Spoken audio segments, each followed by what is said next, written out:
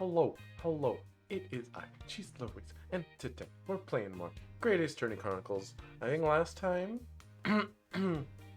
we left off partway through the trial. This case was a little bit too long. I couldn't do it all in one stream. But we should be able to finish it up today. And depending on how long that takes, maybe we'll even start up the next case. Yeah.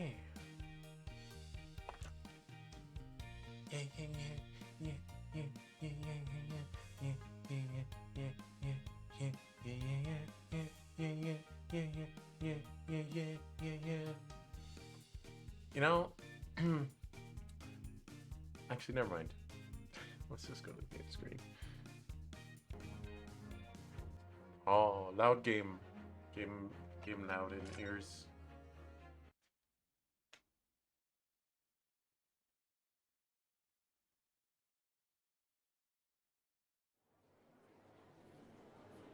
How about? Alright, where exactly did we leave off? I think we contested the second unanimous guilty verdict. I forget how exactly we did it though. Let's see. We got something in the court record. Oh yeah, it was the burned book. And we were like, you were there and you were throwing objects out the window and stiff. And the prosecutor, he was like, look how easily the jury is manipulated. They were clearly there because of reasons.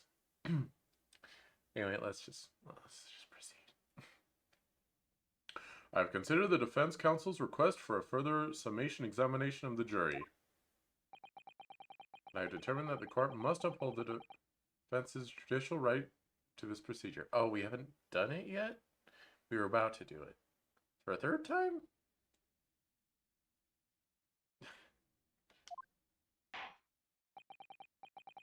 Or is this the second time? I can't remember. So, counsel, you will now proceed with your second summation examination. I presume the jury is ready, Mr. Foreman? We are, my lord. Very good. In that case, I must ask each of you now to state clearly and concisely for the court. Gosh, now that I have sound canceling headphones on, I can hear more clearly what I actually sound like on stream. Oh, it makes me feel more self-conscious. I thought I was doing a good job with the voices, but I don't think I am. I don't think I am now. Very good. In that case, I must ask each of you now to state clearly and concisely for the court the grounds on which you find the defendant guilty of this crime.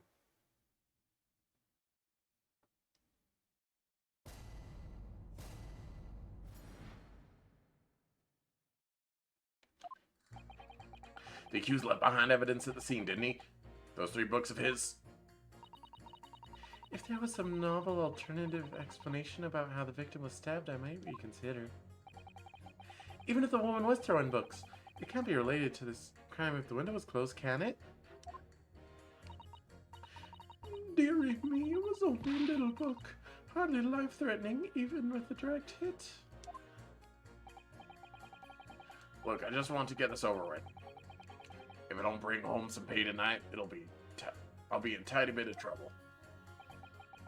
Come to think of it, we had a fire at home a while ago. It gave me the sneezes.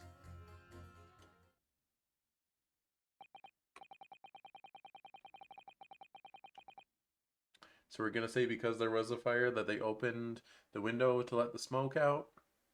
Is that the angle we'll be going for? I think it might just be.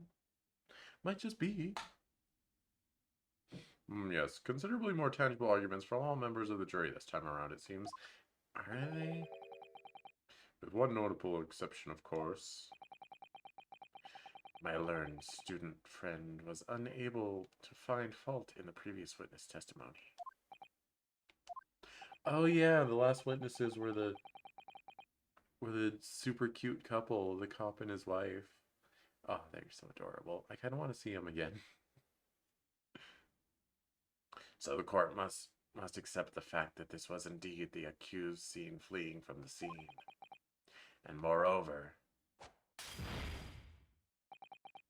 No one else was even at the scene to commit the crime.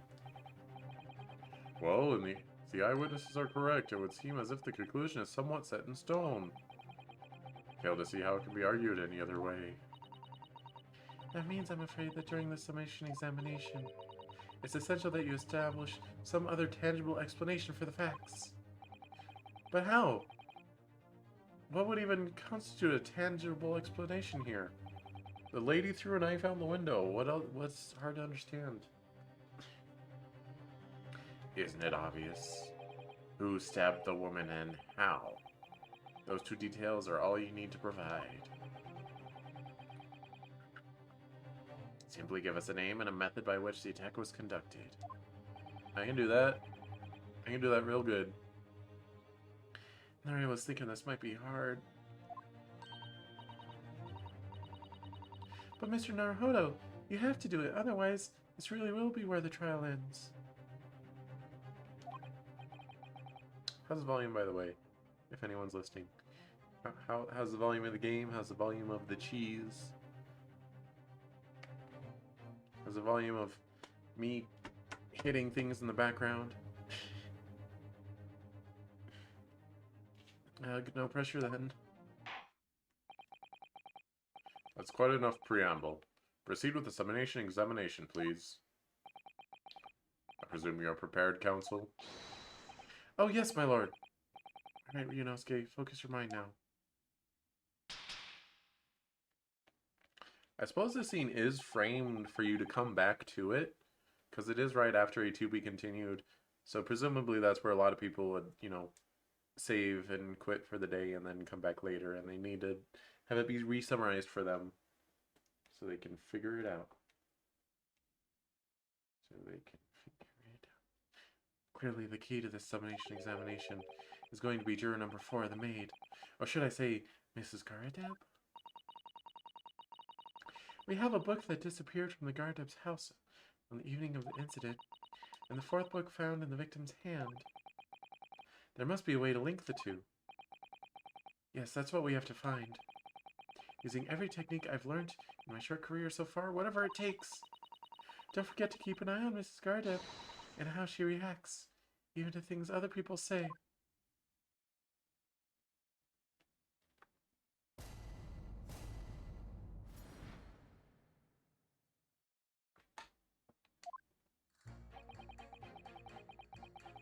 Alright, we're gonna press everything first. I remember that this time. But as we know now, there were 4 books, not 3. Well, what difference does it make? There's every possibility that the 4th book, in fact, belongs to the defendant's landlord. Yes, that's the part I have a problem with. Sorry? Well, at the point the woman was stabbed, this landlord fellow was at home, wasn't he? Enjoying a fiery scrap with his wife or something, you said? That's not exactly how I put it, no. There was a scrap and there was fire. These things are true. Well, anyway, the point is, the fellow and his wife were somewhere else when it happened.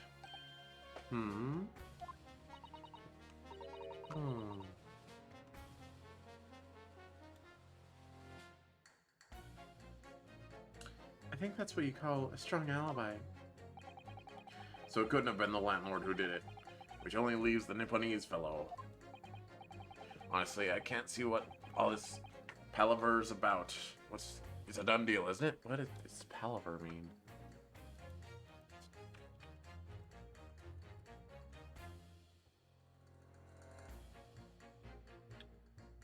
Palaver. Palaver. Unnecessarily elaborate or complex procedure. Hey, that's like all of Ace Attorney.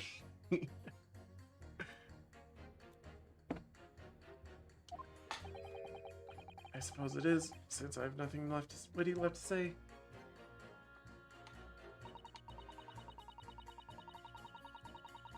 Hold it!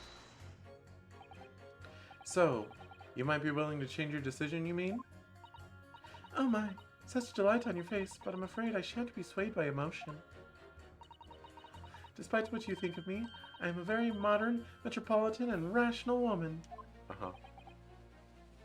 That's great. If one reads the morning papers, it's all forgotten by tea time, isn't it? So why read them in the first place? You see? Modern, metropolitan, and rational thinking. Wouldn't you say, uh-oh, is juror number 2 my spirit animal? And not at all extreme. As I see it, an overwhelmingly suspicious Japanese man has been implicated by overwhelmingly strong testimony. So despite one or two minor puzzlements, I do declare that the man is overwhelmingly guilty. Oh yeah, I was supposed to give her like a Southern Belle voice. Modern, metropolitan, and rational logic, wouldn't you say? Overwhelmingly. But us modern gals are always delighted to embrace new fads, you know. So I'd be only too happy to consider an exciting new theory, if you could come up with one. I'd be happy to do that too, if only I could. Let's do our very best not to disappoint the modern and metropolitan young lady. Right. I'm glad you admitted rational there. Get dunked on.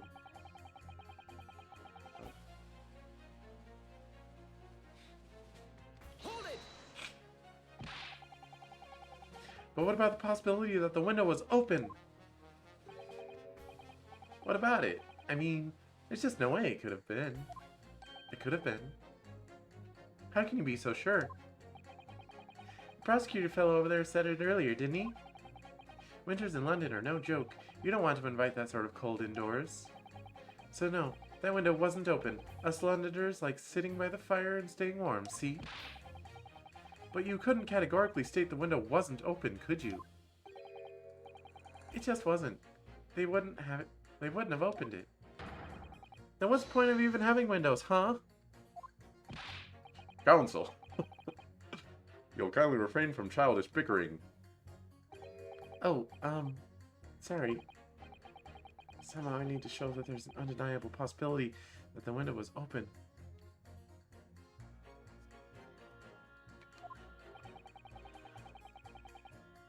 Because this young man isn't going to budge otherwise.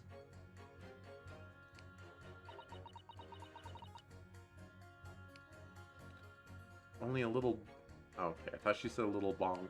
I was like, you admit to hitting her with the book. But the little book was on fire at the time, was it not? With flames of love, I'll have you know. There's really no such thing as a loving incendiary bomb.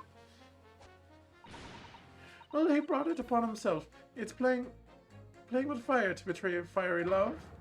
Isn't it? Well, don't you agree?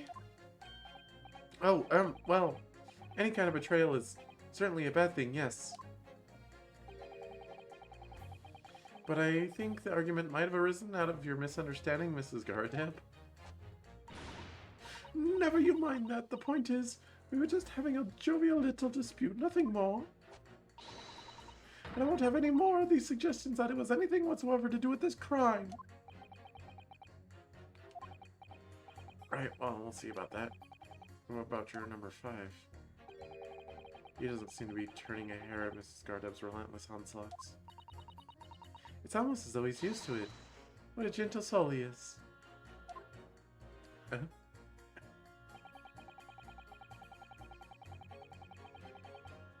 Hold it! You just want to get this over with? How can you sit there and say something like that? A man's future is at stake here. Well, him and me both then, like I said before. What? I told you already, I'm a day laborer, aren't I? If I don't bring home some Reedies with me tonight, Reedies? You'll find me floating face down in the Thames tomorrow morning. What? You heard me. My missus isn't one to mess about, you know. She can be fierce, believe you me. Yay, domestic violence. Another shining example of marital bliss, then. Situation like this cropped up the other day. It was, well, do you know, it's funny, but I can't quite remember. Sorry? It was too frightening, that's the thing. I must have blocked it out. Helpful. I wonder if Mr. Beetle will ever be dragged into the flames by his scarf. Mr. Beat. Don't even go there, Miss Susato. Oh, that was the cop. The witness cop. There must be some way to jog his memory about this.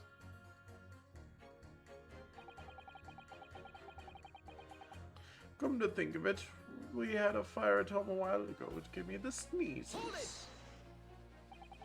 Does that have anything to do with your decision about the defense's culpability in this case? Sorry, what's that? You'll have to speak up, lad. Could you tell us more about that fire? It was last winter. My grandchildren baked me a lovely cake on my birthday. It had 75 candles on top, it did. What a sight to behold it was. You put candles on a cake? What, was it some kind of devil worship? Oh, he's not familiar with the concept. Of course not, it was an angel cake. To celebrate my birthday, obviously. It seems that's a common custom here in Great Britain, Mr. Naruhodo. Anyway, I mustered all my puff to blow them out. Only I must have blown wrong somehow. The flames didn't go out. The candles went flying all over the room. The furniture caught and everything went up. The whole place filled with smoke. Definitely sounds like devil worship to me. And by the sneezes, I presume you mean a cold? But how did you catch a cold from a fire? What a fiasco it was. The grandchildren, bless them, threw water over me as they tried to put out the flames. And then, because the whole room had filled up with smoke, of course, we had to open all the windows to clear it. The windows? The biting winter air rushed over me like the devil dancing on my grave, it did. I caught a terrible cold from it. Put me in the hospital for a while. I won't forget that birthday in a hurry. Gosh, my sinuses are plugged. I knew it was devil worship all along. Something about this old man's story is playing on my mind for some reason. We need to demonstrate who, apart from Mr. Natsume, could have attacked the young woman on the street. As well as how he or she could have done it.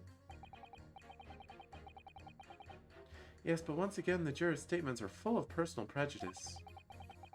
Yeah, they're like that. A lot of them seem convinced they're right, even in the face of logical arguments to the contrary. Well, I mean, that's just people. I think you're going to need to pit them against each other to force them to accept an alternative explanation. Yes. I don't necessarily need to find contradictions between their assertions. Just a connection might do the trick. Alright, I'll see what I can do. If anything stands out, I'll go in for a strike. An orbital strike! Oh dang, we're already 20 minutes in. What the heck? That's the spirit.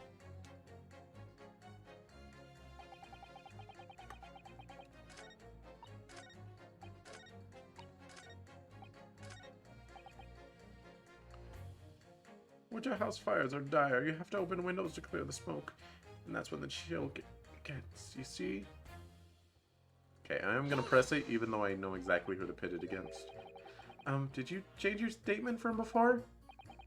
Well, yes, it was one of my most memorable birthdays, you see. I couldn't let it go unremembered. I'm sure the defendant will be delighted that you're using his trial to explore your past. And how is that memory related to this case exactly? Sorry, what's that? You'll have to speak up, I'm afraid. Never mind, he's as deaf as a post when he wants to be. But actually, this old man's anecdote might just prove the alternative explanation I need to make my point to some of the other jurors. We used unlit candles on my birthday this year. It's safer that way. Or you could just not put candles on it. You need to demonstrate who, apart from Mr. Natsume, would have attacked the young woman on the street, as well as how he or she could have done it.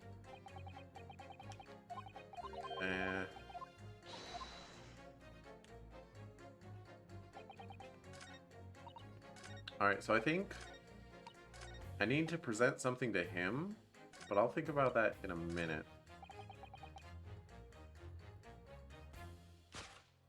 If the window was closed, you gotta open the window. Objection! Objection! These two jurors' statements clearly contradict one another. They do? How exactly, counsel? Don't point at me again. I told you it wasn't me. What's that you say? Speak up, lad. Speak up. Juror number 3. Do you see? Oh, me?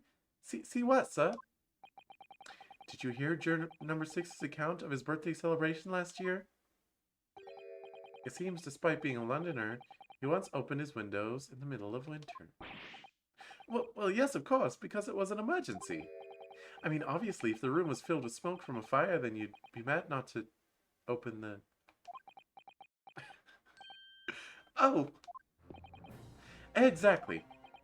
On the day in question, at the time of the incident, there was a fire in the Gardeb household. And Mr. Gardeb had the following to say about it. The whole place filled with smoke. Oh my! Excuse me! Juror number 4, do you have something to say about that?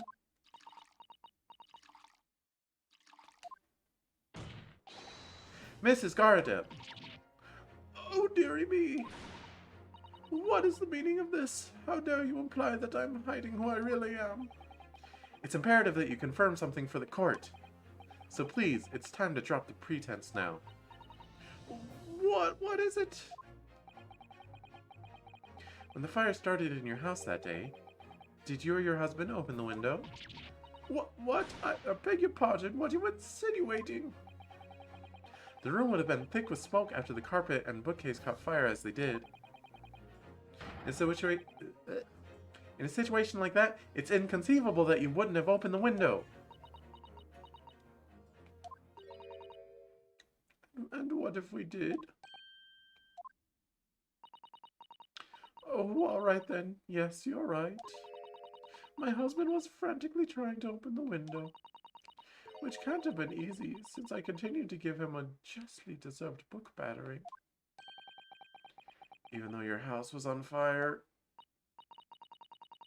Oh, you never stop throwing until the anger subsides. It would be terribly bad for the nerves to do otherwise. This lady's a real piece of work.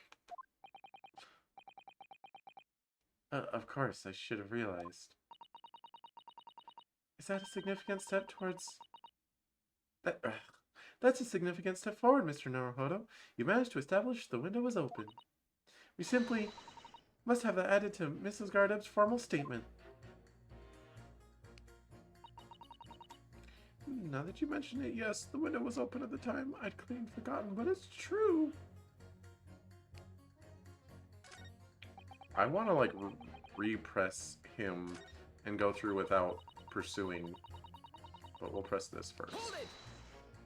So many things to do to keep track of. The 4th book found at the scene of the crime shows very obvious signs of fire damage. And the title of the book is The Lion's Pride. Same title, in fact, as the book that Mr. Gardeb told us he had been reading. Well, I really couldn't say. On the day in question, did you or did you not throw at your husband the copy of The Lion's Pride that he had been reading?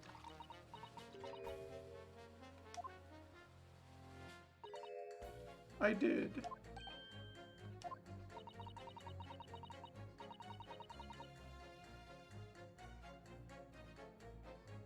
It was the first thing I could lay my hands on, so I hurled it straight at him. And now you come to mention it, yes. He was rather enjoying reading it, you're right. Why did you not reveal this information to the court from the outset? because I couldn't, you insolent little man. I didn't remember. At times like that, you pick up and throw whatever you can lay your hands on. As well, you know. I really don't. I barely noticed I was throwing a book, much less the title of it. Oh my god. Excuse me. What is it, juror number 5? I was busy. You know something? I remembered what it was. The memory I'd blocked out. It was listening to what this granny was saying. Brought it all flooding back. Who are you calling a granny, you cheeky devil? I'm Mrs. Gardeb, or the maid, I'll have you know. Reminds me of Gartic phone when people... It could be this or that. Who knows? The man doesn't even flinch. Please tell me that's not because he's so used to being hit all the time. It was about 2 weeks ago now. I just got back to home after work, like. I put my hands in my pocket for the wages I just earned that day, and I nearly died. There was a hole. Every last penny had dropped out. Oh dear, what a disaster. You haven't heard the half of it, boy. Oh? The wife was cutting up some chicken at the time. I could hardly get the words out, but I told her straight. I've lost the day's wages, love. Next thing I knew, the blade was whistling past my ear, stuck into the wall next to me. It did. About an inch deep. Jeez. No words, just terror. I could smell it then, you know, that god-awful stench of the Thames. I'm sure I was going to end up face down in the muddy banks that night, I can tell you. Now, that's a real disaster, isn't it? I'll never use the word lightly again. Anyway, the point I'm trying to make is this. When women lose their rag, they'll throw anything at you. Knives, hatchets, hammers, you name it. Yeah.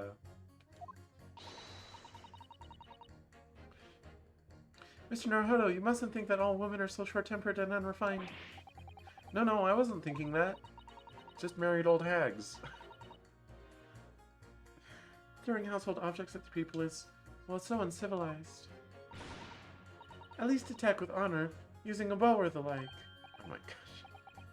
What? Attack? Who are you going to attack? Never mind. Anyway, this man's words could be rather significant, I think. Alright, we'll come back to the bow and arrow thing later, if I dare.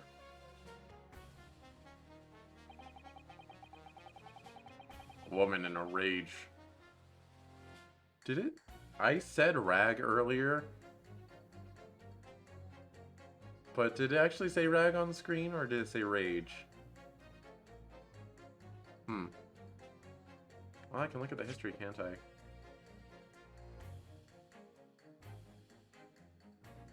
When they lose their rag, okay. I'm not going crazy. The kitchen knife really brought that home to me. Hold it! Your wife really threw a kitchen knife at you? That's right. She was chopping meat with it. Had a tiny edge on it, believe me. Still, it's all memories, isn't it? It started with that smile she threw me when we were courting. And since then, the list of things she's thrown at me has grown along with our relationship. There was a cup, then a glass, and a pot, a kettle, a chair, a wardrobe, a cooker, a bathtub. She threw a wardrobe at you. She threw a bathtub at you. Your wife must be even beefier than you. And things came to a head last week when she threw me right into the Thames.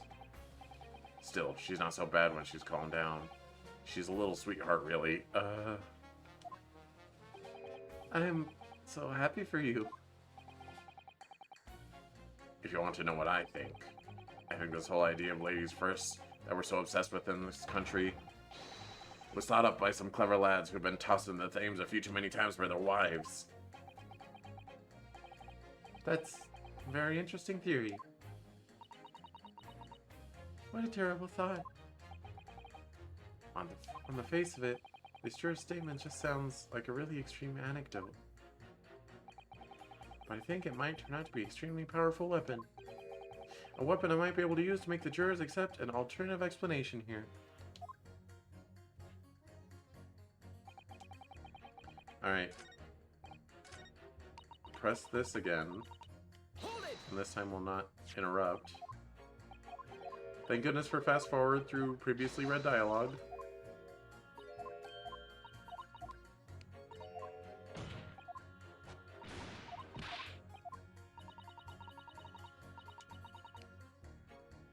I barely noticed I was throwing a book mushes. So it doesn't emphasize it this time, but yeah. Right, totally understandable. I mean, you can't waste time deciding what to use next, can you?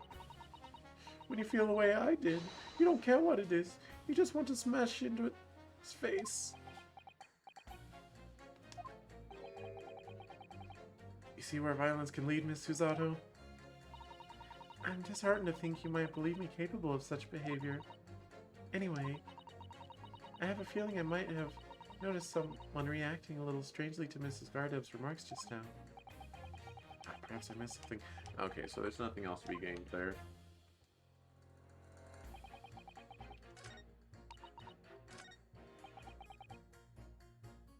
Hold it!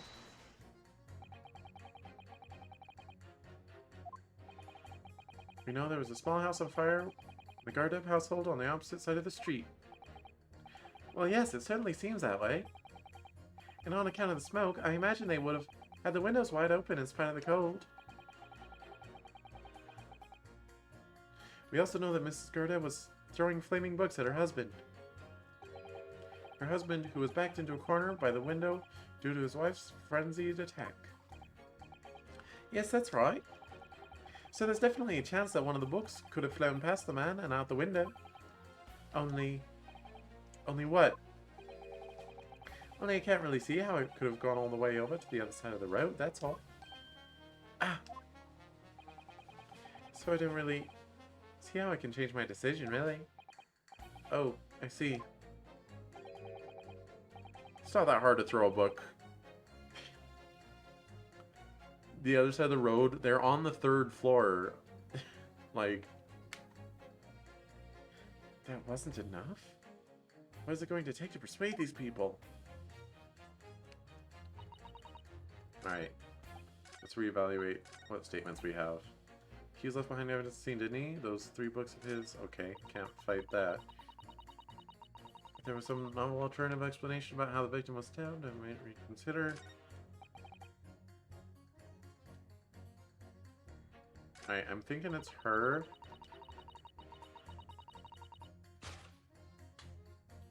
Window could have been open. It's definitely a possibility. Well, you mentioned it, the window was open in the time when Queen forgotten, but it's true.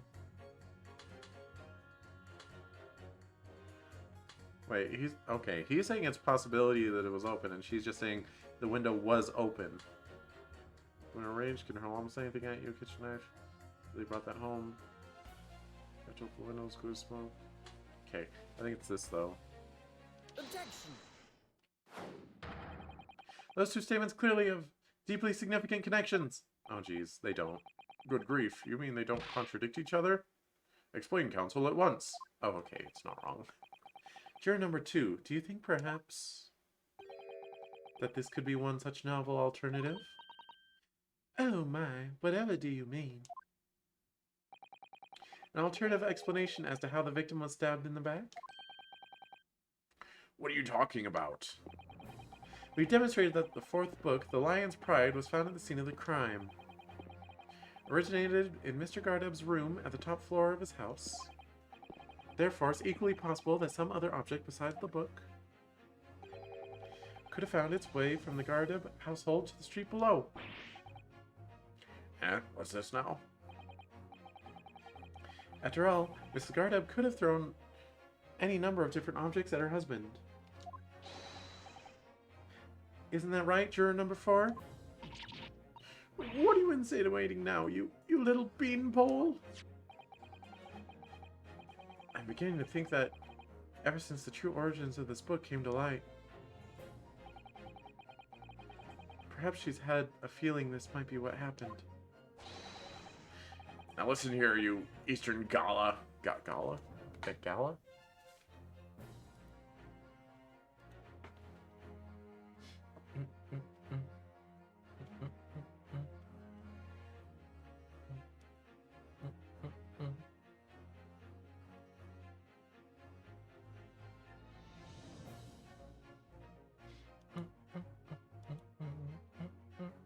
I got distracted. Button, press the button.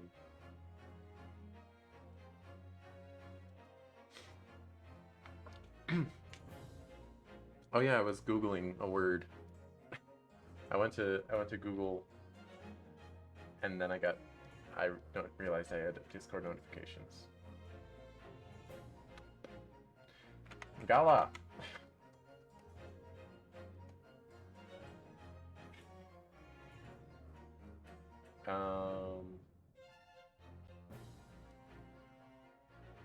An old Australian word, a derogatory term that means loudmouthed idiot, named specifically for the gala, a native Australian bird that makes distinctive and quite funny sounding call.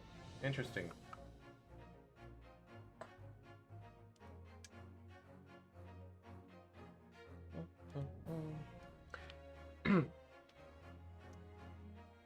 You Eastern Gala.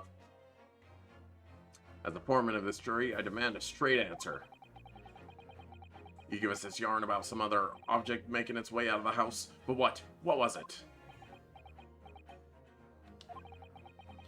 I'm really taking a big gamble here. That was a bold accusation to make, and I haven't any real evidence to back it up. But I'm certain that at the very least, this warrants further investigation. Alright, Mr. Foreman. I'll try to explain the defense's theory. The other object that found its way from Gardeb household to the scene of the crime was jackknife. Take that!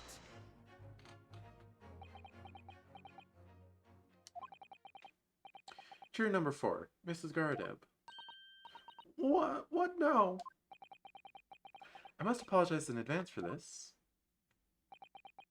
but I need you to confirm something else for the court. This knife. Have you ever seen this knife before? Ah! Good Lord, Counsel, what on earth are you doing? That's the weapon that was lodged in the victim's back, man. Yeah, the murder weapon, as it were. Or the assault weapon. My lord, remember that when the victim was attacked, Mr. and Mrs. Gardeb were in the throes of an argument. Miss Gardeb was hurling anything she could at her husband, who had been backed up against the window. A window that had been opened to clear the smoke, and through which a book sailed to land at the scene of the crime. You can't seriously believe that the book was found in the victim's grasp? Are you saying that it flew out the window and across the street to land neatly in her hand? Huh? Even my missus ain't got aim like that. Yes, I admit, there are many details we don't yet understand. But that's the point. That's precisely why we must not allow this trial to end. Not right now. Oh my. Oh! Mrs. Gardeb, your answer, please. Have you seen this knife before or not? Oh,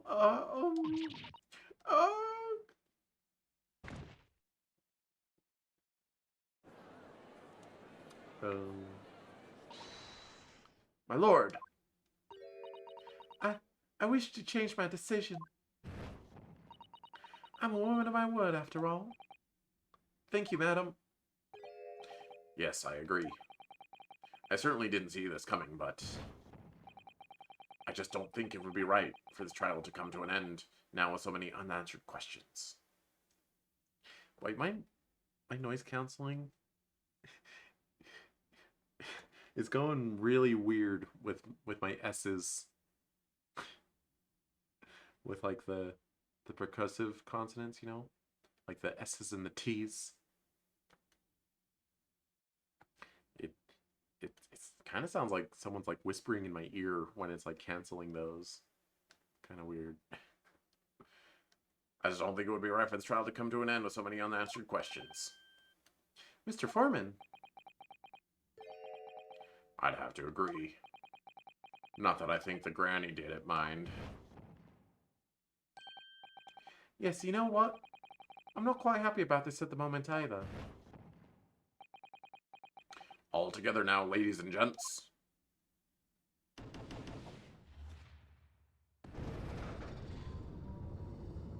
We did it. Oh geez, I forgot to refill my water before the stream.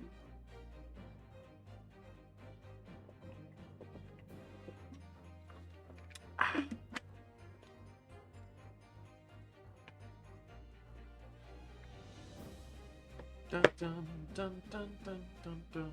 We did it! Oh, congratulations, Mr. Naruhodo. So, as a result of the defense's summation examination, a number of jurors' leanings have changed. 2 jurors called guilty, against 4 now calling innocent. Accordingly, the opinion of this court is divided, and this trial will continue.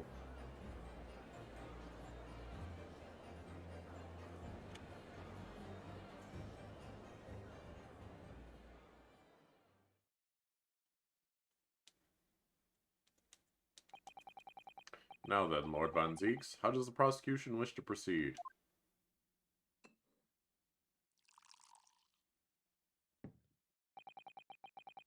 This trial is rapidly descending into a farce. It's not very good drinking animation. Like a corked wine, the first few sips are bitter enough. But what follows is so repugnant, it's good for nothing save the gutter. If I may, Lord Van Zieks, the defense has just put forward a credible alternative explanation for what happened. Credible? Is that your considered opinion, Mr. Foreman? The defense's argument is a joke to which I barely know how to respond. But let me start by insisting that you must all familiarize yourselves better with the relative positions of those places being discussed. What do you mean by that? What's his angle this time? It should already be more than apparent that between the crime scene and the Gardeb household runs a rather wide street, Briar Road. Which means that the distance from the Gardeb's house to the scene is some, yes, 15 yards. Let me see, 15 yards. That's around 14 meters. 14 meters? Oh, that's a little farther than I'd imagined. Still not that far. And as you ladies and gentlemen of the jury rightly noted as having portentous significance, the 4th book was found in the victim's clutches. In other words, the smoldering book, wantonly hurled by the lady of the house, traveled some 15 yards to land on the opposite side of the road, neatly between the collapsed victim's fingers and thumb. Is that your final conclusion, my learned, deluded friend? No! We're not saying that the book landed in her dead hand. That's stupid. We're saying it landed on the ground, and she picked it up, and then a knife landed in her back.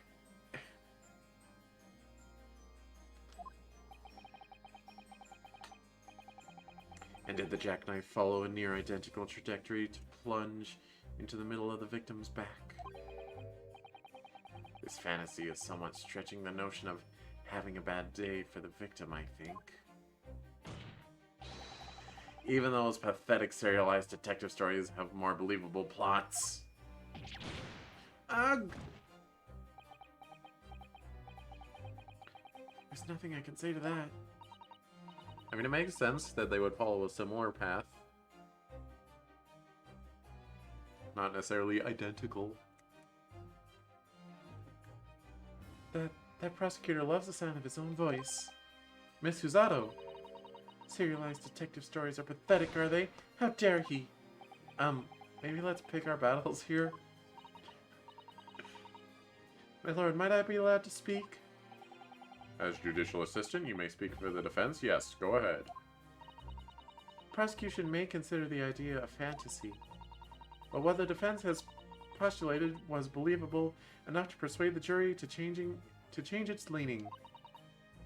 And as such, the court has a duty to explore this alternative explanation as thoroughly as possible. To that end, juror number 4, Miss Joan Garadeb, must be called to testify and submit to cross-examination. Saints alive! The cross-examination of a juror? Well, you didn't do a very good job of picking your jury, did you?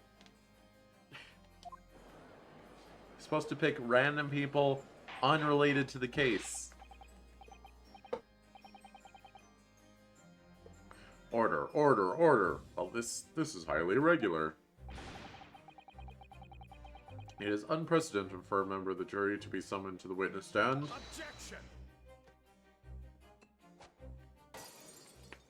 Hey, gonna hurt someone. And unnecessary. Lord Van Zeeks?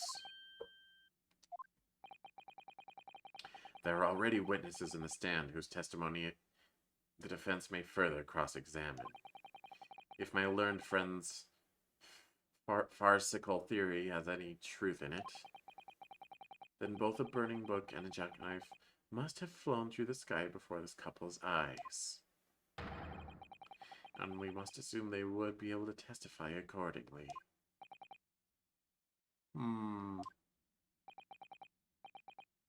What say you, witnesses? Yay! I said I wanted to see him again. Yes, sir! Constable Rolly Beat, reporting for duty, sir! Well, good morning, officer. Sorry for dozing until now, sir. I haven't slept for a month on account of a villain who's appeared on my beat, sir. Oh, they're so heroic, these London bobbies. Patricia, my darling, I've been neglecting you, but no more. Oh, Rolly, my hero, you make me swoon. Very well, I hereby reject the defense's request. Why? Oh. And order the witnesses to stand to testify again. State forthwith before the court any details pertaining to the defense's alternative explanation of events. Yes, sir!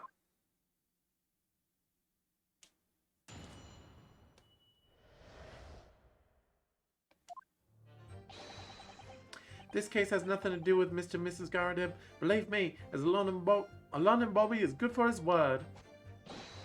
You see, sir, the windows on the top floor of the Garadeb house are top-hinged casements. What? Obviously, if anything had been thrown out of the window, we would have seen it. I did leave the scene to go and fetch help, but my trusty Rolly was there to make sure nothing was disturbed. I didn't take my eyes off the crime scene for one moment, sir. Nothing strange to report on that front, sir. Didn't your girlfriend earlier, your wife earlier, she said that you were taking a nap face down in the snow while she went to get help? You said it. Well, this is quite startling. Top-hinged casement windows? That detail was not in the police report, Constable. Ah, yes. Sorry about that. I must have been a little drowsy. You cannot excuse your sins with drowsiness every time, Constable. No, sir! I'm sorry, but... what exactly is a top-hinged casement window? And you. You cannot excuse your ignorance with such trite remarks, my learned friends. Of course. Sorry. I found it, Mr. Naruhodo. Cast your mind back to the window in Mr. and Mrs. Gardeb's room. Alright, I'll try.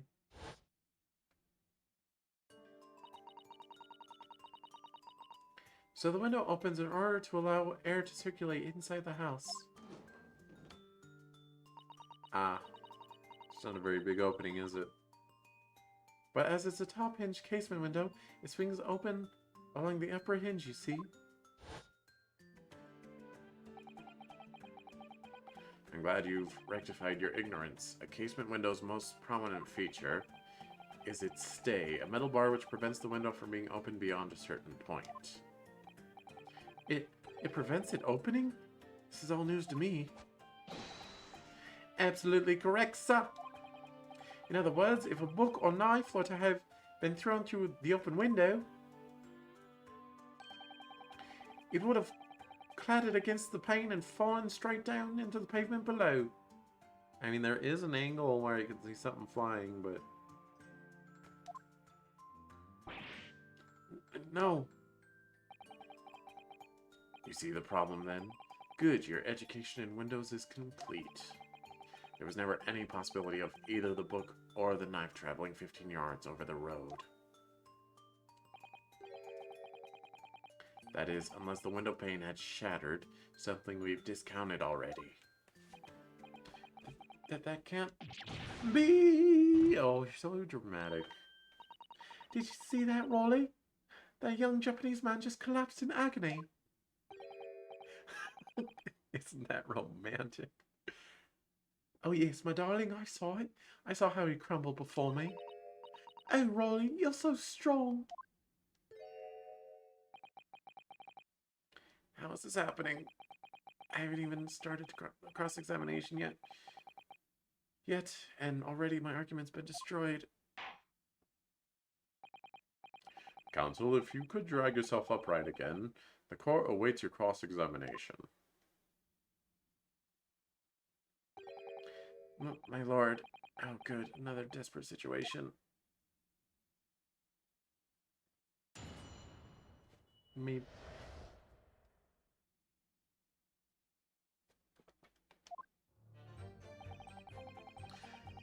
Alright, let's see. Hold it! How can you say that for certain? A very good question, sir. And the answer is this. It has the noble founding principles of the force written on it as a reminder to all policemen of our sworn duty. He showed us that before, didn't he? Did he?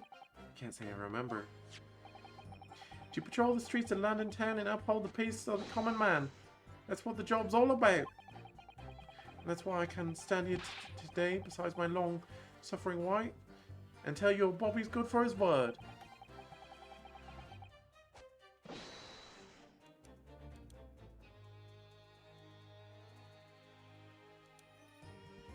Buttons.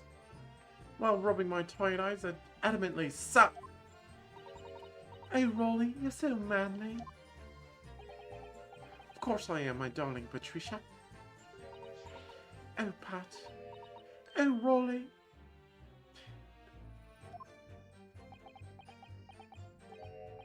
No, none of this is what I meant.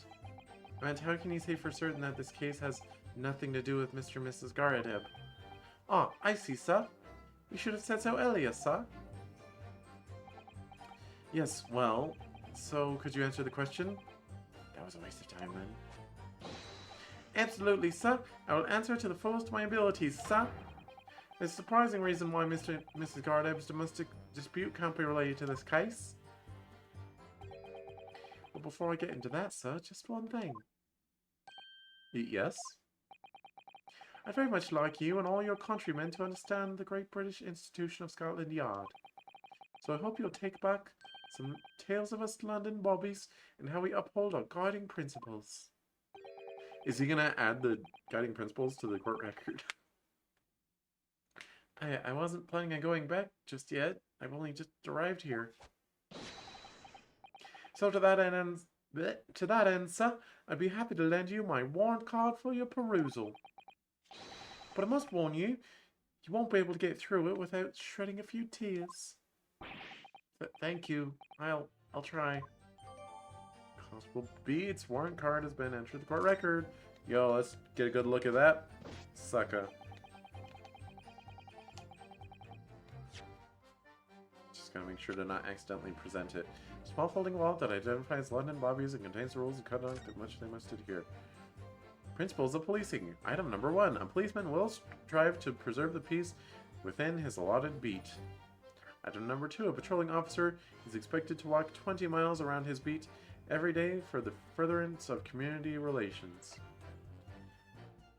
Metropolitan Police Regulations. Item number 1. Any crimes fall under the jurisdiction of the beat in which they are discovered. Item number 2. When a crime is discovered on his beat, a policeman must assist with the initial investigations and help detectives. Alright, so I'm guessing it's going to be something about the fact that he wasn't on his beat, which we already know is a thing.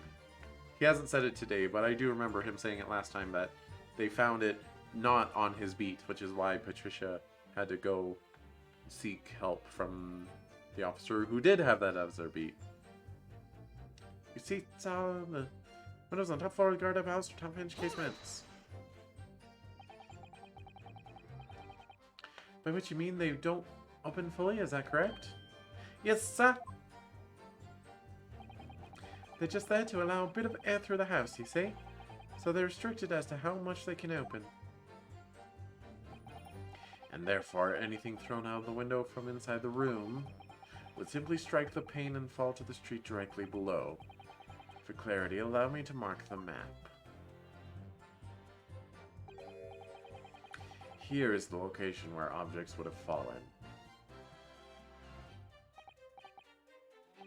Yes, directly opposite the scene of the crime, on the other side of the rather wide road. Would it have been so hard for somebody to mention this top hinge casement thing before? Well, I have another question for you, Constable. And what would that be, sir? How do you even know? Why would you have any idea what sort of windows Mr. and Mrs. Gardup's house is furnished with? Ah, well, sir, that's very simple. You see, I helped with the investigation yesterday. Excuse me.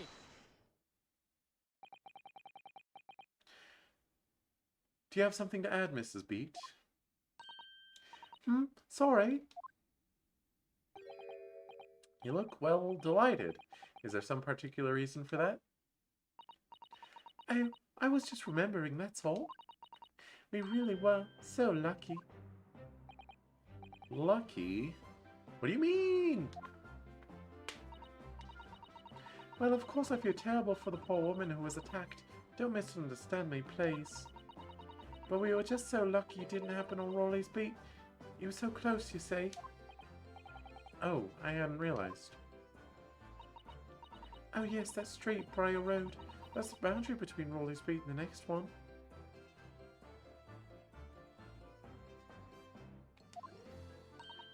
Isn't that right, my love?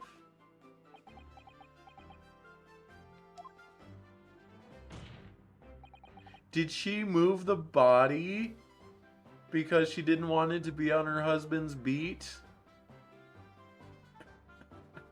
No way. Constable Beat. Oh, yes, that's right. That's the reason I was helping out with interviewing the occupants of the Gardeb household yesterday. The house is on my beat, you see, sir. That really was cutting it close then. Constable, I wonder if you could clarify something. If the Gardeb household is on your beat, does that mean that that the pavement next to it is as well? Outside Mr. Gardeb's house? Yes, madam. Yes, ma'am. The pavement on that side of the road is part of my beat. I see. I was unaware of that. Just think, if the woman had been attacked just on the other side of Briar Road.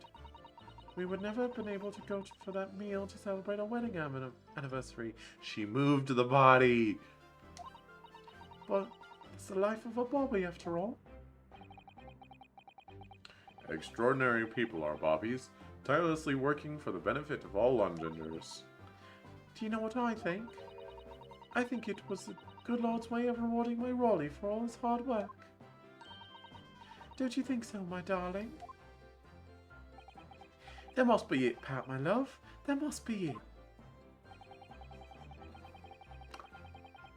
I think perhaps we should make sure we have information officially on record. Leave it to me, Mr. Naruhodo. I'll take care of it immediately. Case file's information has been updated to the court record. Okay, exactly how has that been changed?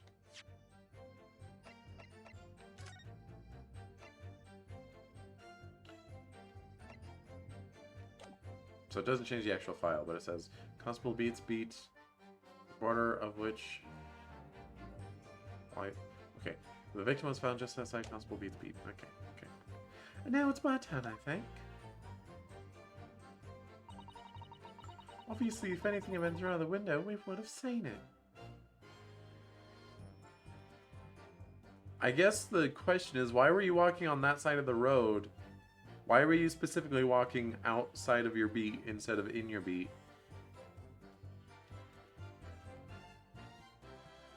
That seems deliberate on your part. See if we've seen anything out the window. But according to my notes here, the sun had gone down already and it was dark. Oh, but Rolly and I were strolling along, gazing at the night sky and looking for our lucky star. Sorry? The star that will guide us to eternal happiness. Eternal happiness. Can't it guide you to answer the question? If a flaming book had cut across the sky in front of us, it would have lit up like a shooting star. And if I'd seen a shooting star, I would have made a wish upon it. Let Rolly be an inspector, I would have said, 3 times at least. Of course, what with the smog and everything.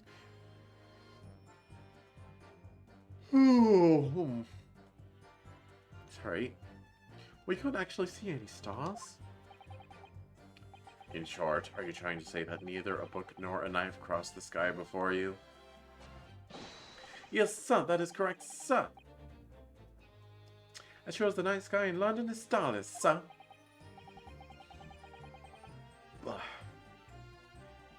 It certainly seems like they're telling the truth. And then we saw the poor woman fall to the ground, so we ran straight over to help her. Didn't seem to go fetch help, but my trusty Rolly was there to make sure nothing was disturbed. Yes, you said you went over to a nearby police box to fetch another officer, is that right? That's right, yes. If I had been on Rolly's beat, I would have known exactly where I was going, of course. Don't feel bad, my love. You can't be expected to know the location of every police box on every beat. So Rolly told me the way, only I sort of got a little lost on the way. Oh, Patricia, my darling, that's why I love you. Your terrible sense of direction is bewitching to me. Alright.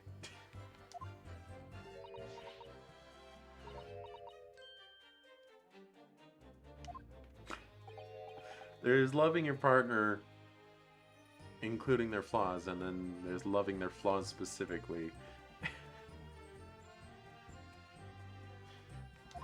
Oh, please. So, I suppose I was gone for about 15 minutes. But like I said, my Rolly was at the scene the whole time, making sure nothing was disturbed. I was off duty at the time, of course, but a true Bobby is never really off duty, sir.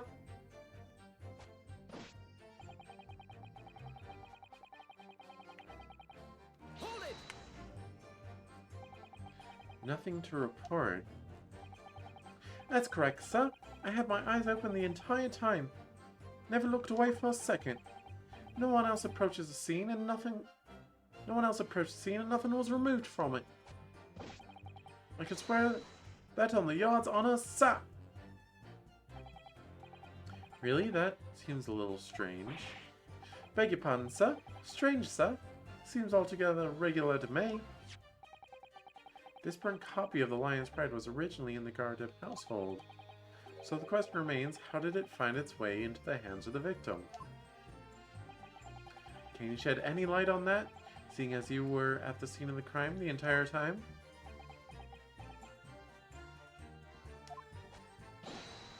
Aha! Could it be a different copy, sir? One that just happened to be burnt as well? Even if that were possible, why would the victim have been gripping a book like that in her hand? As we can see from the photographic print, she had a bag over her shoulder.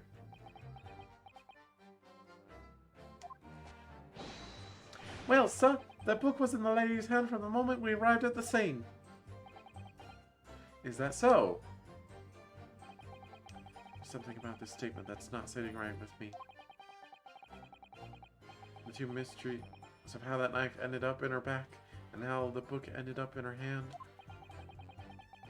There must be some common thread between them. Blah. Can I ask you something? Please, Mr. Lawyer, sir. Oh, yes, of course. What is it? You're doubting us, aren't you? I can tell. What? I wasn't really... I mean, what's she doing? She's playing the sympathy card.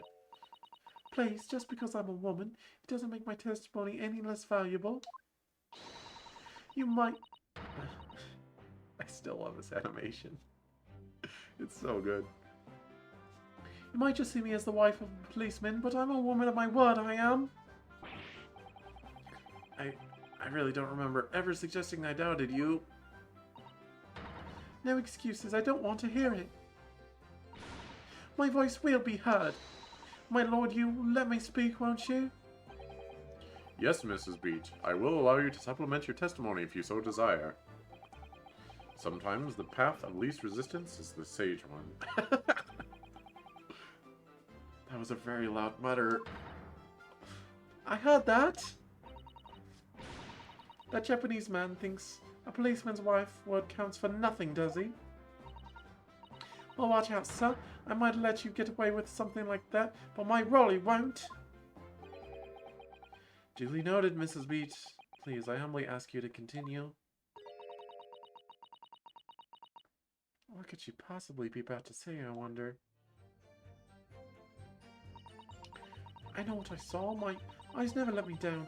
My sense of direction is a little off sometimes, though.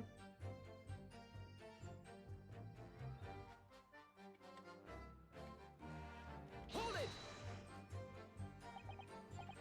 Mrs. Beat, nobody is questioning what you've told us. I saw it, I did. That evening I saw it clearly. That little Eastern man with the whiskers and the funny curved back, slinking away from the scene.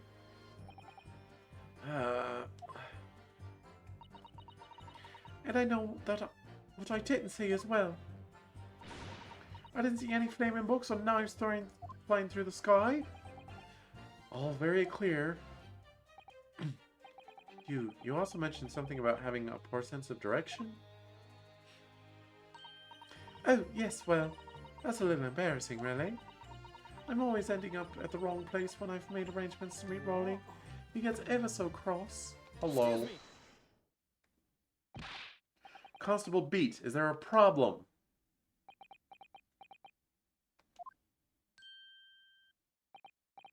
Eh? No, sir. No problem, sir. Did your wife's remark just now bring something to mind, perhaps?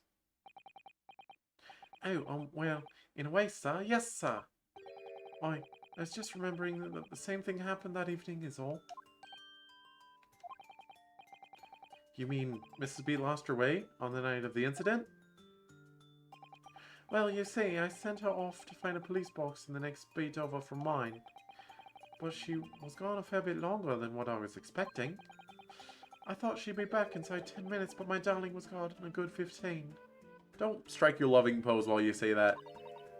Oh, Rolly, you're such a tease. But the reason I was gone so long was because of the bouquet, silly. The bouquet? Sorry, what bouquet are you talking about? Oh, it was a present for our wedding anniversary. Rolly's so romantic. He saved up for it with the farthings and halfpennies. Halfpennies? Is that how you spell halfpenny? Halfpenny he found in the gutter while doing his rounds. Yes, how romantic. I'd forgotten all about it until just now. Had you, my darling? Oh, yes. But that was just between us. No talking about it to anyone else, darling. You have to promise. Alright, we're on to something. I'm gonna BRB real quick. I'm going to fill up my water bottle.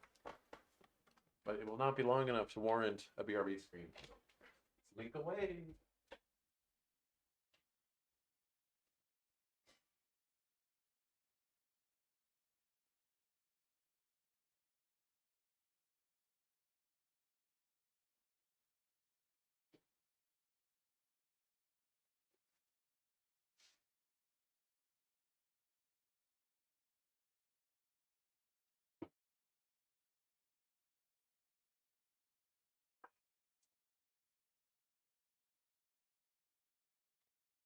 Think back over. Ow, ow, ow. Ow, ow, ow.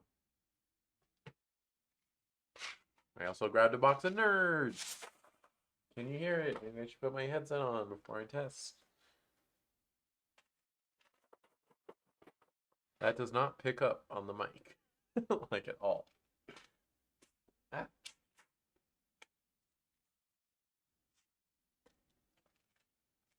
What if I take it over here? It picked up for a second. Nom nom nom. Sorry, I talk like a big dumb if I have a bunch of notes in my mouth.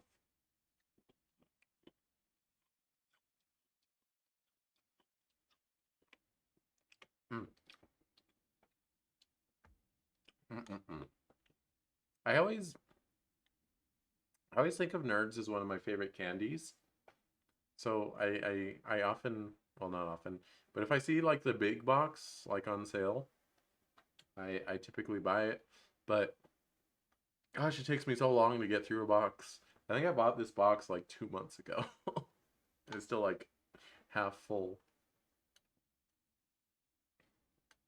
Anyway, you know, like the box of rainbow nerds, not like the box that's like half is pink and half is purple. No, not that one. The rainbow, the big box of rainbow. Anyway, really? Oh, what was that all about? Constable Pete looked very obviously troubled during that exchange. I'm afraid I can't offer any useful insight, Mr. Naruhodo. But I'm quite sure of one thing. You have to ask Mrs. B about the bouquet. Mrs. B, this bouquet you just mentioned. I'd like to add details about it to your testimony, please. I'd like you to. Oh, really? Yes, I'd love to.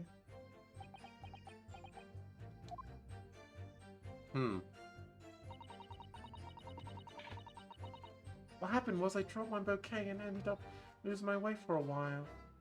Hold it! You mean you dropped the bouquet at the scene of the crime?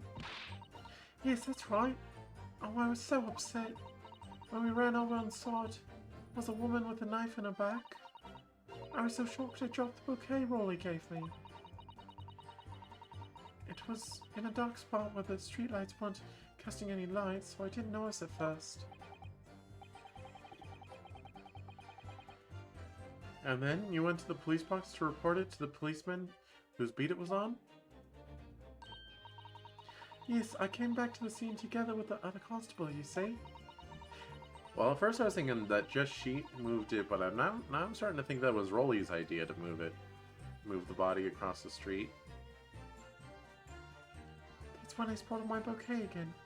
But the funny thing was, when I went to pick it up, it was nowhere near the victim's body at all. Yup. Oh my gosh, Rolly moved it. While she was gone.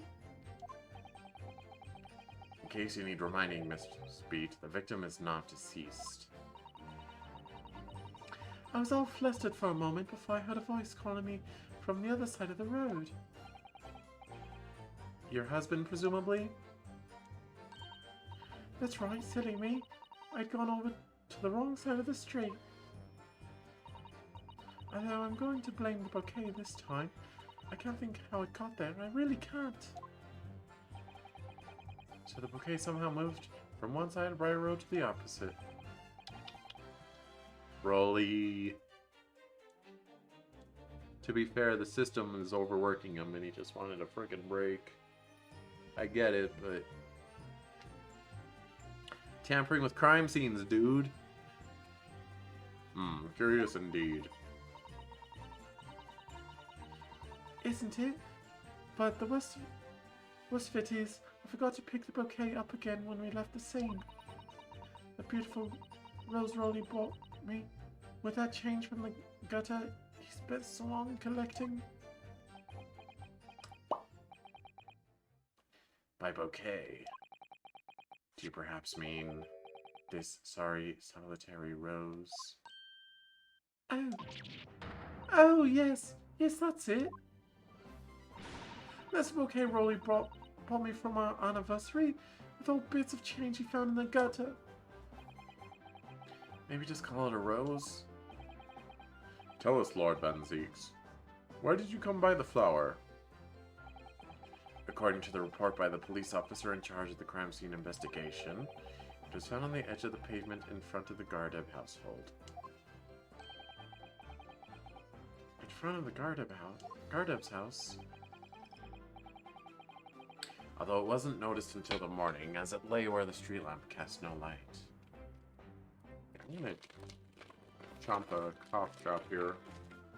Oh, it's the last one in this bag. I'm gonna have to open a new bag. I don't need to buy more. I already have a couple other bags. Don't you worry about my cough drop supply, chat. I have a good number. I even have another bag that I keep at work. Because my throat is almost always scratchy when I get to work. Although it wasn't... No, I already read that. It was believed to be of no relevance to the case, since it was found on the opposite side of the thoroughfare. Oh, thank you, sir. Thank you. Could I have it back now, please? No, I think for good measure, this rose should be added to the court record as evidence. Oh.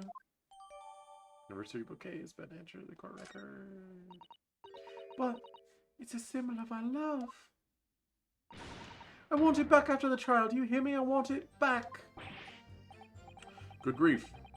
Rest assured, I shall do my very best to not forget, Mrs. Beat. Can you take the eyes off the crime scene for one moment? Nothing strange. Nothing to report. That's correct, sir. I had my eyes wide open the entire time. Never looked away for a second. No one else approached the scene and nothing was removed from it. I can swear to that on the yard's honor, sir. Really? That seems a little strange. Beg your pardon, sir? Strange, sir. Seems altogether regular to me. This burnt copy of the Lion's Pride was originally in the Gardeb household, so the question remains, how did it find its way into the hand of the victim? Can you shed any light on that, seeing as you were at the scene of the crime the entire time?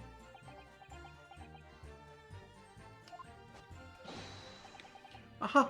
Could it be a different Wait, I already pressed this. Gosh dang it.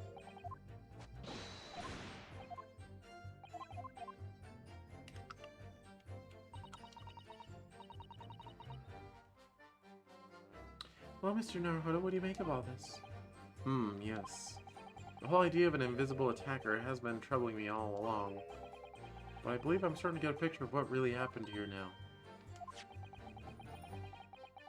The fourth book had no business being in the crime scene. made me sure that Mrs. Corda was hiding something from us. It's becoming increasingly clear that someone else has been hiding something from us as well. Yup. I think I may already be armed with everything I need to strike a decisive blow here. This time, it's going to expose the whole truth about this mysterious affair.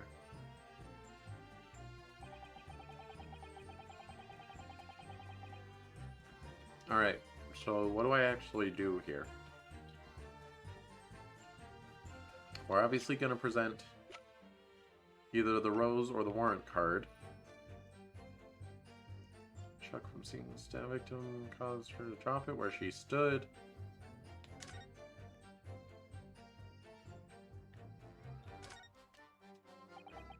It's very stylish paper the flower's wrapped in, isn't it?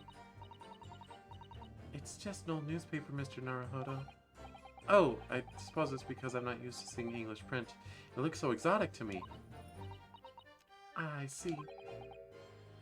Is something wrong? Oh, no. I was just thinking that if you wrapped a stone-baked sweet potato in English newspaper, it might look like some sort of fancy cake. Ah, Susato-san, you do love your cakes.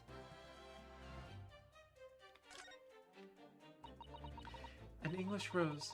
It's such a beautiful flower. Ah, this is a rose, is it? I've never seen one before. Do you not take an interest in flowers, Mr. Naruhodo? I wouldn't say that exactly, but I do know 3 types at least. Gosh, 3? Yes, plum blossom, peach blossom, and cherry blossom. Perhaps you should consider branching out, learning some that aren't fruit tree based, for example. Alright, I don't think there's really anything to glean from this. She dropped it where she stood. And the thing about the beats. This case has nothing to do with Mr. Believe me, Lon Bobby is good for his word. See the window, top floors, top hinge. See, that's not a problem anymore, because you freaking move the body. Obviously, if anything had been thrown out the window, we would have seen it. I did leave the scene to go fetch help, but my trusty Rolly was there to make sure nothing was disturbed. What happened was, I dropped my bouquet and ended up losing my way for a while.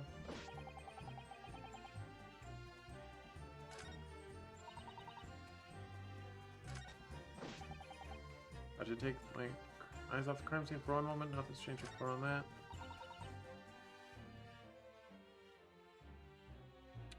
I'm not sure what to present on. Alright. I'm gonna repress everything, because I don't remember which one I interrupted. Hold it! But I'm gonna not interrupt it this time.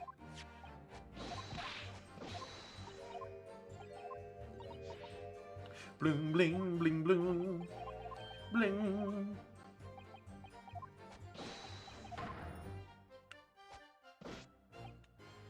Hold it!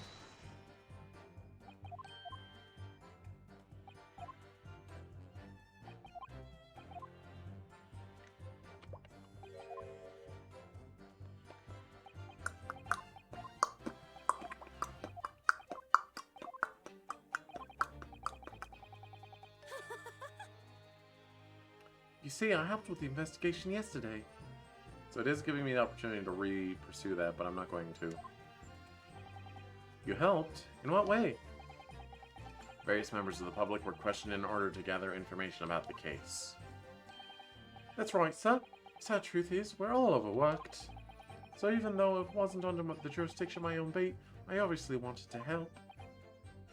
I see. Well, thank you. Oh, is it my turn now?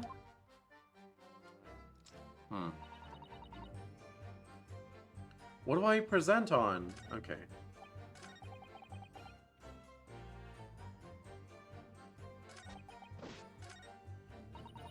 I guess I'll repress just in case.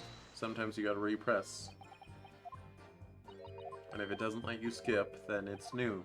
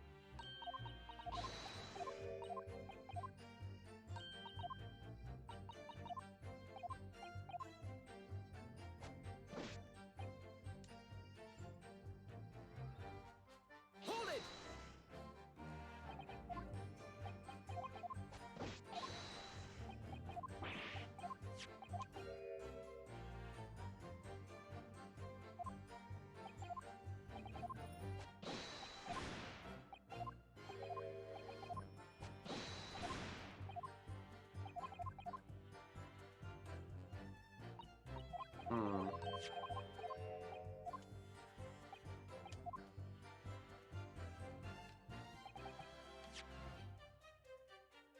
This time it's going to expose the whole truth about this mysterious affair. Just... I may already be armed with everything I need to strike a decisive blow. Someone else? Okay. Okay.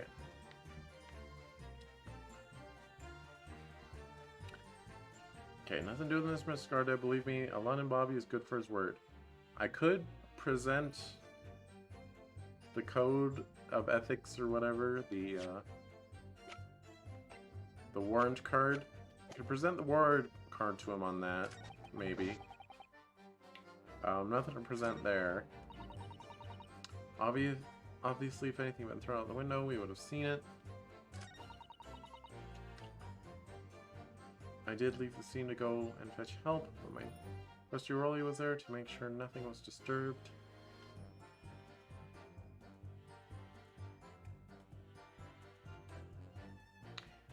Alright. What happened was, I dropped my bouquet to end up losing my way for a while. I didn't take my eyes off the crime scene for one moment. Nothing strange to report on that front.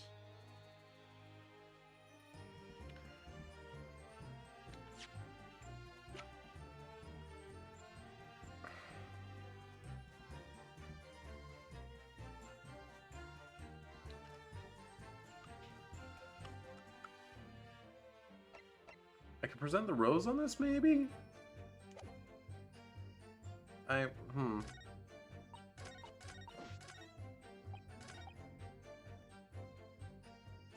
So either the warrant card on this, or the rose on this. That's what I'm thinking. Unless...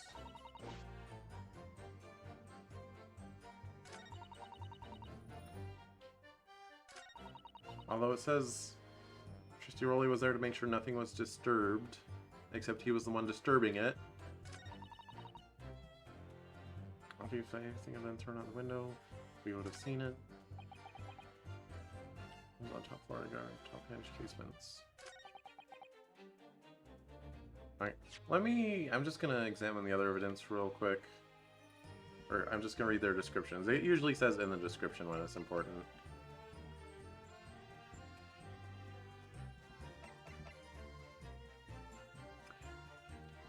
Okay, armband, no.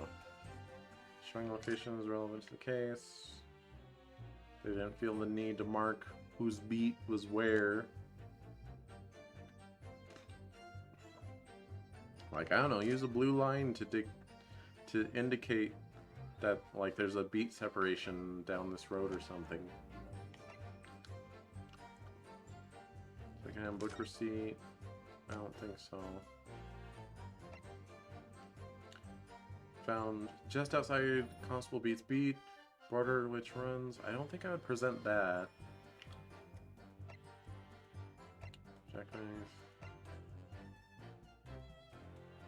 Knife can be seen thrust in the victim's back. She was obviously leaning down to grab the book, and the knife fell on her.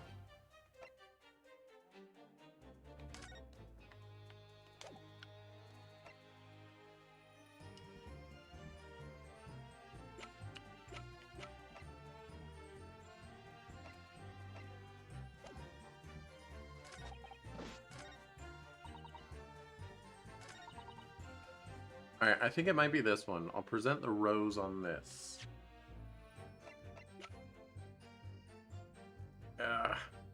Like, I know the point I want to prove, I'm just not sure how to prove it.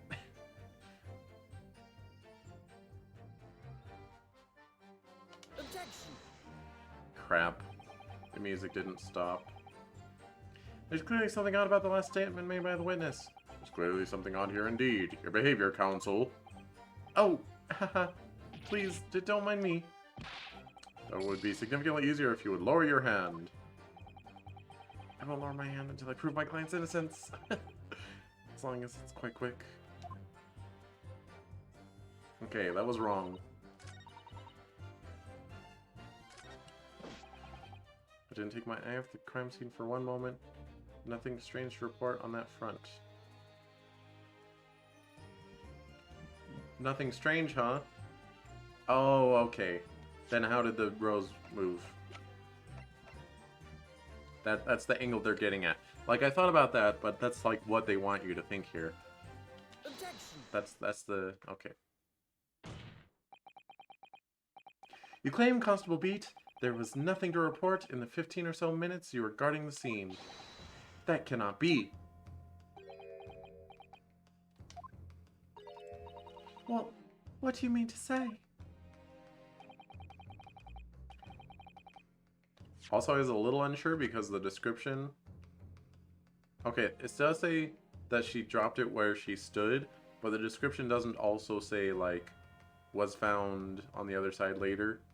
Usually the description is what's going to tell you the contradiction, but I guess you had to just be really paying attention to the dialogue. Which I was, but... in your testimony just now, Mrs. Beat, you explained to the court that when you arrived back at the scene of the crime with the policeman assigned to that beat, the bouquet you had dropped at the victim's side was no longer anywhere nearby. Objection. Yes, on the opposite side of Briar Road to where the victim was attacked. But considering the size of that meager... oh gosh. I hate the Britishism of switching the R and E. Meager bouquet. If a single sorry blossom can be so described. No doubt it was blown in the wind across the street back into the gutter where it belongs. Mega. Objection. But if that were the case, why did Constable Beat not testify to the fact?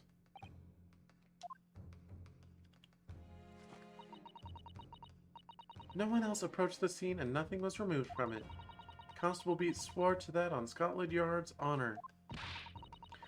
But the bouquet belonged to me. It has nothing to do with the case. That's why Rolly didn't mention it, I'm sure. No, because sadly it's not only your bouquet we're talking about here. More than one thing in this case is mysteriously the wrong way around. What are you talking about? Think about it. Besides Mrs. Beat's bouquet, there's Mr. Gardeb's book. The Gardeb's copy of The Lion's Pride, which was thrown out of the window by his wife, would have struck the pane in the casement window and landed here on the west side of the street. And yet, it was actually found here on the opposite side of the road, in the victim's hand. Meanwhile, according to the testimony we've heard, Mrs. Beat's bouquet should have been dropped here at the scene of the crime on the east side of the street. But in fact, it was actually found here on the opposite side of the road in front of Mr. and Mrs. Gardeb's house. There is no logical explanation for those things, unless somebody deliberately moved them.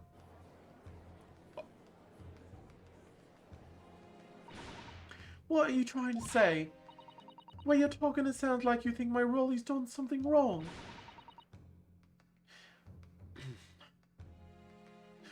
Don't you listen to a word that scrawny lawyer says?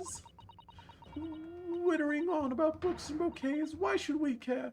It's nitpicking is what it is. Oh good, Mr. Gardeb's come around.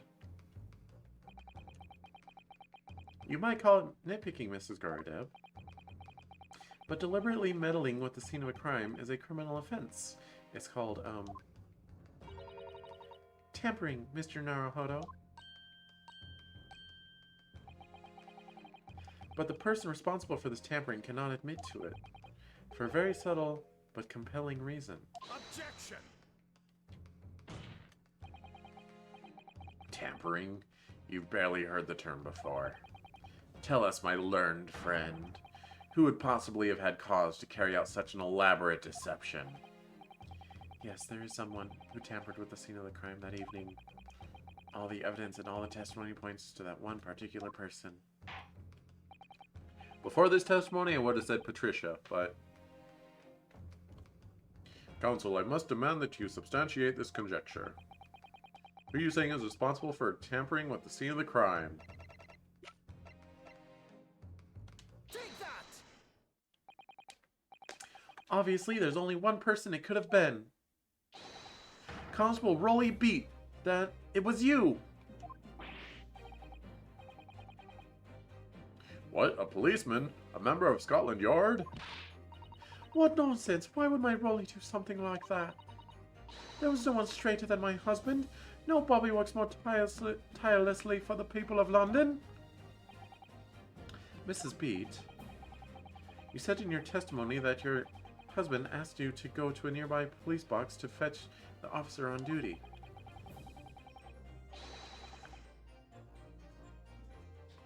The 15 minutes that you were absent from the scene is the only opportunity anyone had to tamper with it.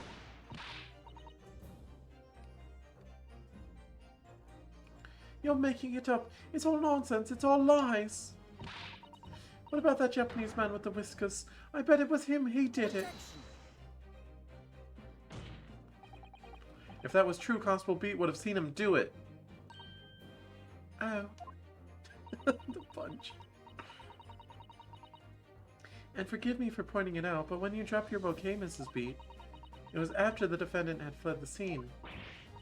Ugh, well... Objection! First you make an accusation about the landlord and his wife, and now you incriminate a policeman as well. But your accusations lack one very important thing. You claim the crime scene was tampered with. But there is only one reason anyone would commit such a reckless crime, to hide something. That's right. He's right. But my husband and I just happened to be there. That's all. So why would we have anything to hide? It doesn't make sense. You've offered no motive for this alleged tampering. And until you do...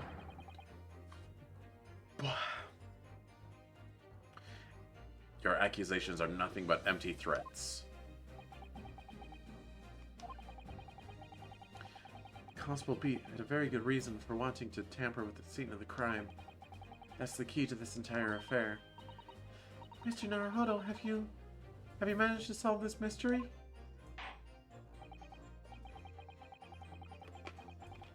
This pursuit music, though. It's real good. Counsel, you have made very serious accusation against a London police officer. If you are mistaken, I'm sure I need not point out that your reputation as a lawyer will be irrevocably damaged. With that stark warning in mind, you will now explain to the court the motive for this alleged tampering. Yes, my lord.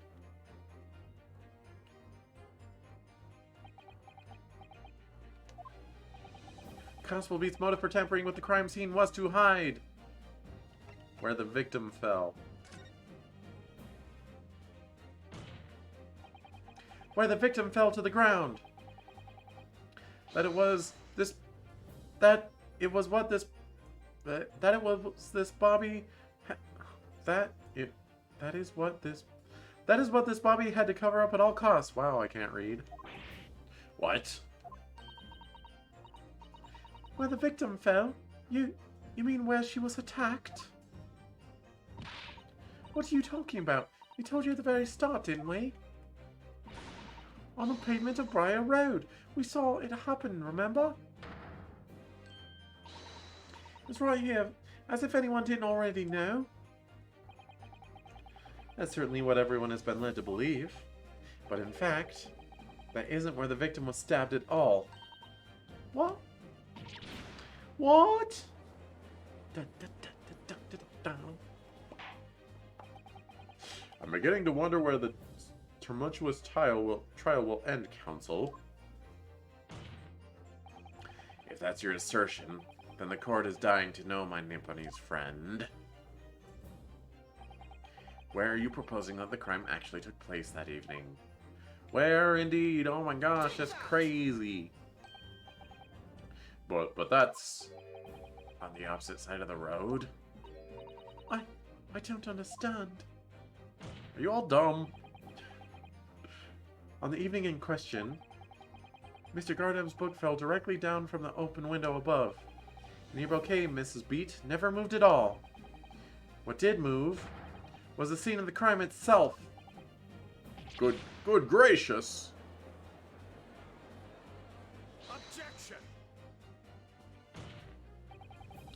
Perhaps you haven't been listening to the ample testimony of the court has heard. But these witnesses both saw the moment the attack took place. That's right, I saw it with my own eyes.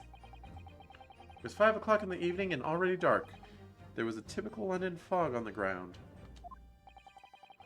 When you saw the incident unfold and ran to the victim's aid,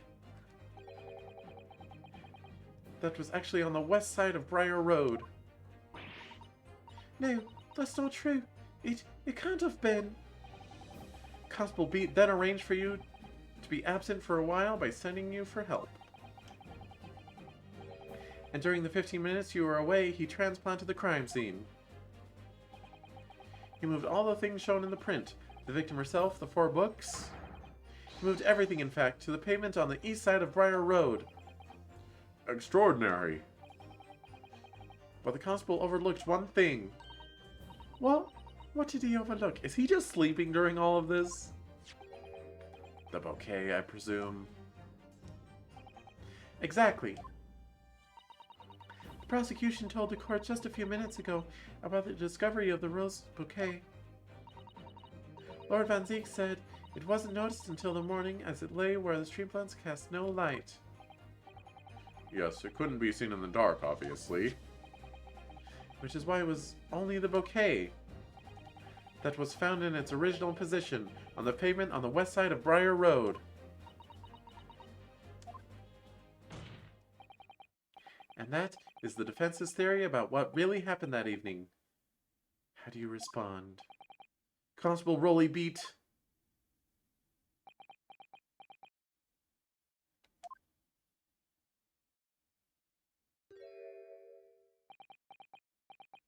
Well, I'm very sorry. I didn't mean to nod off again, but I haven't slept properly in a month. Did I miss anything important? Oh, Rolly. It isn't true, is it? What that lawyer said is all lies, isn't it? I know it is because you're the most upstanding, righteous man I know.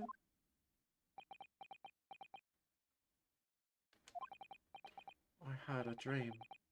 A terrible dream. All the things I did that night. Everything come out. Everything exposed.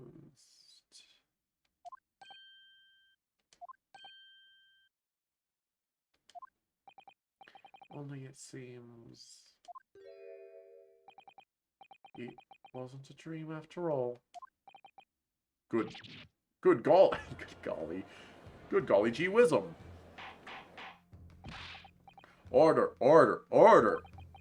What on earth is the meaning of all this? Oh, Rolly, why?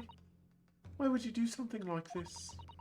Moving a corpse is a criminal offense, isn't it?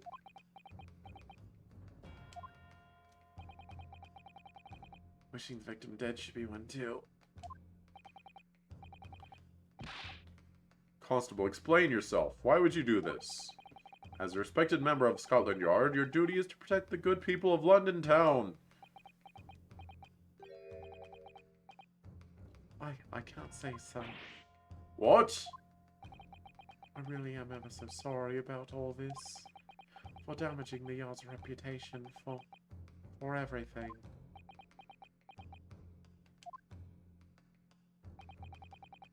I have a possible explanation.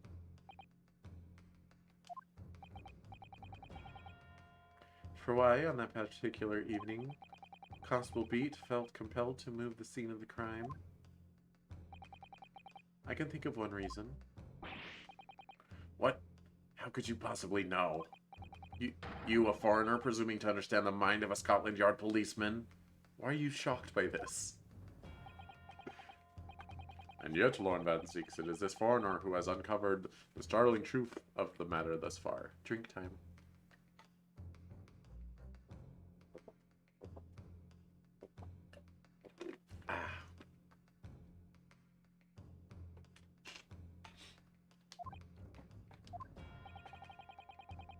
I believe it would be beneficial to the court to hear this extraordinary young lawyer's theory. Yeah, Judge likes me now. Counsel for the defense, if you please. Yes, my lord.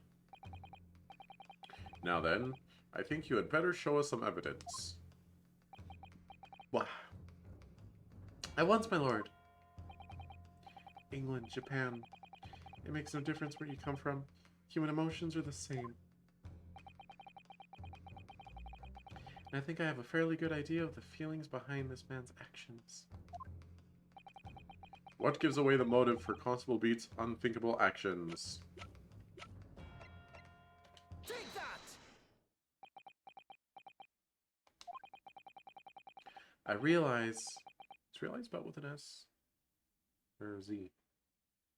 I realize I am a foreigner in this land, and I have only just arrived from Japan, which is why all this information about London's so-called bobbies is completely new to me.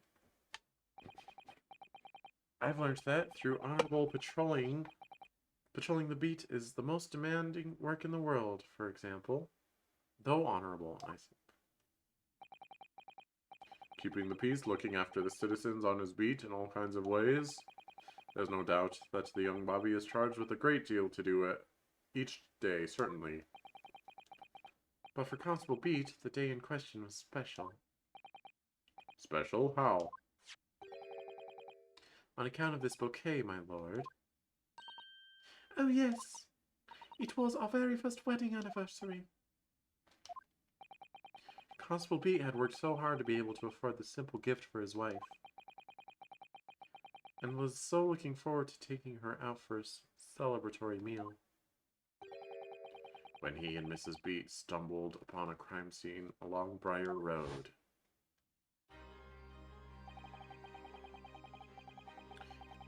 When he saw that shadowy figure... Who's talking?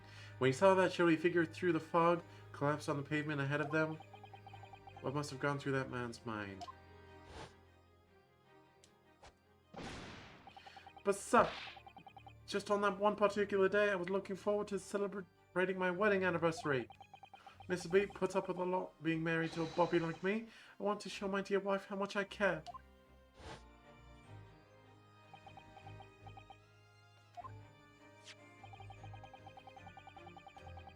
This is the warrant card that Constable Beat offered to lend to me earlier.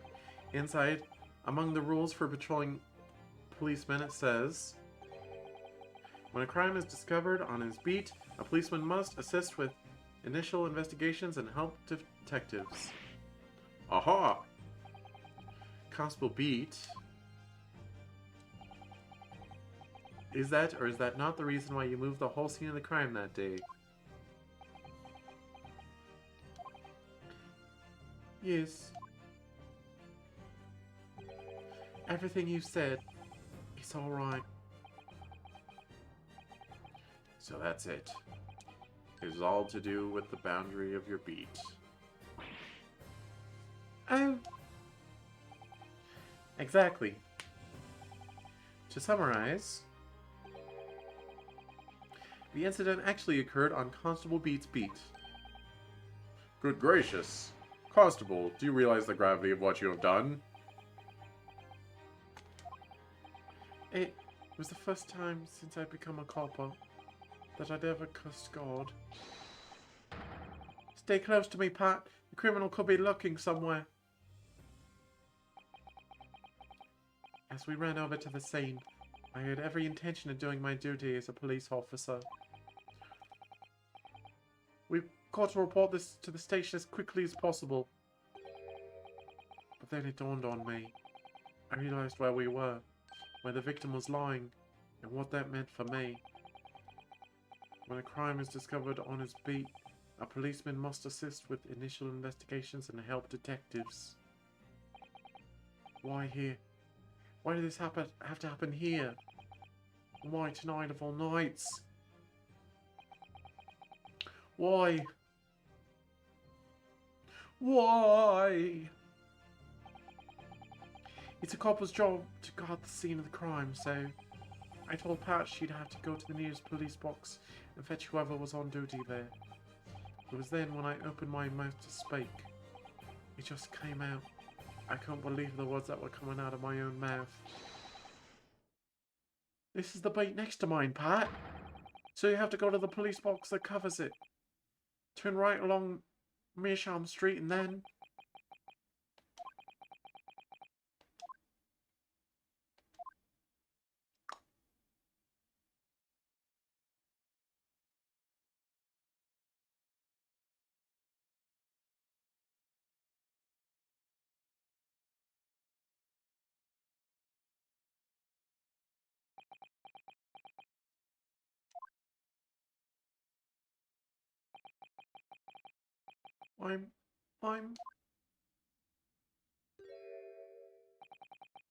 I'm sorry. I'm so sorry. Oh, Constable. I just wanted... just that one night to take my Patricia out for dinner. Oh, Raleigh. Just that one night. Oh, I suppose I should be sad now.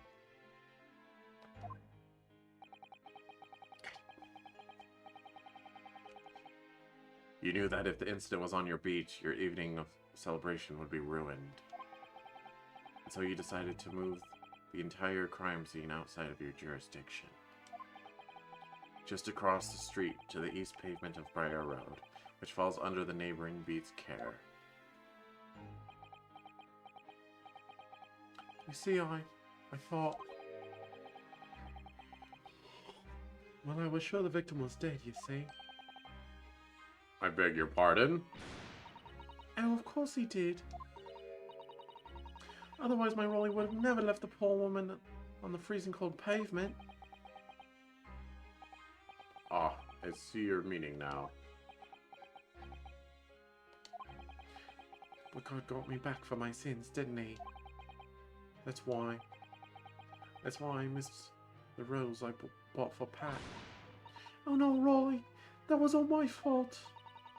I should never have dropped it in such a dark place. I'm so sorry, Rolly.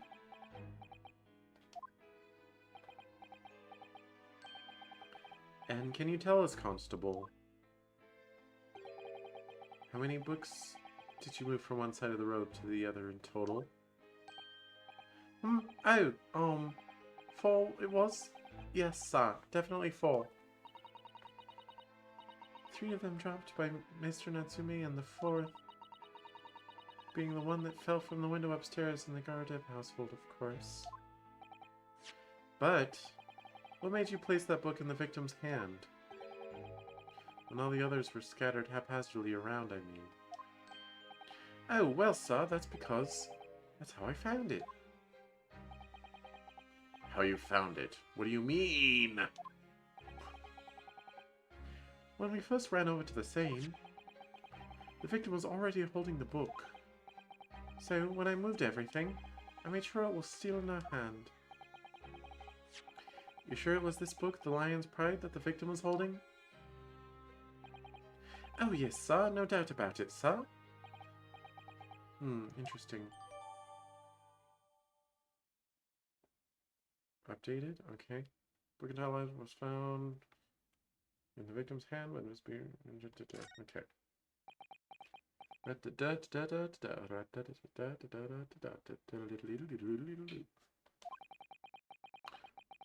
I thought it was an open shut case at the time, you say. There were only 2 people at the scene, and Pat and me both saw it happen.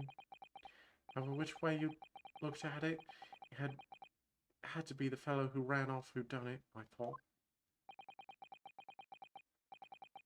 I couldn't see the harm, really. I didn't think moving it all over the road would make a jot of difference. I suppose this is it for me now. I've had it.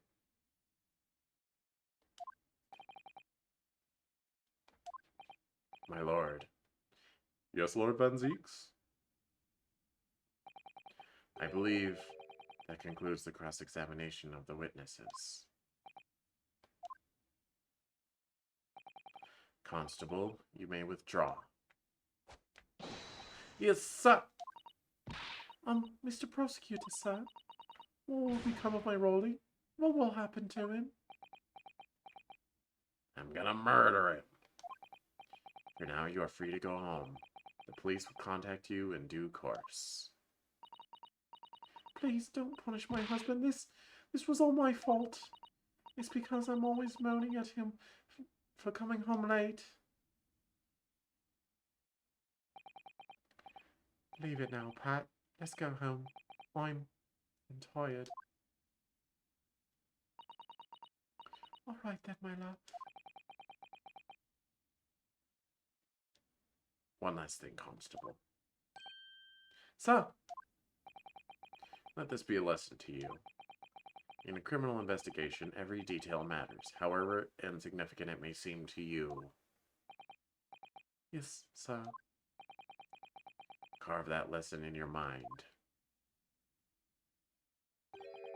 And never again make the mistake of tampering with the scene of a crime. Ah, never again, sir? You mean to say... Leave, now. This trial is not yet over. Sir!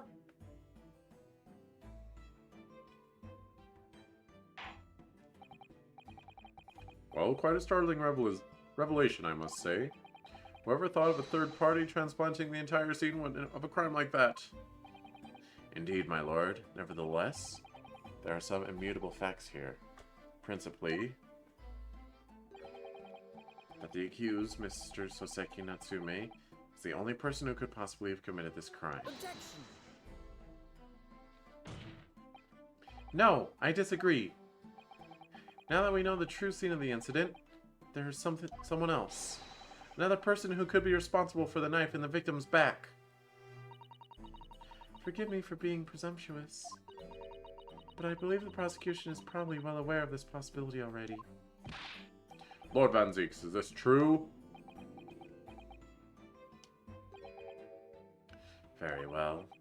Name the person, if you will, and if further investigation is warranted. Prosecution has no objection to the trial continuing. You will name this other person who could have perpetrated the crime? Really? Like, you think I'm not paying attention? Take that! I'm not gonna feel bad about it. She was throwing a knife at her husband, and it hit someone else.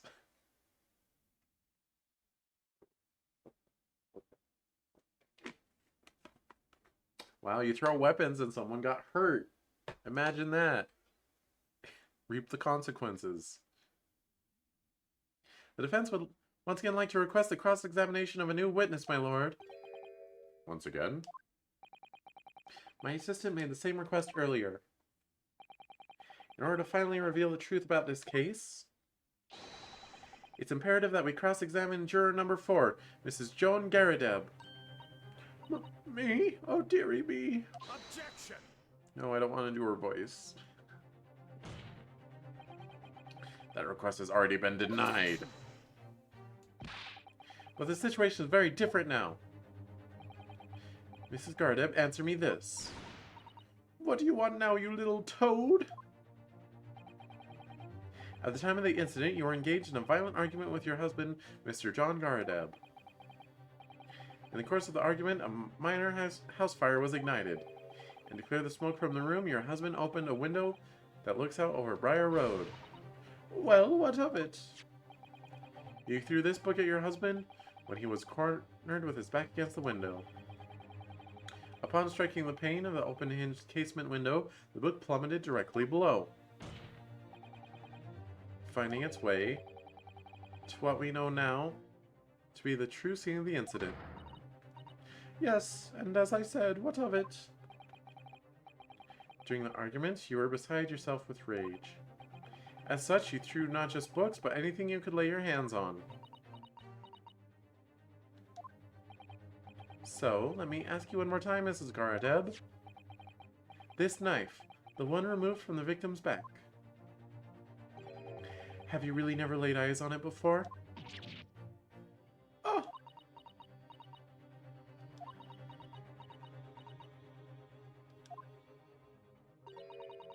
I don't recall it. Oh, you...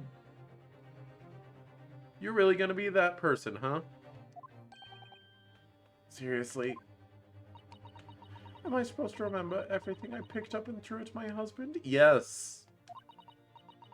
And anyway, the man over there in all that regalia said members of the jury needn't testify, didn't he? Conveniently, yes. Objection! No, I have no recollection of saying that at all. Juror number 4. Oh! Make no mistake. You jurors are not special in any way. You are not immune to the judicial process. If you know something about this knife, madam, let the truth come out. But that's just a common or garden knife. It could have come from anywhere. We have several like it at home. If one went missing, how would you expect me to know? What's that? Are you joking? What are you saying, please, Mrs. Gardeb?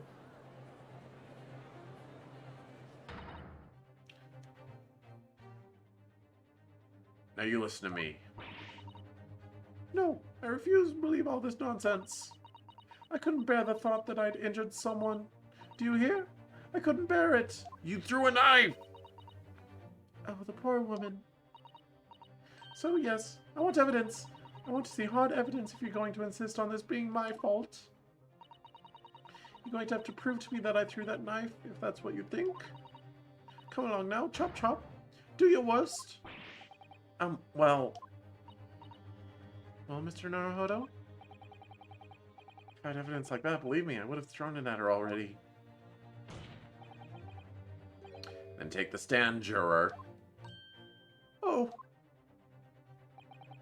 The prosecution does not object to the defense's request to cross-examine this woman.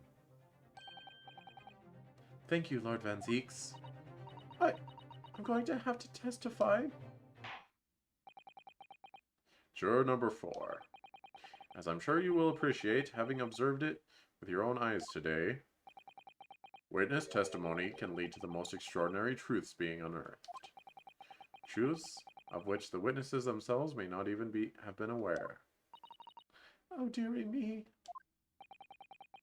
So I demand your full and unadulterated testimony, Mrs. Garadeb. And mark my words, in this court of law today, we shall extract the truth. Do you concur, counsels? Certainly, my lord. Oh, that's what I'm hoping for, my lord. Still not quite there. Making good progress, though. This is such a strange feeling. I'm high on believing. For the first time since arriving in this country, it actually feels real.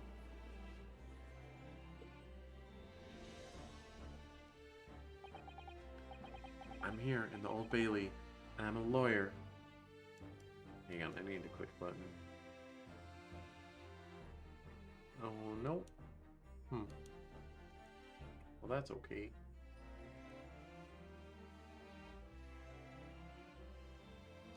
That button's good too. Okay.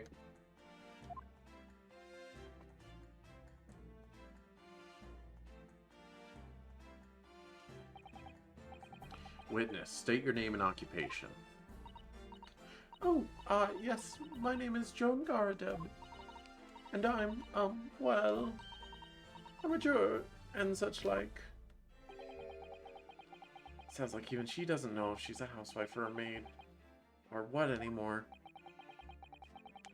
The court has decided your testimony is required in order to clarify matters in this case. Do you understand, madam? Yes, my lord. You will tell the court everything that took place in your household on the evening in question. And I warn you, do not attempt to hide the truth. Oh dearie me. Chin up, Joni. Nothing to worry about now. Oh, I didn't know you were here, John.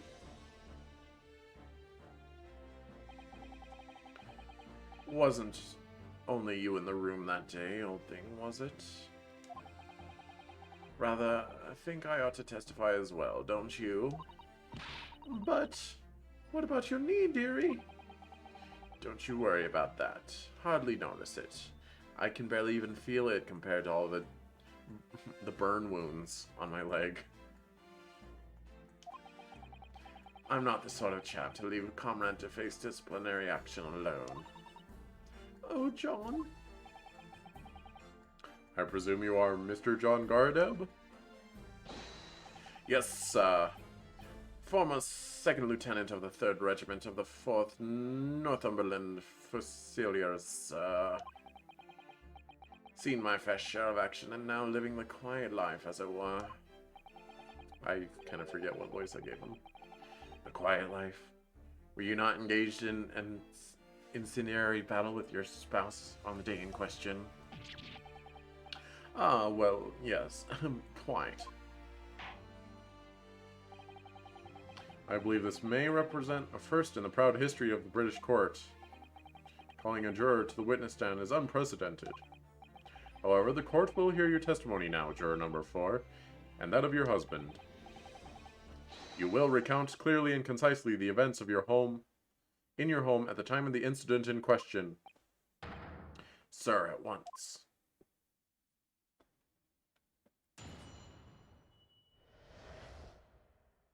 The Battle of Gardep.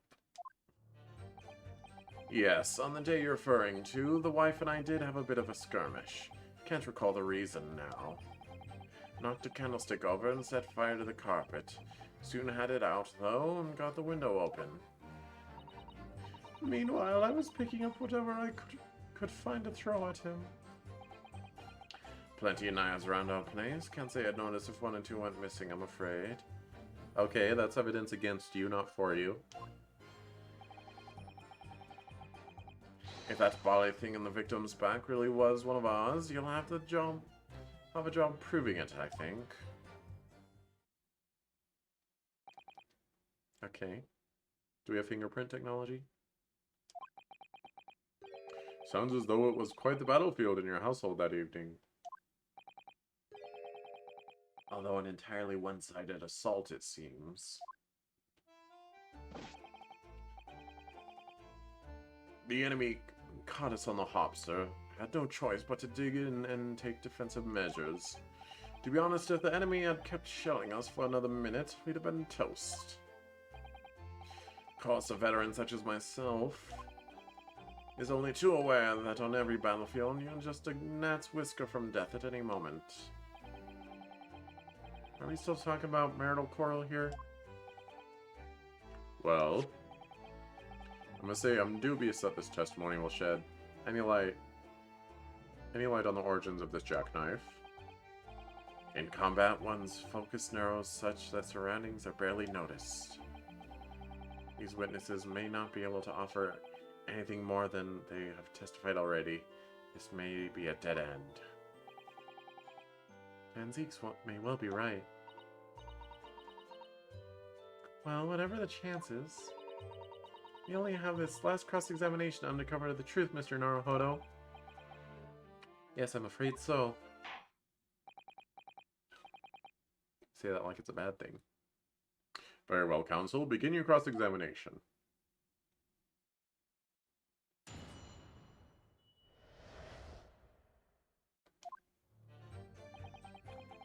Yes, okay. Hold it! The reason is what you told us yesterday, I believe. Yes, that's right. If I remember correctly, it all started because of a note that was tucked into the pages of a book belonging to Mr. Gardeb. A rather passionate note, in fact. But Mrs. Gardeb found the note, discovering her husband's little secret. And she gave him a mighty number of slaps across the face for it, too. What a sordid state of affairs. Hell on earth. I say, when a chap says he can't recall such things, it's common decency not to drag it all up.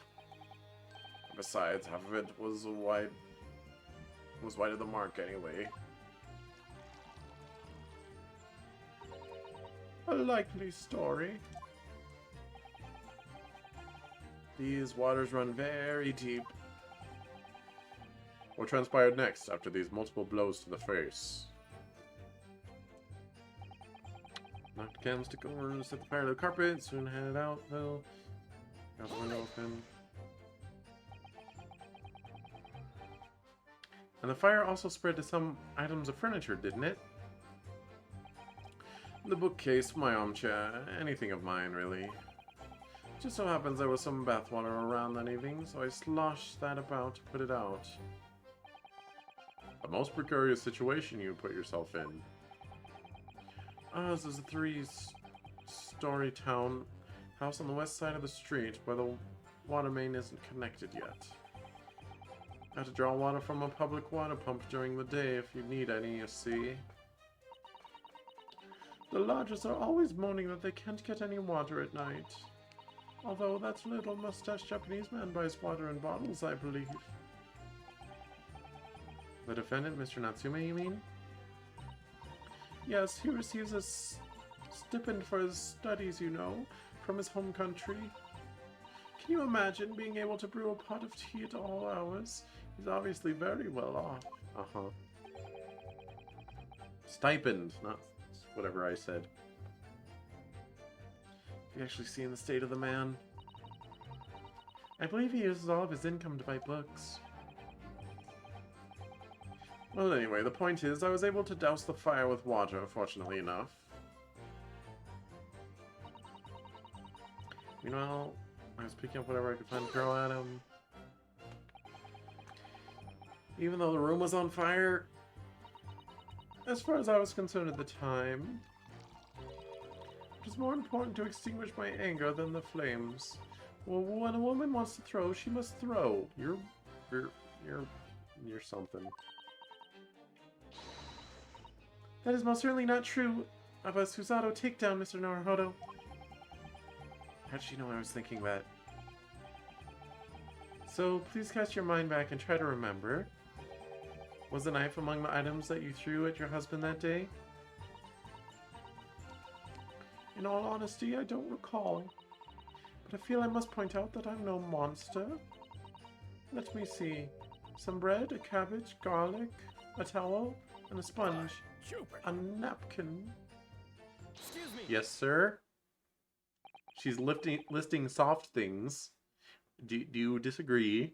Do you have something to add, sir?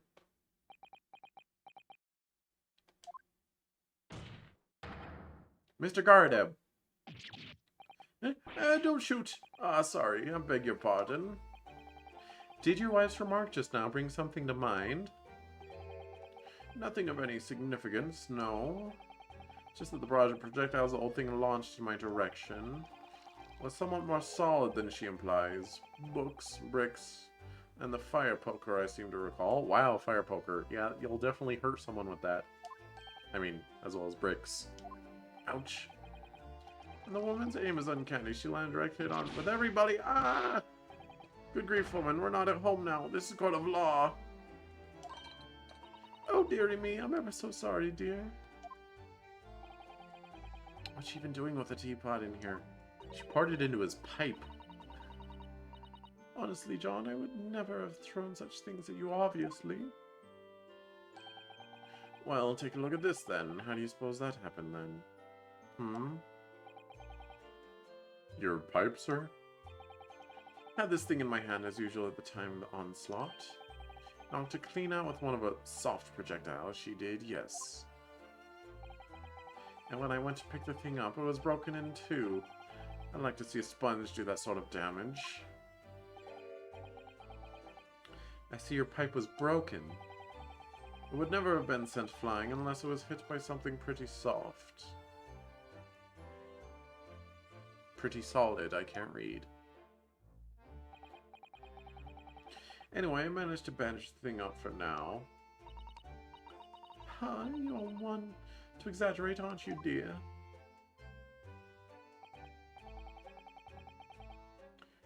I wonder what she could be important. The defense believes Mr. Gardev's remarks just now is to be of great significance. Objection. This war veteran's words only tell us one thing. Betray a fiery wife, and pipes as well as hearts may be broken.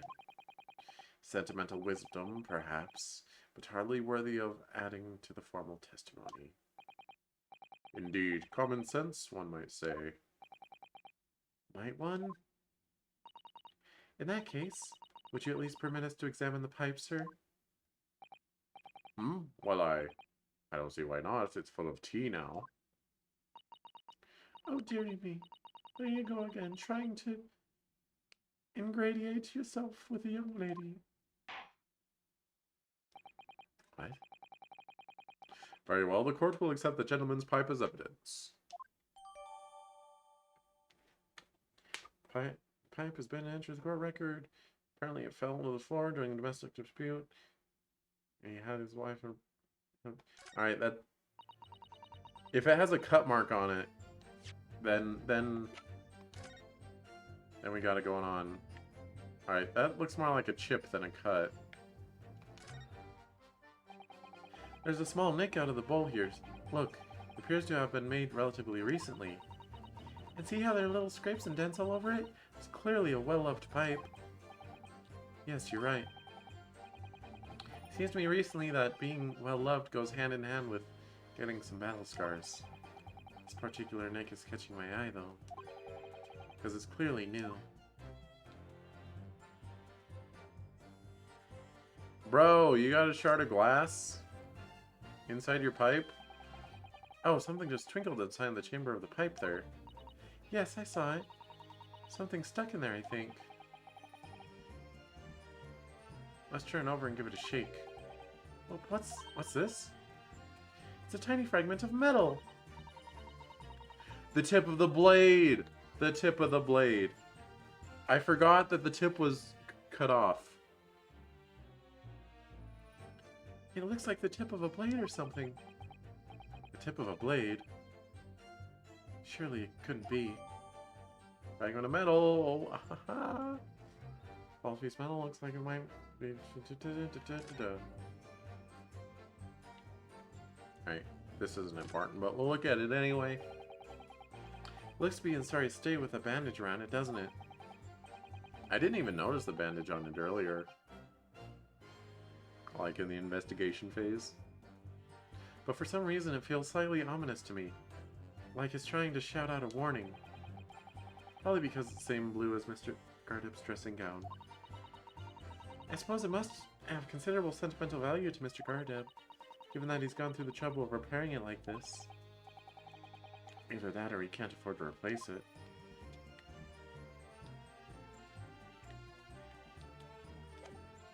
Alright, I was not expecting the tip of the assault weapon to be inside of there.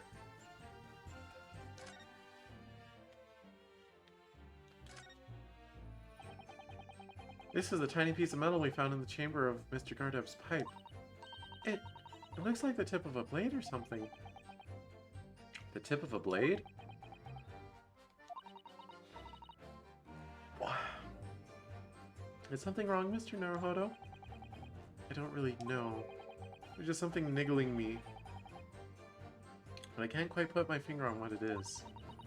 Perhaps in that case, it would be wise to examine some of the other pieces of evidence again? Alright, there's no like different sections of this to examine. Let's look at the pocket knife again. See if we get different dialogue.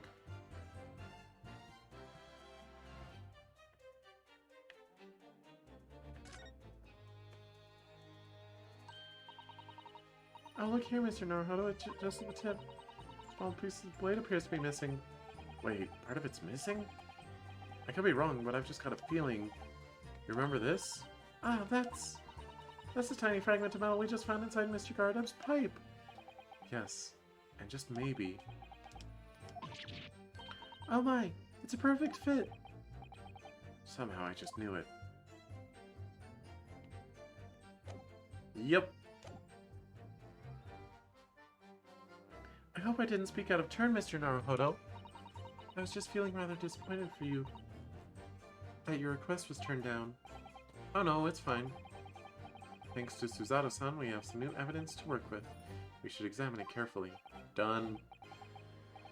Well, thank you for that rebuttal, Mr. Gardeb. Now, if we could return to the crux of the matter, what can you tell the court about the knife used to attack the victim?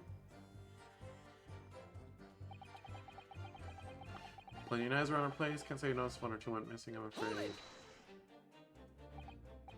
Sorry, would you care to elaborate? Nothing to say, really. Rather partial to a spot of carving, you see. Pipes and whatnot. Fishing tackle, you know the sort of thing. It's a passion we both share. I like to carve little wooden trinkets too, and then there's my leather work. Sorry to say, we're always losing knives about the place, and we have dozens of the things.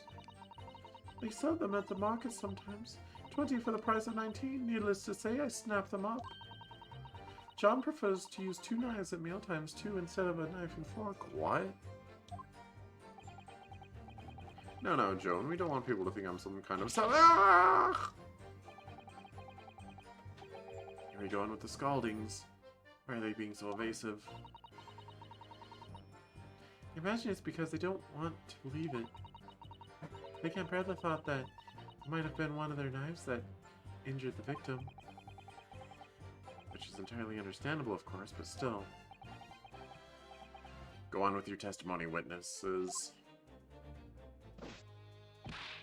Sir.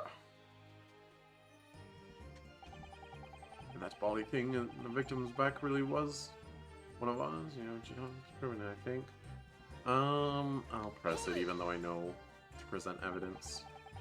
So you have no intention of admitting it was your knife unless we can produce proof?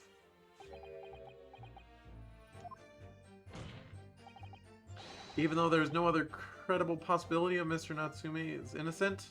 Objection! You forget, my Nipponese friend. That has yet to be established that the accused is not responsible for the attack. As if I could forget.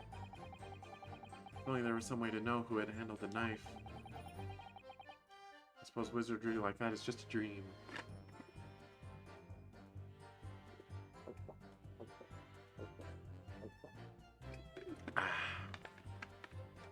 Drinky, drinky, drinky, drinky. Perhaps you're thinking of fingerprinting, Mr. Naruhodo? What? You mean it's not a dream? That sort of wizardry really exists? Whenever people touch anything, they leave behind a unique pattern from their skin, or so they say. I mean, if you touch it specifically with your fingers, with your fingertips. But I can't see anything. There are already countries in the world where these so-called fingerprints can be used as evidence. Lord Strongheart is currently discussing the matter at the Ministry of Justice. Yes, I believe we are rapidly approaching an era of scientific methods of investigation. But for now, we shall have to find an alternative method of proving our assertion. But this knife found in the victim's back was originally in... Mr. and Mrs. Gardner's house. I'm sorry, I'm so yawny. I'm very yawny today. I honestly thought about not streaming and just going back to sleep. If only I could transplant this whole incident to several years in the future.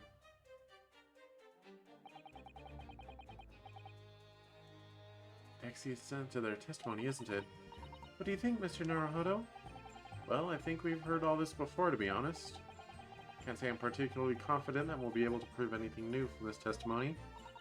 But in this cross-examination, it's absolutely essential that we establish how this knife came to be at the scene of the incident. Yes, I know.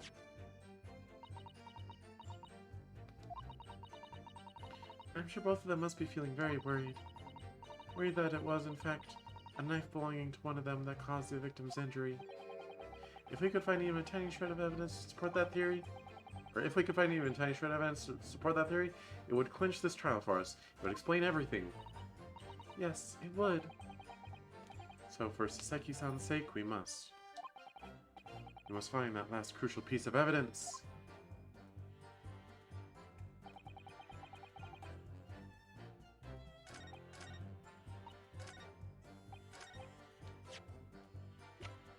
Objection! Objection. Mr. Gardeb, could I ask you to take a good look at this, please?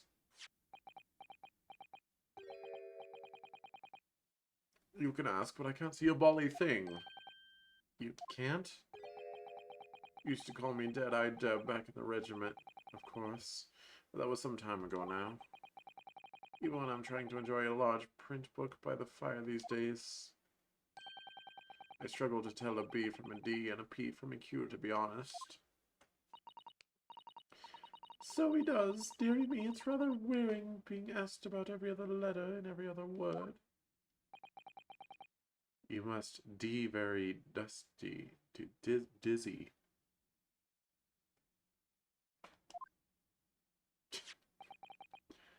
What is that, a tiny scrap of metal? Yes, almost certainly from the tip of a blade.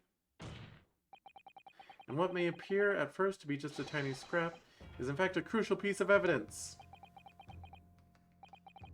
Interesting. And where did the defense come by this evidence? It was lodged in the chamber of Mr. Gardeb's pipe.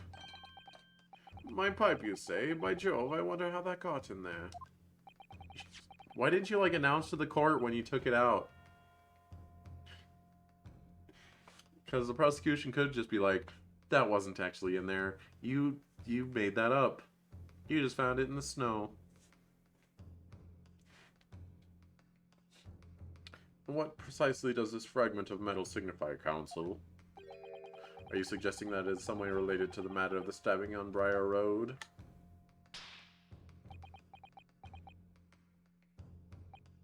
I am. What? When put together with another piece of evidence already in the court record, I believe this tiny fragment of metal will unravel the whole truth of this case, my lord. They really talk around it as if the player hasn't already figured it out. Which, I mean, I'm sure some players haven't. They've gotten to here and they're like, what is the metal? I guess I'll present it here. You appear rather confident in that extraordinary statement, Counsel. Very well, then. Present the pertinent evidence to the court. What evidence, when paired with this fragment of metal, allegedly reveals the truth of this entire case? Oh. Take that! This is the knife that was found in the victim's back. If you look closely, you will see that there is a small piece at the tip of the blade that is missing. A common issue with the inferior blades sold at unsavory street markets. Criminals who use them regularly leave the tips lodged in their victims' bones. Ew. And what of this particular knife? No doubt its tip has suffered a similar fate, now languishing somewhere near the spine of the victim. Objection! No, that's not the case. The tip of this particular knife's blade is the very fragment of the metal we discovered in the chamber of Mr. Gardeb's pipe. Oh! That's a good recoil animation. I think it's the first time we've seen it. Good grief, Lord Van Zeeks? I don't believe it. The knife... Look at this edgelord. Look at this chunny. The knife from the crime scene and this fragment of metal are a perfect match. Good golly gosh, gravy gracious. Order, order, order! Is this some sort of Eastern sorcery? This is no magic, my lord. This is a miracle. A miracle? So Van Zeeks has figured it out, has he? Counsel, explain this extraordinary coincidence at once. Yes, my lord. The crucial point we have to ask ourselves here is when did the fragment of metal find its way inside Mr. Gardeb's pipe?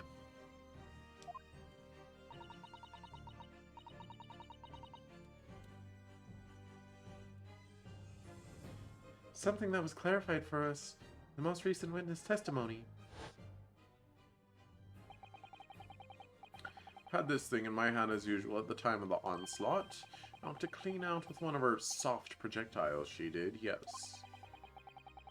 It would never have been sent flying unless it was hit by something pretty solid. Oh, dearie me. During the argument between these two that occurred just as the victim was on the pavement below, Mrs. Gardeb flung this knife at her husband. However, the knife missed Mr. Gardeb, instead striking the pipe in his hand at the time, which caused the tip to break off, of course. Good lord! Yes, and that is when the tiny tip of the blade found its way inside Mr. Gardeb's pipe. The chances of that are 1,000,000 to 1! And yet there's no other credible explanation for how the tip of the blade ended up in your pipe. Then, after losing its tip, the knife ricocheted off the pipe and flew out of the open window. Ah. In short, this knife, which fell from the window of the Gardeb's house, is the very same knife that struck the victim in the middle of the back on the streets below. Oh gosh, oh dear, oh no! Objection! What are you gonna object to?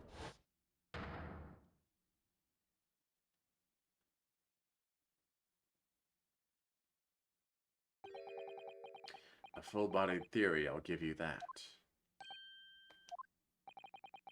Complex bouquet of seemingly trivial points plausibly arranged to create an almost passable vintage. Allow me to toast my learned friend's characteristically Nipponese approach to bottling his argument. Sorry? But after all, it is just a theory. The bottle, I fear, is corked. A game theory. Because you see... Ah! Leg. It's spoilt by an insurmountable inconsistency. An insurmountable... What? Lord Van Zeeks, explain yourself. What is this inconsistency you claim to have identified? An inconsistency of the simplest nature, my lord. The victim was found with a knife planted in the middle of her back. Yes, in her... That's explained by the book in her hand. Book landed on the ground. She leaned down to pick it up. Bam, boom. Thank you, ma'am. Wham, wham, bam. Thank you, ma'am. Bam, boom. Thank you. Soon. Ah. That's right. You silly little man. Now, Joan, old thing, what are you getting so excited about? Let us consider the basic facts of the case once more. The victim was walking along the pavement before being stabbed in the back and falling to the ground. If the knife had struck her, had fallen from above, there's no possible way it could have planted itself into the victim's back.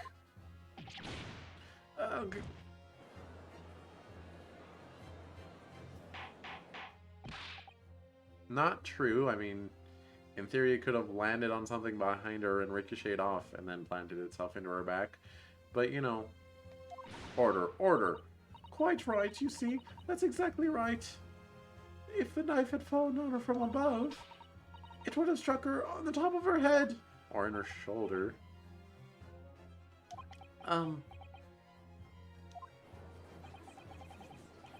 He's lost for words, look. I knew it. I never liked his theory in the first place. I don't know, though. What really did happen? It would appear the defense has made a rather spectacular blunder. If a theory has even one inconsistency, it cannot stand. Your theory, my learned friend, is history. BS it is. The book in her hand. The book in her hand. The book in her hand. We were so close. We could see the truth. I was so sure we were on the right track. But now the way has been blocked completely by just one simple inconsistency. Or in other words, We simply need to eliminate that one inconsistency and the theory will stand. Miss Susato. You mustn't worry, Mr. Naruhodo. You were just caught off guard, that's all, and your mind went blank. If the path you are on is indeed correct, then a way will present itself. The key to this is in the court record, I'm sure. All the information you need is there. Alright. Let's look for something that says something. Was in the victim's hand when Mrs. B first... That got updated at one point. We haven't represented it since then. So I'm pretty sure it's the 4th book. I was thinking it might be Crime Scene Photo 2, but it'll be the book. It seems you have nothing to say, my Nipponese friend. Well, your silence speaks volumes. A tacit acceptance that your theory is fatally flawed. Objection! She's standing on a crate.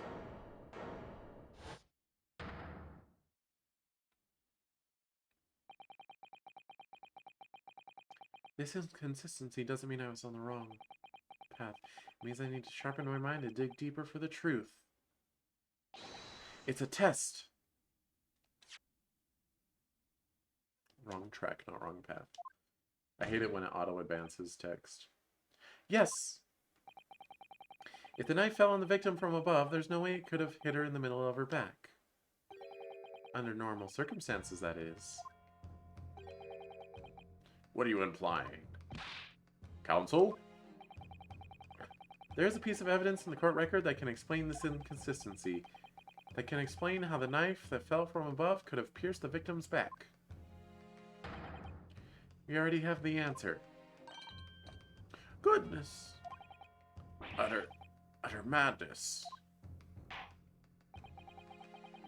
Utter madness. Surely this must be the last time. Counsel, present the evidence of which you speak.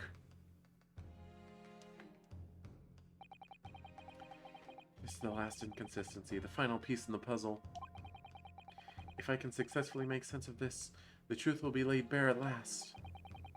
The evidence that explains how the falling knife became lodged in the victim's back is... Alright, I'm pretty sure it's the book, but we'll read all the descriptions real quick anyway. Okay. In pipe. Pipe. No. No.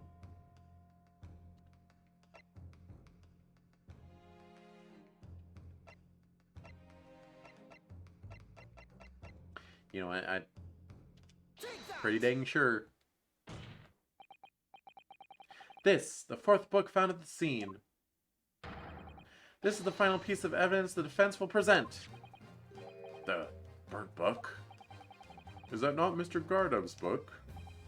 Yes, and to understand its significance, we have to consider how it came to be at the scene in the first place. This photographic print clearly shows the book in question, and the victim holding it in her hand. But as we all now know, it was the police constable that put the book between her fingers like that.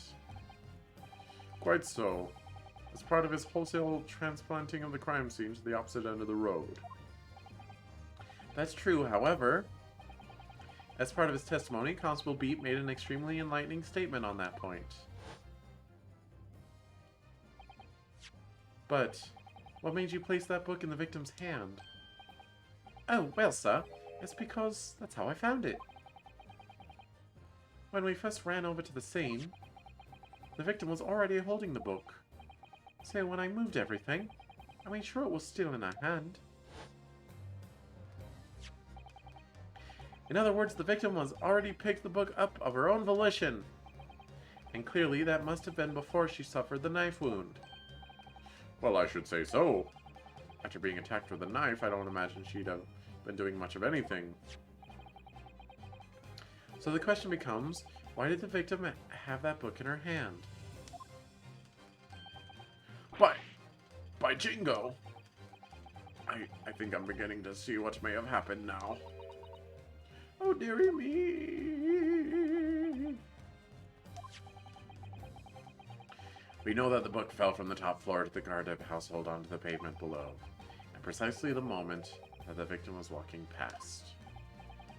Yes, at exactly that moment, the young woman was walking along the street in the light fog. when all of a sudden, a book fell right in front of her. The book I threw? Yes, Mrs. Garadeb. And what do you think the woman did? What would you do if you're walking along and suddenly a book landed in front of you on the pavement? Well, I really can't imagine it, but I suppose she might have reached down and picked the book up. Yes, that is exactly what the woman in fact did. She picked up the book. Oh heavens! And when the woman reached down to pick the fallen book up, what position would her back have been in? That's right, facing the sky, completely and utterly defenseless. Then, in the very next moment, while the woman was still bent over picking up the book,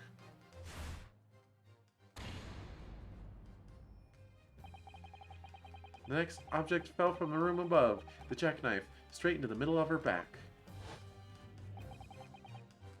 And at the same time, walking by chance directly behind Miss Green, was the defendant, Mr. Soseki Natsume.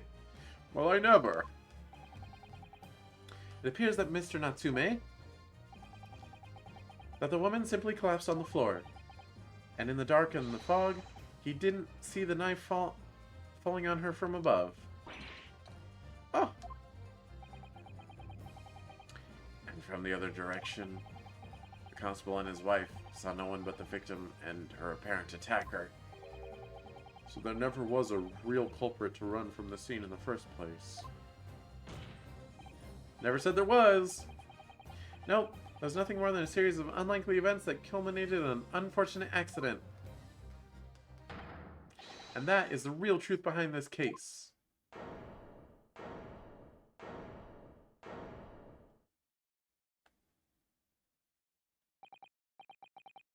Well, Mr. and Mrs. Garadeb?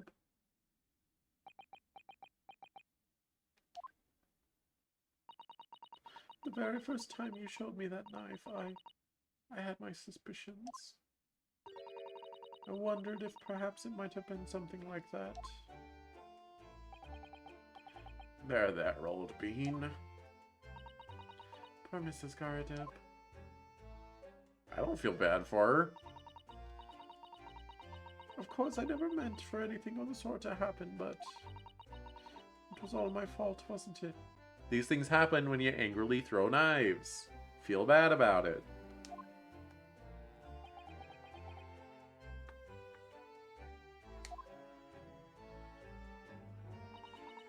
I take full responsibility.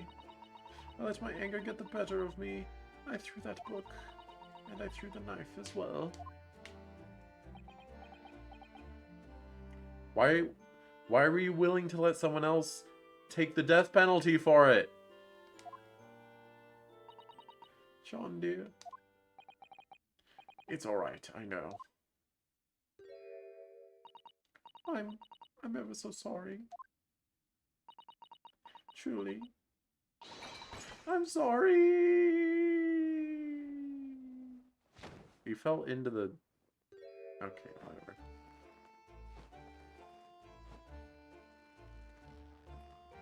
Oh, he's got coffee all over his back. And his... thing's torn.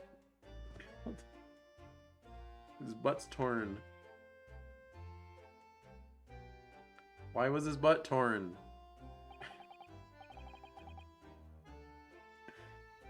Lord Van Zieks, what news of Mrs. Garadeb? She's been taken to the infirmary. It would appear that today's events had left her in an especially flustered state. However, I believe she will recover in due course. There's no cause for concern. Yes, unbeknownst to themselves, they caused what could easily have been a terrible tragedy. They shall have to prepare themselves for the consequences of their actions. There is some good news, however, my lord. I have just had word from the hospital where the victim is being treated. Her condition is improving steadily, and the doctor believes she will regain consciousness soon. It's strange, we've been talking about the victim all this time, but we never once met her. How wonderful! The woman is out of danger, it seems. Yes, that is good news. So, Mr. Soseki Natsume.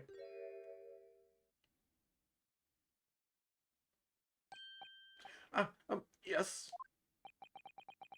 On behalf of my fellow countrymen, I would like to take this opportunity to beg your pardon, sir. You came from your distant eastern homeland to study our great British culture, and have been repaid with immeasurable unkindness. Please accept our heartfelt apologies.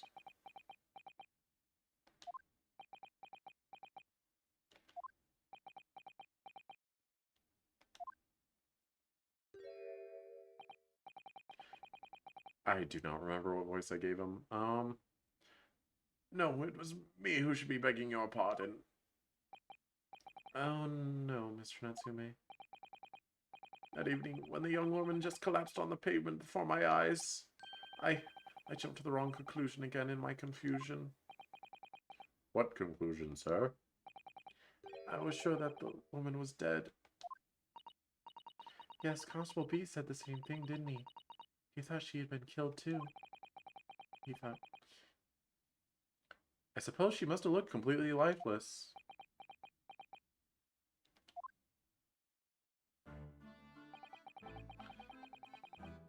It's been about a year since I arrived in Great Britain now, but I still can't get used to life here.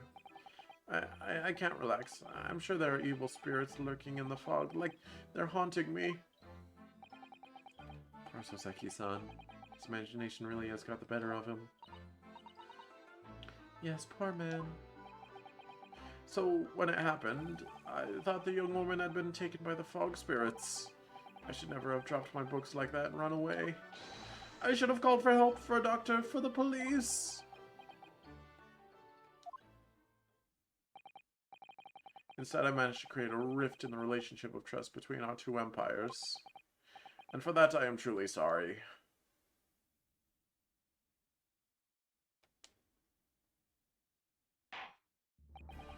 One could indeed say that some sort of mischievous spirit has been at work here, I think. One that created a chain of unfortunate mishaps. We were befooled by the spirit and led to false conclusions. But thanks to Lord Van Zieks and our young lawyer here from the east, who does not have a name, that I will not say his name, the chain has now been broken and the spirit exorcised. I heartily commend you both. Oh!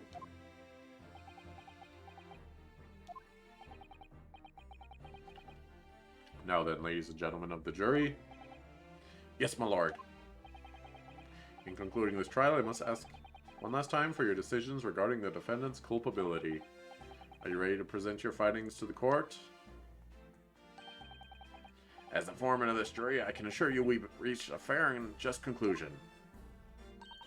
I do declare the truth can be extremely cruel at times. Well, I didn't suspect the woman next to me, that's for sure. Sitting in for the old bean while she is out of action, you know, but I know what her decision would be. Does this mean I'll finally be able to get out of here and start work? Well, it's about time. I say, I'll have a cock of a story to tell the grandchildren when I get home, won't I?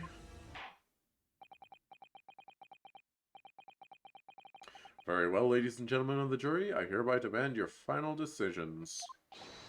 Mr. Foreman. Not guilty. Not guilty. Not guilty. Not guilty. Not guilty. What? Not guilty. Orange guy does not have a voice I would have expected from him.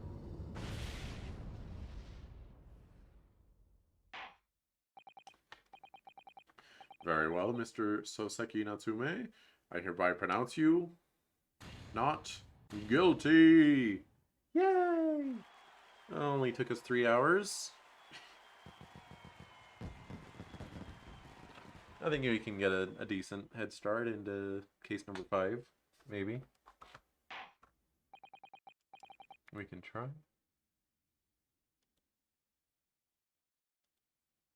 Buttons. Buttons. Pressing the buttons. Okay, buttons are good. And finally, Mr. Natsume. Oh, yes, Lord Sir. You are now a free man once more. It is my hope that you will continue to further your education in British culture. And may you never again be brought before me. Oh, yes, sir, of course. All my life, I swear I'll never set foot in a courtroom again. I'm transported to tears. Thank you, counsels. Court is adjourned.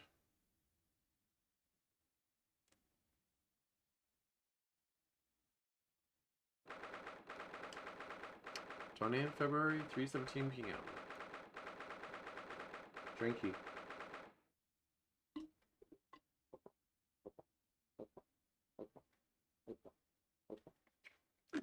Ah.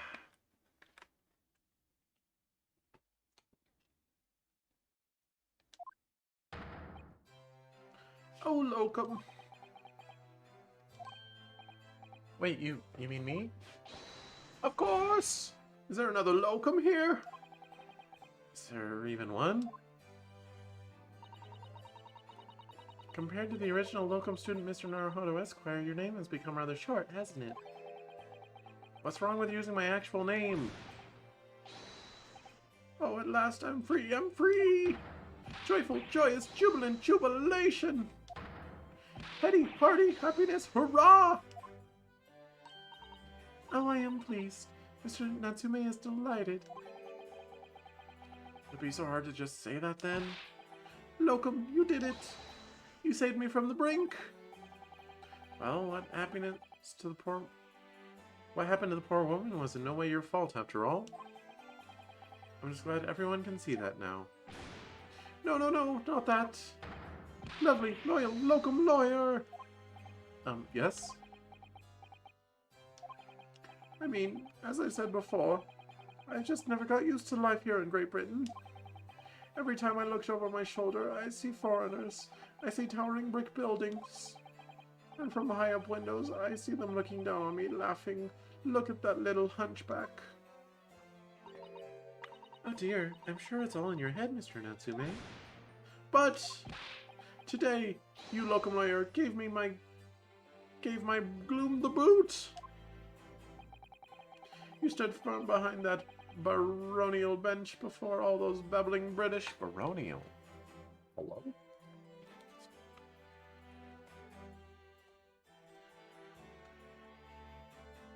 Baronial.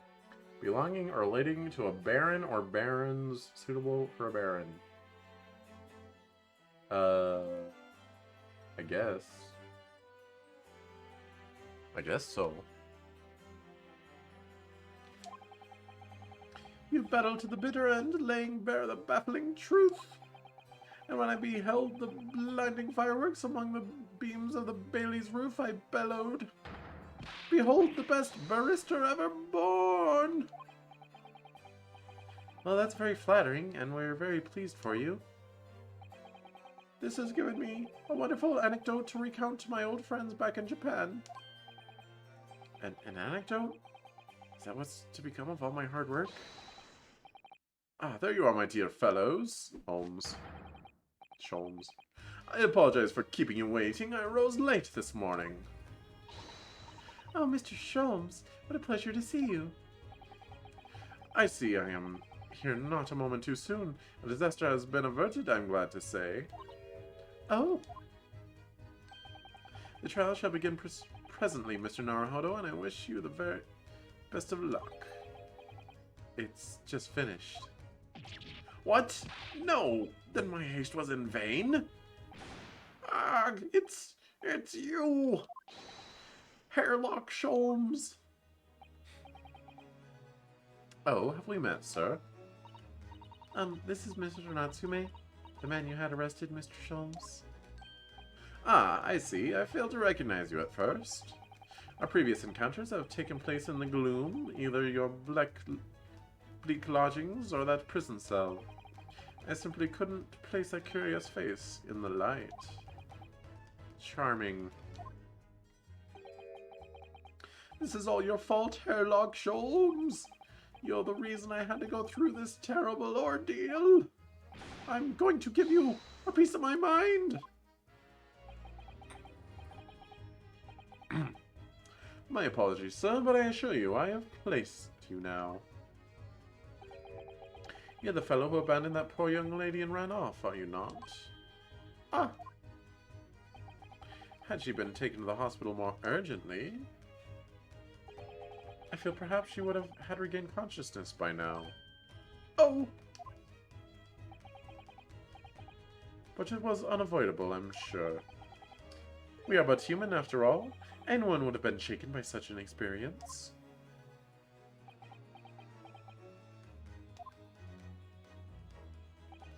I do feel very badly about how I have behaved.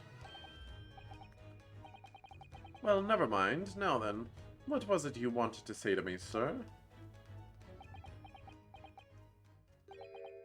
Nothing. Priceless. Oh, I am sorry, really, but that was quite priceless. Poor Soseki-san. Still, on the bright side, you've had an extremely entertaining experience without paying a penny. And, it would seem, you were not even found guilty. But there is no bright side. Whatever do you mean, Mr. Natsume? Even after this, I'm still cursed by the spirits and now by the Reaper! Ah, more fancies. I haven't forgotten, you know, what facing that man in court means. Even if you're found not guilty, you're still doomed! It will be alright, Mr. Natsume. Hmm? The Reaper appears trying to make trouble. I will protect you. Hey-ya! Why me?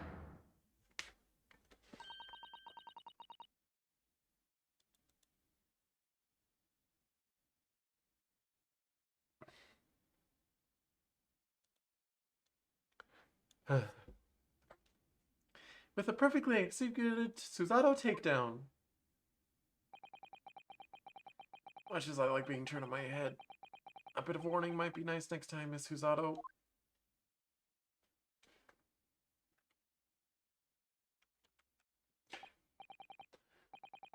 So, Mr. Natsume, what do you intend to do now?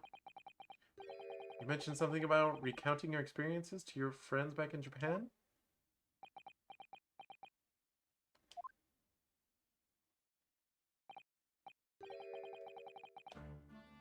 Yes, I intend to return to my homeland soon. Oh. It has already been a year since I arrived here in Great Britain. I visited universities, libraries, bookshops. I've been honored with the tutelage of professors. I've learned so much about the wealth of literature here and the city it has shaped. I've come to realize that it is my calling to sail home and tell my fellow countrymen about it. That's very touching, Mr. Natsume. Or, in perhaps less veiled terms, you wish to withdraw halfway around the world to escape the terror of the Reaper's curse? That's not it at all! The more I learn of literature, the more this strange feeling claws at my insides. I feel compelled to return to my roots and attempt to pen a work of my own. Oh, I see. A work of literature by Soseki-san. Could be an interesting read.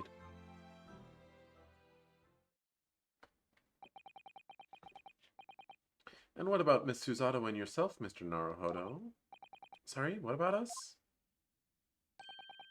Will you return to Japan alongside your mustached compatriot? Why would we?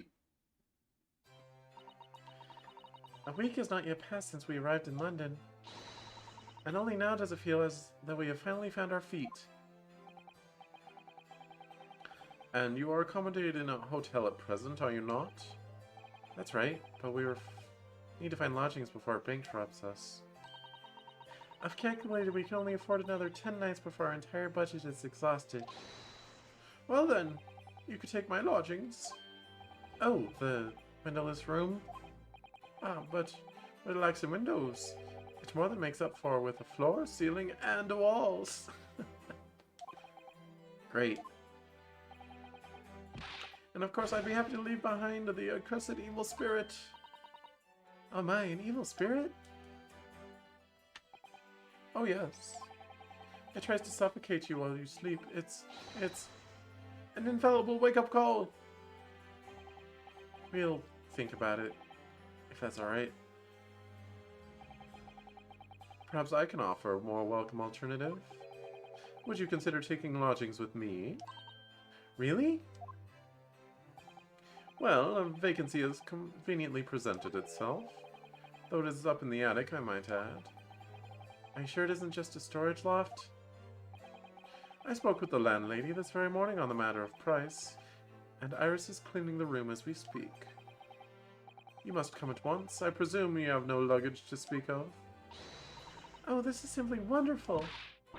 What an honor to be invited to taking lodgings in the great detective's office's attic. I'm too overcome for words. So suggesting we look elsewhere is out of the question. Then it's settled. Iris will prepare a welcome dinner this evening. And you must come too, Mr. Natsume. I insist. I don't know what to say, but thank you. And yes. Wonderful. Then I'll go and complete the paperwork for your formal release, Mr. Natsume. It shan't take long. Somebody's happy. Locum. I knew that you wouldn't let me down. I'm truly delighted to have met you here in London. Likewise, Mr. Natsume. It's been a privilege meeting you too. It's a shame.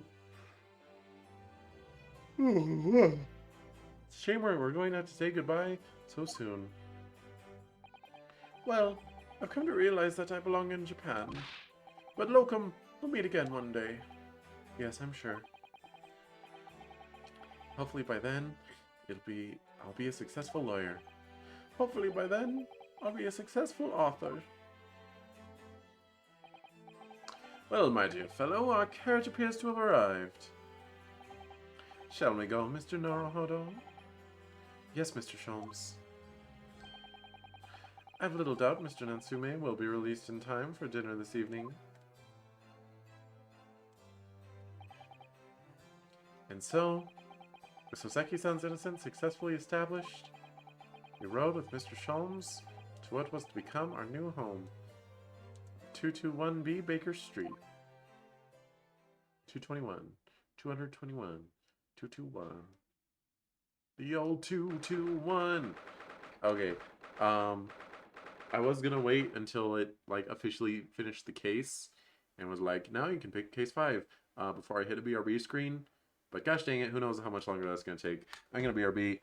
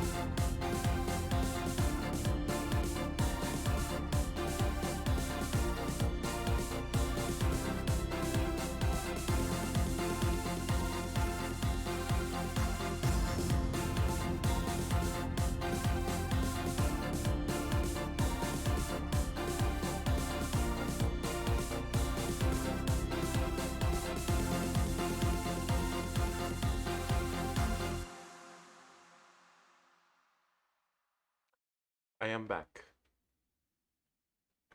I needed to do some stretchies, and I needed to visit the little ferret's room, and I needed to grab a snack.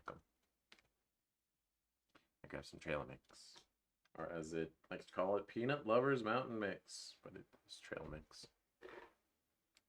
Oh.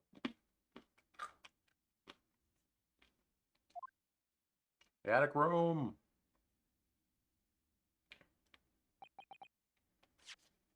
Should I be more specific? 20th February, 4:41 p.m. The attic room. So this is to be our new office, yes. Our office? I rather like the sound of that. Me too. It's simply wonderful, isn't it?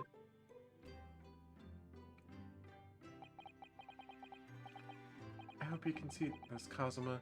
It's only a small step, but I like to think we're getting a little closer to your dream now.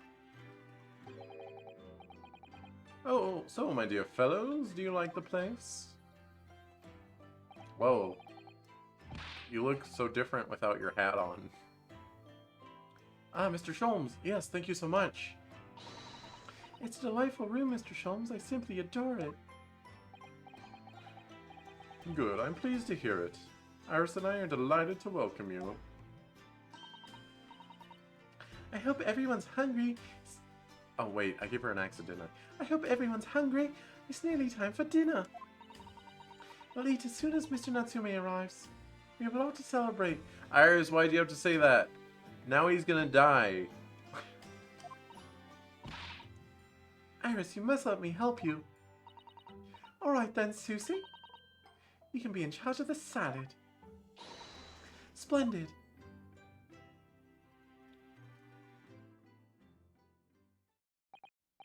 So, Mr. Naruhodo, how does it feel to have your own office in the capital? It's very exciting, actually. I can't help wondering what adventures await us. Those were precisely my sentiments when I first established my office at these premises. Until I discovered the dark truth about the city of London, that is. Sorry? London is a glorious place full of wonder, opportunity, prosperity, and mirth.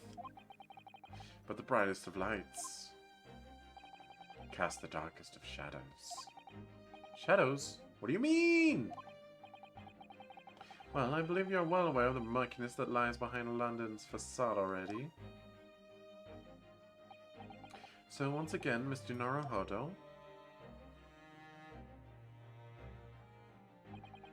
welcome to London.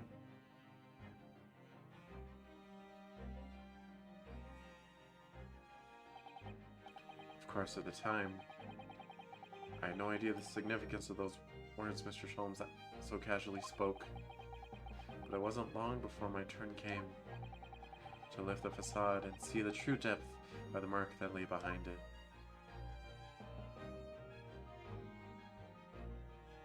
And, okay, so he's not gonna die. Okay, that's fine. Landed in London. Alright, kind of weird to get that award now, instead of when we actually got to London in the first place, but you know. Alright, so... Wait, yes, save. Did I... Okay. So we started with Adventure of the Great Departure, Adventure of the Unbreakable Speckled Band,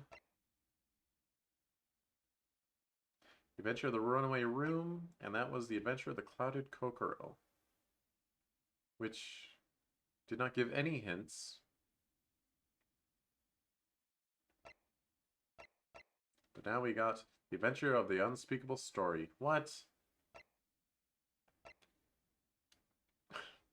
The Hound of the Baskervilles. Baskervilles.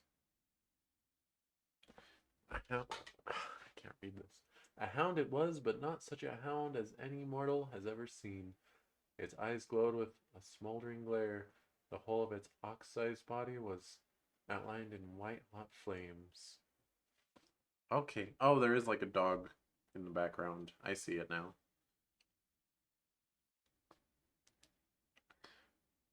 So, chat, I assume you're alright with me starting case 5? So this stream will be part case 4, part case 5. So then hopefully next stream we can finish case 5. Yes? Speak now or forever hold your peace. It's too late, I pressed the button. It's too late, I pressed the second button. Of Baskervilles. The Adventure of the Unspeakable Story. It's coming! Sholmes's cry pierced through the thick wall of fog around us. Wisps of vapor flowed over the pistol as I cocked it, and I waited, breathlessly, in the stillness. The silence lasted for what seemed an eternity, until, at last, it appeared. From the shadows of the cloud, an enormous beast sprang out upon us. A hound it was, but not such a hound as any mortal has ever seen. Its eyes glowed with a smoldering glare. The whole of its ox-sized body was outlined in white-hot flames. Its rumbling pant and hideous howl, so terrified was I that I began to tremble with fear. "Look well, Wilson," Sholmes declared, gazing upon the mystical beast. "For this is the diabolical hound of the Baskervilles." Okay. Is that based on a British cryptid? Our first 2 months in London passed by in a flash. In that disconcerting courtroom experience we were first thrown into on the day we arrived in the country, and in Soseki-san's terrible ordeal that had followed closely behind, we had emerged victorious. However, there then came an abrupt end to our opportunities to appear in court, which was hardly surprising, of course, since I was nothing more than an amateur, an unknown student of law from a faraway land. So life in our little office was very quiet. That is, until it was shattered one day by that fateful telegram.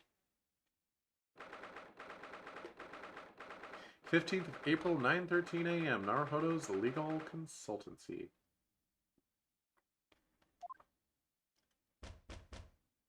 Knock knock, Mosakura.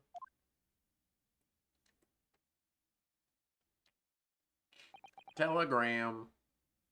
That morning, I was woken up by unreserved knocking on the door by the telegram boy. But after he'd gone,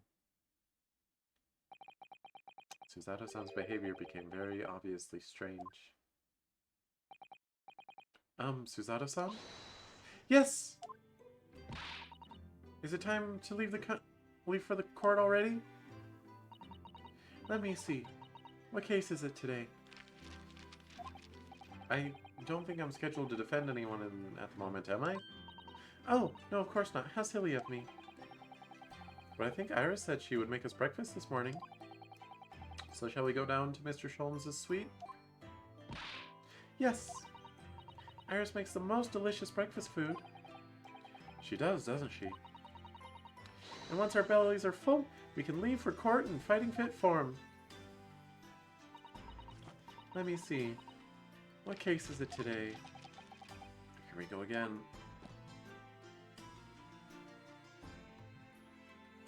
I want to look around, though. I want to look at our office. It's spring at last, and the weather is warmer now. But I love the smell of the fire and the steam rising from the kettle. Oh, would you like some tea, Miss Naruhodo-san? Thank you, Susato-san, but I'm alright for now. The green tea Susato-san makes for me from time to time, and Iris's unique herbal infusions. This place is paradise for a true tea lover. Tree lover. Green tea is such a wonderful accompaniment to British tea cakes, don't you think? Shovel? A spade has been there since we started renting the place. Oh, that's not a spade, Naruhodo-san. It's a shovel. No, shovels are for digging. That's for scooping up loose material. It's a spade. No, spades are for digging. That's for scooping up loose material. It's a shovel. I don't want to dig a hole for myself, so let's leave it. Yo! Step ladders, let's go. Speaking of step ladders. Oh, nothing? Alright.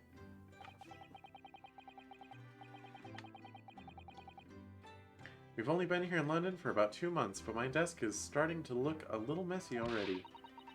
You could tidy up once in a while. Susato-san, I always say, making a mess is a small sacrifice to pay for being able to further your studies. And time spent studying, time spent tidying up is time you can't devote to the same cause. And time spent on ridiculous arguments is time we could be better spent on some simple housework. She wins. I'm supposed to be the lawyer here. The Daruma doll I brought with me from home. Still with only one eye colored in. I said I'd color the other eye once I won my first court case here in Britain, but... But you have one, haven't you? Twice, in fact. Because I feel as though I'm still lacking as a lawyer. I tell you what. Why don't you color the other eye once you think once I'm a proper, fully fledged lawyer? If you insist.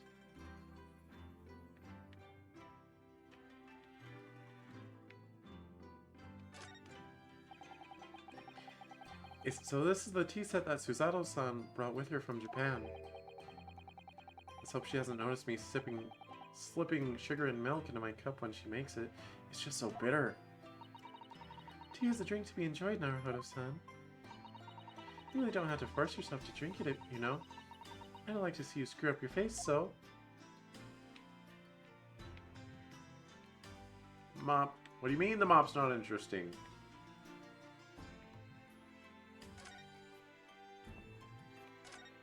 Oh, that's Susato's desk. This must be the telegram. Let's see. No, you mustn't look at that. Not under any circumstances. Alright, I won't. I'm sorry, Naruhodo-san, but you can be very mischievous at times. And put the telegram away if you don't want people looking at it. Oh, it's a telegram for her, not for me. Orange. Onions. We were rather lucky to find that old aquarium left behind here. The prawns we put in there are doing rather well. And the anemones, too. You put anemones in a tank? It's a wonderful invention, isn't it? The sea behind glass inside your room. Another example of Great Britain's greatness. Having to clean it out and change the water isn't so great, though, is it?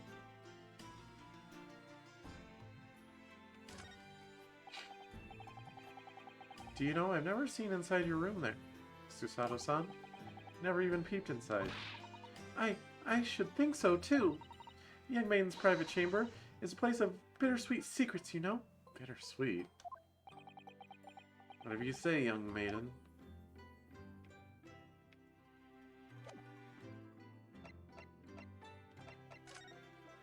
Look at this armband. It means a great deal to me, you know. That you cherish this armband so, and wear it each time you appear in court. Well, it's very important to me. It's what shows that I'm a lawyer. And whenever I wear it, I feel as though it gives me strength. Through Kazuma. I absolutely can't be without it, especially when I'm at a critical point in a trial. But just the other day, I noticed you wearing it when we went to visit that park. Sometimes I forget to take it off.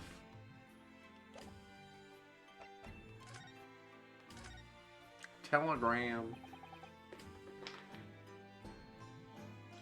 So what was it about? The telegram that was delivered this morning, I mean. Oh, a telegram? I don't know what you're talking about.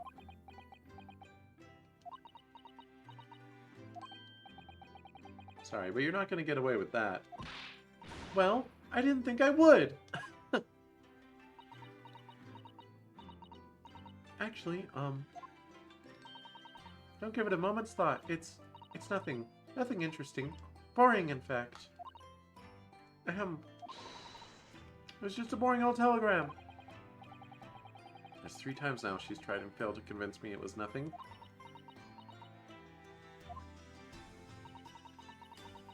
I promise that I'll tell you about it at some point. Alright, I understand. Suppose Soseki-san will have arrived back in Japan by now, won't he? Yes, I should think so. He left immediately after that terrible ordeal. Which would mean he should have completed the voyage already, or be just a few days away. A fortnight ago, we had that very long telegram from him, do you remember? Complaining of seasickness? But by and large, it seems the voyage has been going well.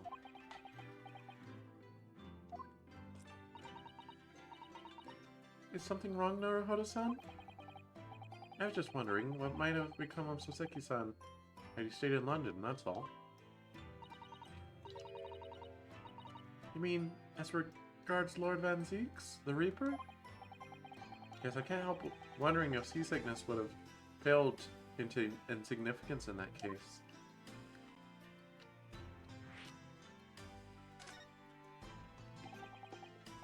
What is it they say? That no one who stands in the dock can be saved from the Reaper, right?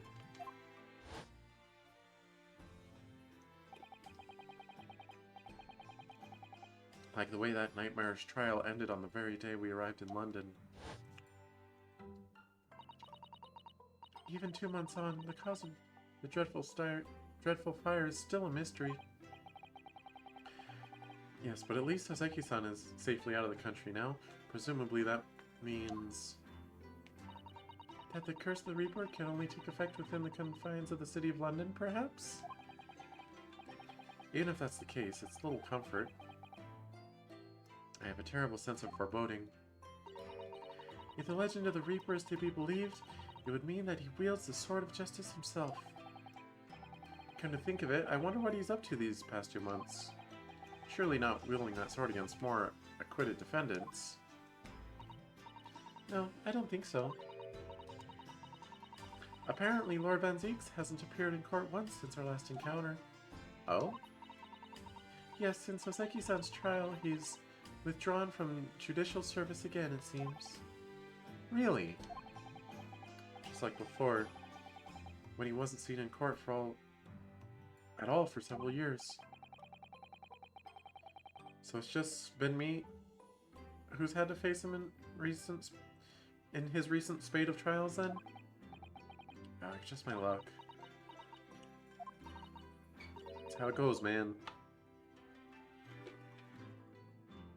Just look at Goto. He literally only went to court against Phoenix ever.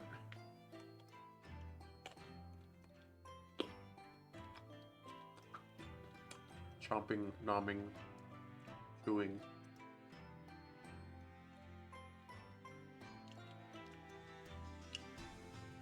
I wonder if luck doesn't come in. I wonder if luck doesn't come into it. Sorry, what was that? Oh, nothing. Never mind. Luck's not real.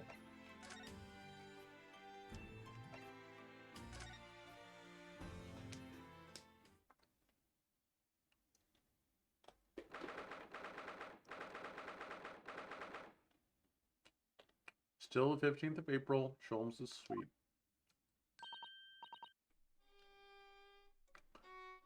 Morning, Runo. Morning, Susie. She playing violin? Good morning, Iris. Iris? What is it, Runo? What is that terrible noise? It's Sholmes playing it. Sounds like a cat being strangled. Ah, yes. You noticed that, did you?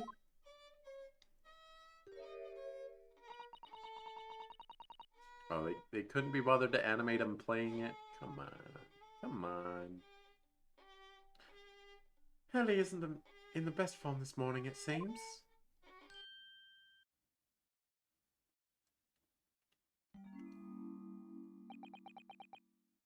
Hello. Hello, Mr. Sholmes. Good morning. A good morning to die, perhaps. Has something happened, Mr. Sholmes? You look miserable and... well, you were playing the violin before. My analytical mind is dead. Music is dead. The world is dead. Damn this blanched existence! That's all it is, my dear fellow. Nothing of consequence. I'm afraid I don't understand.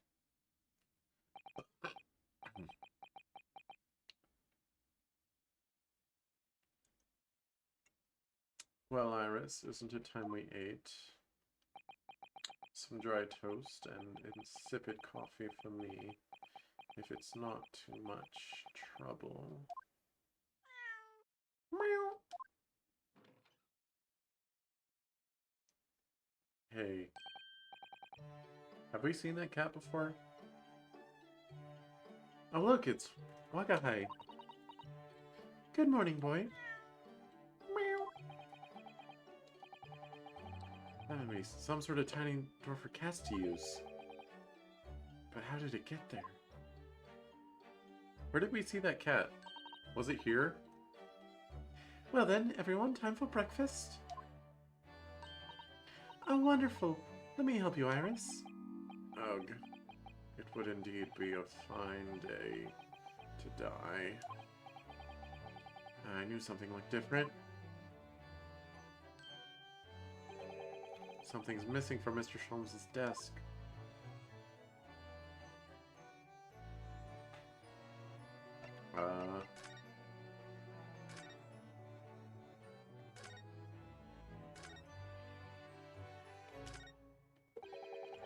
Look at Mr. Sholmes' desk. It's completely clear. Isn't that enormous machine usually on it? We can never hope to understand what goes on in the great detective's mind, Mr. Naruhodo. Why not?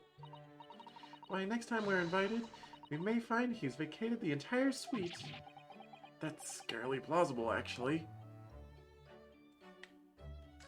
Okay, Iris.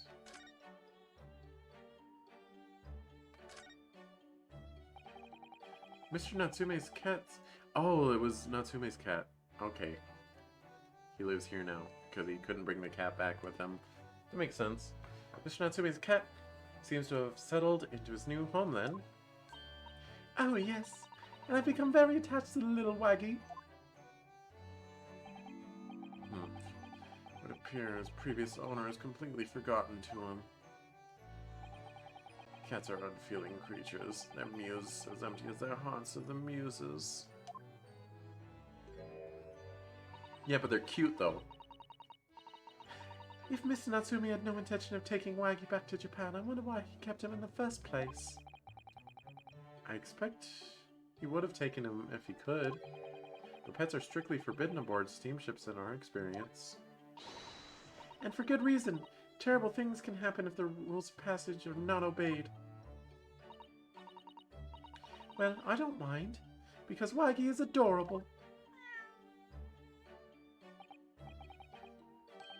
Oh yes, he really is. Oh yeah, what about the door? I don't remember seeing that tiny thing in the main door before. Where did it come from? Oh, you noticed? You are observant, Runo. Look, I use this. It's my latest invention. The door transmigrifier. What is that? I call it the cat flappomat. Gosh, a machine for making doors just for cats? That's right, it can make a cat flap for a little furry friend like Waggy in seconds. And it can do it in any door at all, no matter what it's made of. It's very powerful, you see. Wouldn't it have been quicker to just make the cat flap rather than making a machine to make a cat flap? Well, yes, maybe. But now I can make cat flaps anywhere I like. Oh, I think it's wonderful. You must make one for us. It's in the door to our office upstairs, Iris. She really knows how to come up with unconventional inventions, this girl. Hehehe.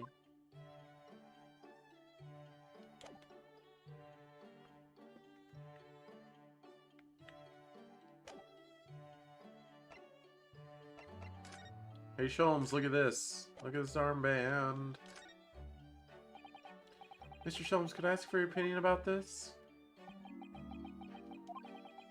You lure me and raise my languid head with the promise of some mental exhalation.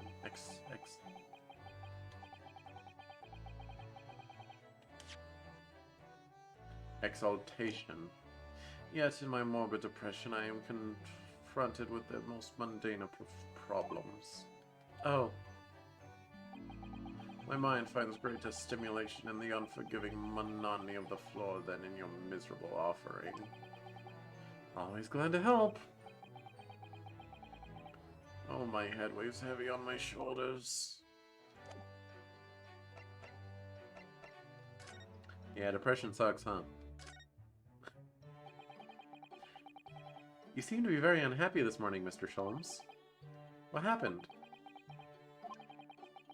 It used to be the case that in my hands, his violin sung like the dawn chorus. Its mellissonant tones would make flowers bloom. What? But now, the muses are unamused with me, The goddesses of music have thrown me over. Whatever do you mean, Mr. Sholmes? For hours I have bowed, for days even. Through the night I have endeavored to no avail. That sound, my tone, is lost. Maybe your violin's just out of tune. That brilliant, clear, unwavering tone gone forever. No more recitals in the of unbridled emotion. Well, you haven't been practicing much lately, have you, Hurley? Don't worry, I'm sure it'll come back to you in time. Heed my words, Mr. Naruhodo. The goddesses of arts are fickle. One day they bestow genius on a man, the next they unmercifully withdraw it. Oh, dear. Ugh, why is this happening to me? If they take the turn I have for the violin from me, what is left, for pity's sake? What is left? You're detectiving? Detection, perhaps? Isn't that what you're known for?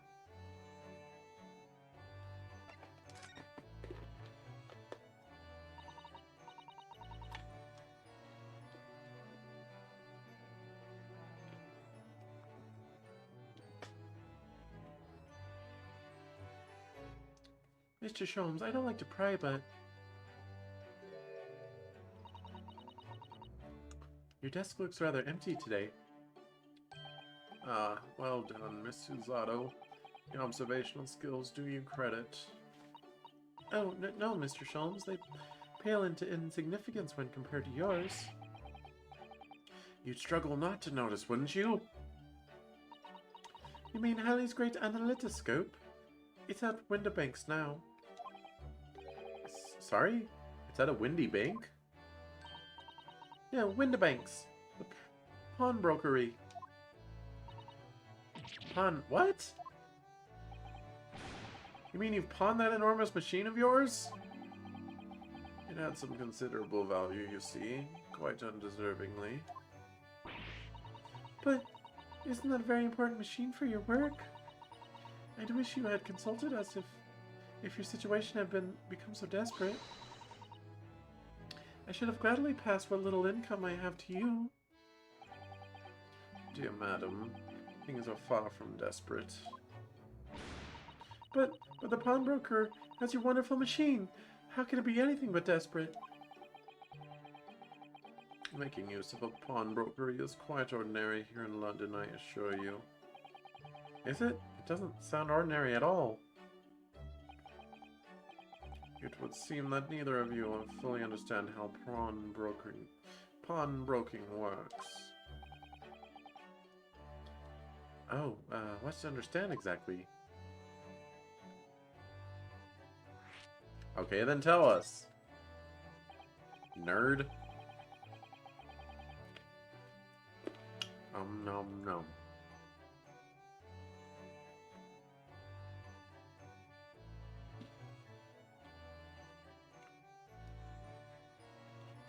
What do you mean when you said we didn't fully understand how pawnbroking works? To the people of London, pawnbrokeries are akin to banks. Banks? On Mondays, merchants relinquish their finest jackets and trappings to their pawnbroker of choice. With the money they receive in return, they are able to trade happily through the week. And then on Saturdays, they go to recover their things using the money they've earned. I had no idea. This has been a fascinating lesson for us. Everyone does what you say. Everyone does what you say, especially people in inner London. And should they have the money to spare, they would purchase another fine jacket. Not to wear, obviously, but to pawn, should the need arise. Oh, how ingenious. So whenever we have something that's getting in the way, we leave it at Windibank's, you say? pawnbrokery can be thought of as an extremely secure vault. Who would have thought that even pawnbrokers are different here than in Great Britain? Of course, you have to watch Helly with it. You have to watch. Of course, you. Sometimes he pawns things he really shouldn't. Don't you, Helly?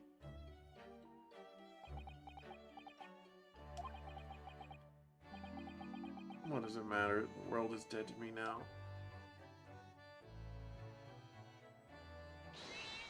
Meow. Oh, what was that? Waga hi?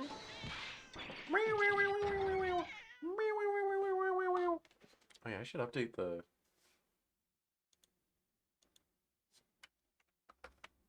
video title, huh?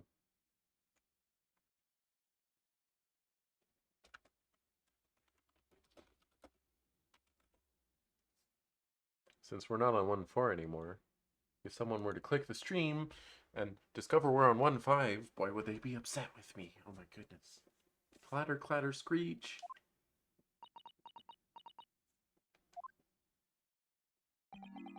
What was that? Oh no! Wogahai's tangled up in your violin! I think he thinks it's a toy. No! What's he doing to it? Oh dear. Mr. Sholmes' precious violin. Why should I care? What? I shouldn't be surprised.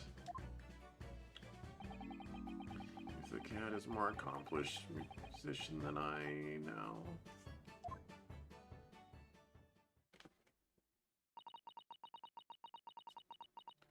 Mr. Sholmes really is in poor spirits, isn't he?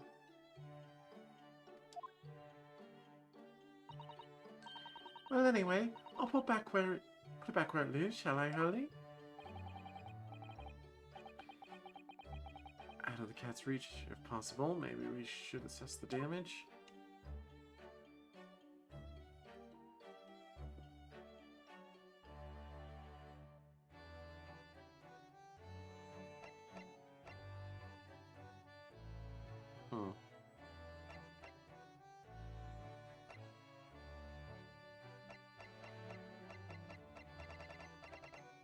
Sorry, I got distracted by something. So there's nothing else to talk about.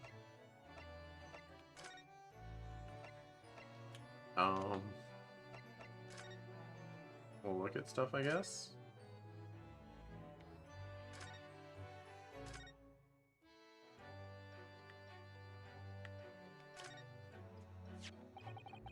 So this is the violin, is it? It's a Stradivarius, one of the finest violins in the world, made by a renowned Italian luthier, Antonio Stradivari.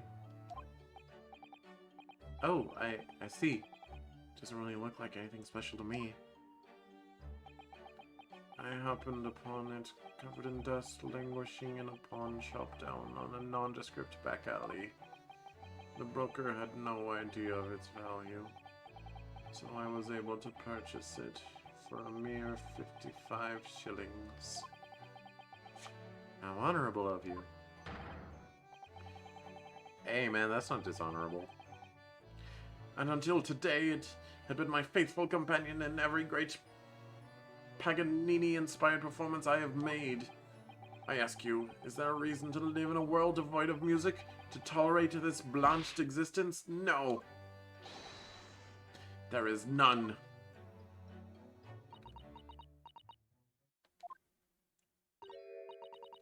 Mr. Sholmes?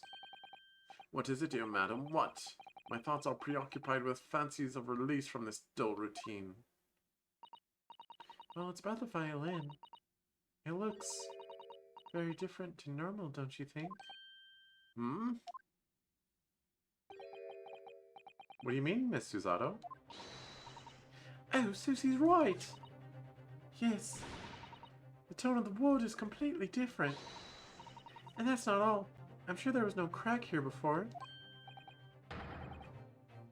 Wait, it's not even the right size, is it?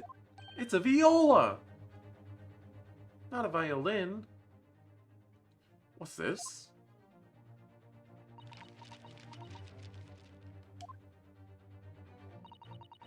I'm terribly sorry to have to tell you this, Mr. Sholmes, but that instrument isn't a violin at all. What? Then what?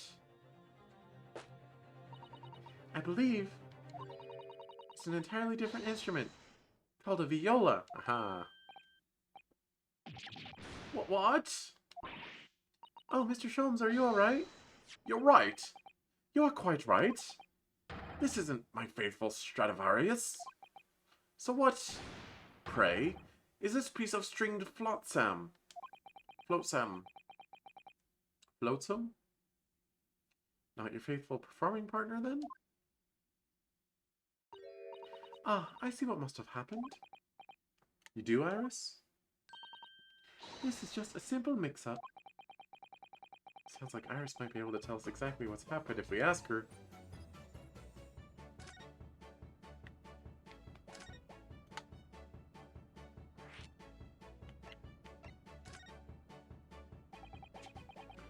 What did you mean by a mix-up, Iris? Well, you see, this this viola, I mean, was at Winbanks until last week. Ah, at the pawnbrokers? Not Mr. Sholmes' beloved musical partner. There is a proverb from the East with which you are no doubt familiar, my dear fellows. Always let a beloved child travel. Yes, indeed. So you sent your beloved violin to the pawnbrokers in the hope that it would experience personal growth? Oh, what a wonderful idea. Last week, I pawned my great analytoscope in order to release my precious instrument. But it would appear that Mr. Windibank mistakenly furnished me with this tawdry fiddle instead. But my ears cannot be deceived by the hollow timbre of this piece of timber. Oh, sorry, timbre. The T-I-M-B-R-E is timbre, not timber. It's like the quality, the specific nature of a sound. Like not high quality, low quality, but like its unique quality. Yeah. I know music things. No, but your every sense was deceived by the fact that it just had strings. Pshaw, a fine state of affairs this is, and why I always say, Mr. Naruhodo, never trust a pawnbroker. They will try to fiddle you every time. But earlier you told us that you could think of a pawnbrokery as an extremely secure vault.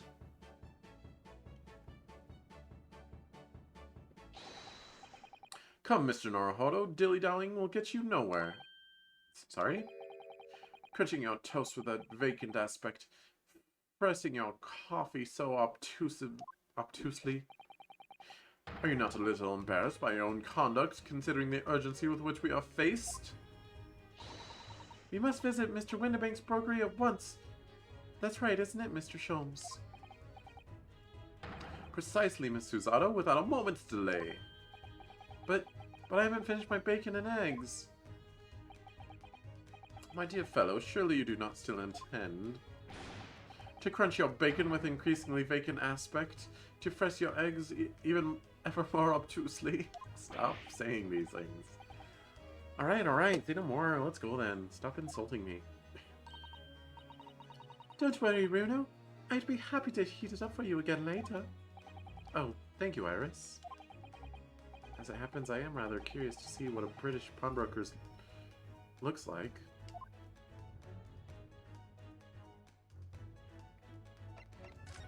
Let's go then.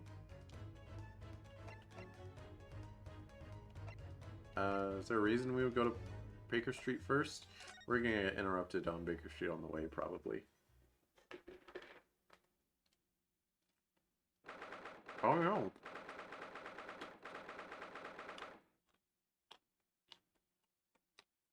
I'm chewing.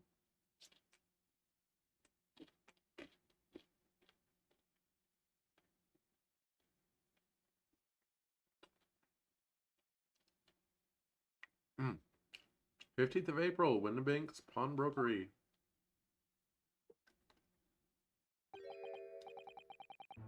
So this is a British pawnbrokery. Oh my, there are all sorts of tools and contraptions in here that I've never laid eyes on before. Ah, Susato-san. And that spark of wonder in your eyes. You can't wait to scour the shelves, can you? I get the impression you enjoy places like this?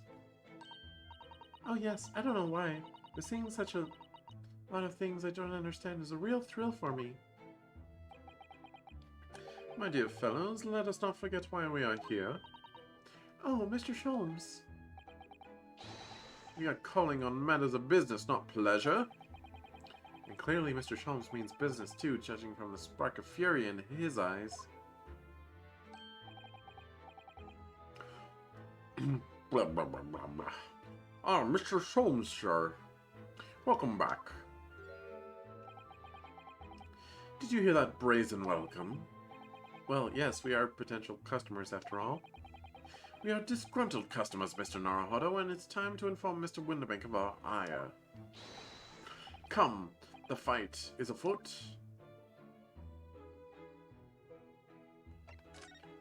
Look at this armband. Now, Mr. Windibank, about this.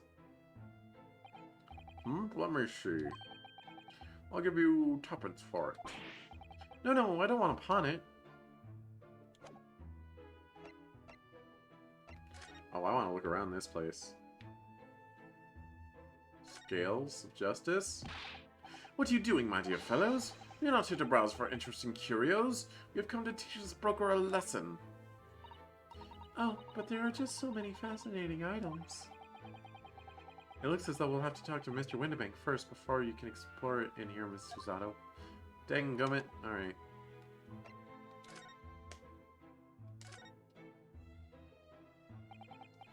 Naturally, you will recall this, which I retrieved from you some days ago. Yes? This second-rate fiddle is not my faithful instrument, Mr. Windibank.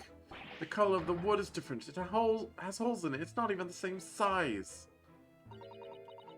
A wonderful summary of our observations, Mr. Sholmes.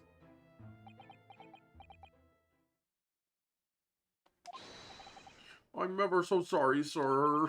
Utterly unforgivable of me, an inexcusable mistake for a pawnbroker. There's only one way to make amends. Huh? What? Huh? I shall have to take my own life. Stop. Stop with this comedic music. It's not funny. I don't think that would be necessary, do you? If I may say just one thing before I pop off. Ah, yes? It was you, sir, Mr. Sholmes, who took it upon himself to remove the item the other day, I believe. Sorry? As I recall, I entered the storeroom to fetch your violin when I heard, "Ah, here it is." You did? And when I turned to controvert you, you had taken the viola and left, sir.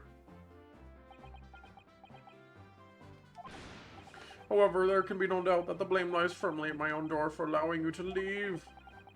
So I shall not grumble across any longer. May this guilt die with me. No, stop, my dear fellow. The fault is mine.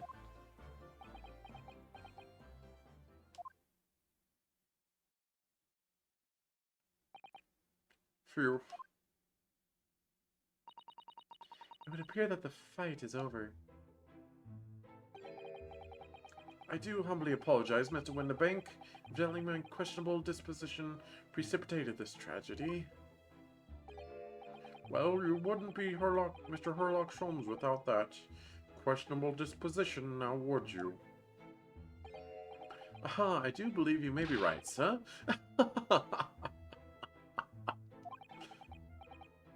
It's either laugh or cry, I suppose.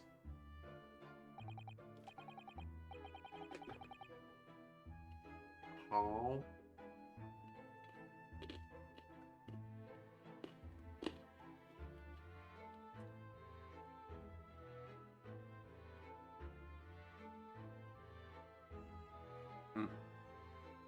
Nom nom.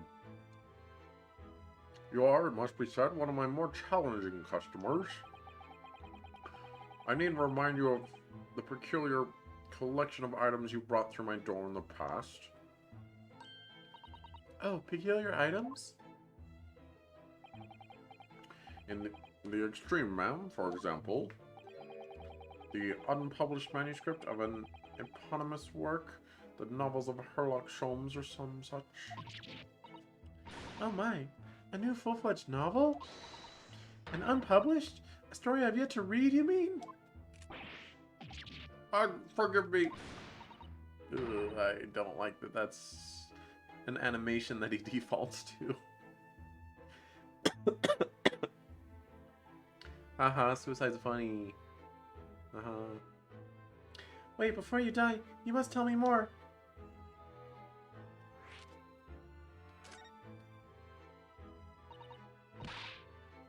I must know more. Tell me everything.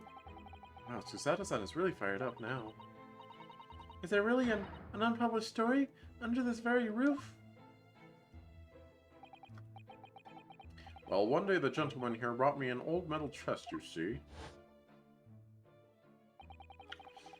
I should like to entrust this to you. You'll care for a while, Mr. Winterbank? For a chest like that, 1 shilling, sir. Not a farthing more. It houses something of very great value indeed. The latest manuscript, recounting the adventures of one Mr. Sherlock Holmes. I beg your pardon, a manuscript? You wish to deposit a manuscript? Indeed I do, for I am confident it will be quite safe here. And that was that. As such, Mr. Holmes' latest tale of otherworldly mystery lies dormant in my storeroom. Mr. Holmes, is that really true? Do I sense that someone doesn't want to talk about this? I continue to pay your fee, do I not? Then kindly continue to store my belongings securely. Of course, sir, of course. They're safe and sound with me, I assure you, all my life. It's all very strange. Don't seem very secure with you if you'll shoot yourself in the head at the drop of a hat. I wonder, could I ask you something? Ah, a gentleman from the east, I see. Yes, that sable suit. I suppose I could offer you 6p for it. Without wishing to offend, the tone is somewhat dull. Sorry? Aha! But for your splendid attire, ma'am, 5 guineas, no less. The colors are exquisite, the design exotic, Eastern artistry at its finest, may I say. Oh my, 5 guineas, you say? How interesting. Why do I feel as though I've suffered some sort of defeat here? What, girls get to wear better clothes than boys do? This is historically just, it's a thing. Actually, I was hoping to ask you about your business. I've heard it said that pawnbrokeries are used rather like banks here in London. Yes, sure, indeed. Many of my customers utilize the establishment as you describe. I appraise their items and offer them a proportionate loan and 2 months of secure stowage. If in that time they repay the original sum to me, plus the agreed interest, their items are happily returned. What happens if they don't pay you the money? Then the items are offered for sale in my shop, as you can see on the shelves behind me. So you never sell items before the 2 months has passed then? That's right, ma'am, that's right. Which means some considerable responsibility rests on my shoulders.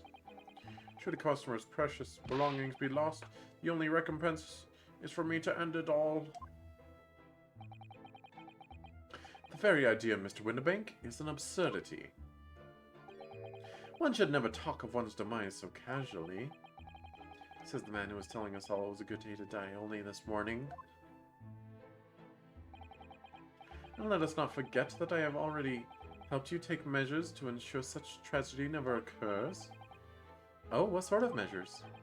I engineered a simple device which Mr. Winterbank has installed here in his shop.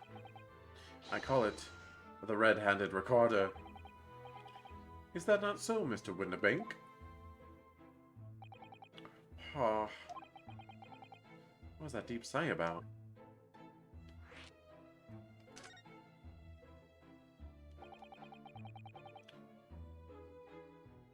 What on earth is a red-handed recorder? Use your eyes, my dear fellow. There are two just below the ceiling.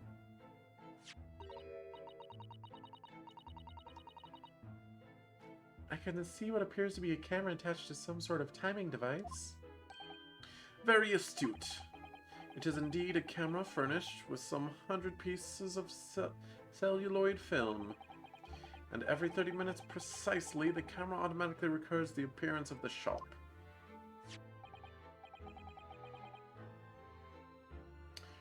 Here, I have an example I can show you.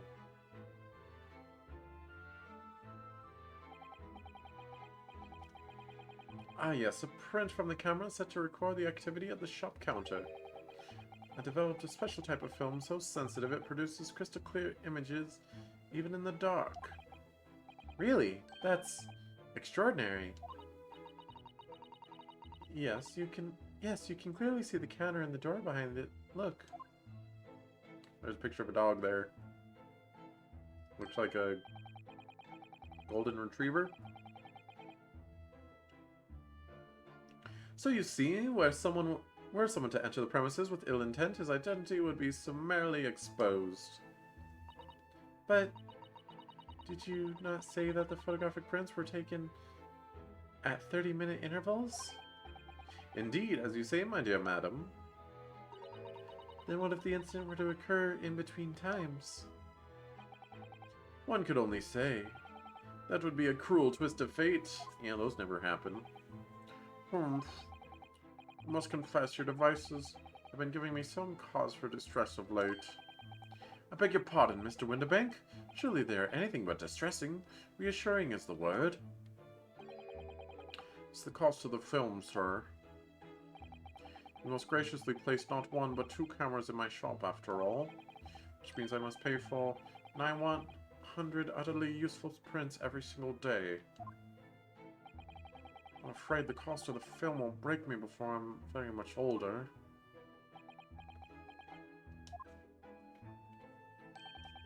Nevertheless, a small price to pay to ensure the safety of my preferred pawnbrokery now. Then shouldn't you be the one paying for the film? My dear fellows, we're on the verge of an age where safety and security comes at a price. Oh, heaven help us.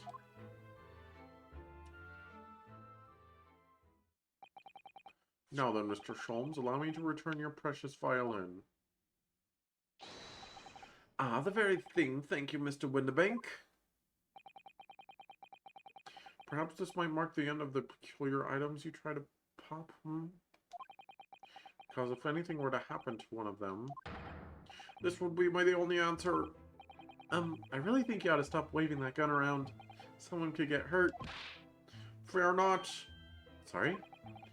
I've only loaded a single bullet, so no one but myself could possibly be harmed. That's not really what I meant. Good day to you, then, Mr. Winterbank. It's been a pleasure as always, Mr. Sholmes. So, Mr. Naruhodo, now we can explore at last. Not before I take another fistful, like half fistful of trail mix.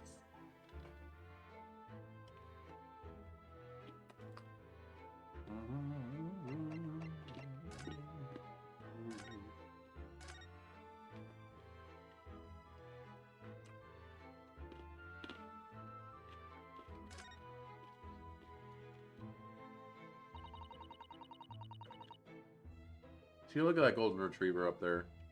It's almost covered by my name, but it's not.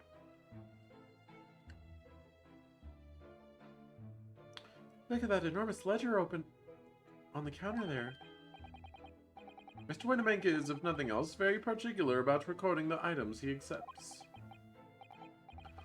He'd have to be, otherwise he'd get himself in all sorts of trouble.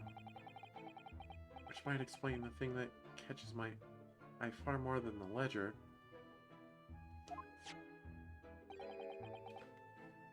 This revolver here. He just leaves that on the desk, huh?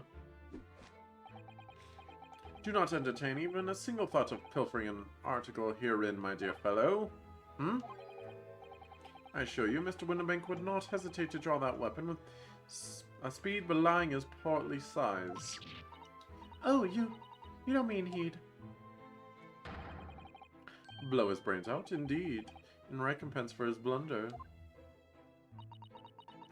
Don't you dare steal anything, or he will kill himself. Not sure how well that deterrent works on actual thieves, but okay. Oh my. In any case, of course we would never do such a thing. How could you even suggest it?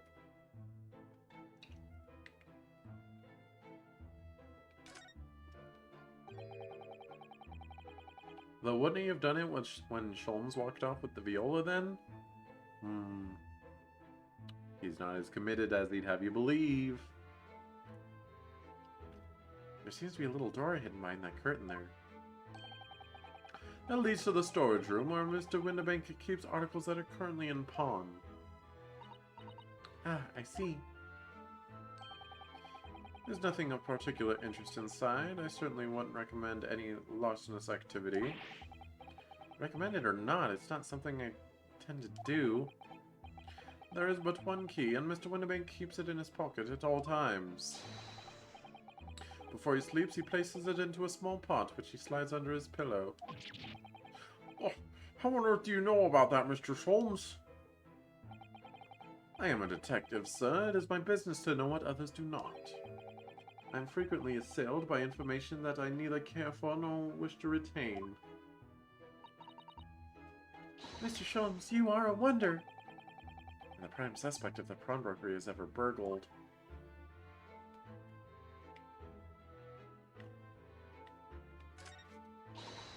Look at this! Look at this lovely big shiny box bee. That, my dear madam, is a music box. Surely you have such things in your own country. Oh my, yes. But I've certainly never seen one so large before.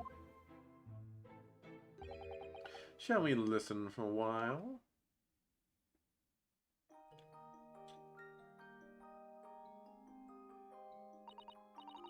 Ah, what a sublime sound. It's like the music of angels. I've never heard anything like it before in my life. This particular specimen is of the large variety commonly found in public houses and restaurants. There is a metal disc inside on which the notes to be played are recorded. Simply by replacing the disc with another, any music you care to imagine can be played. My goodness! What a simple, delightful machine! Indeed, though their popularity has waned recently with the development of the gramophone, of course. Science and technology advance at such an overwhelming pace.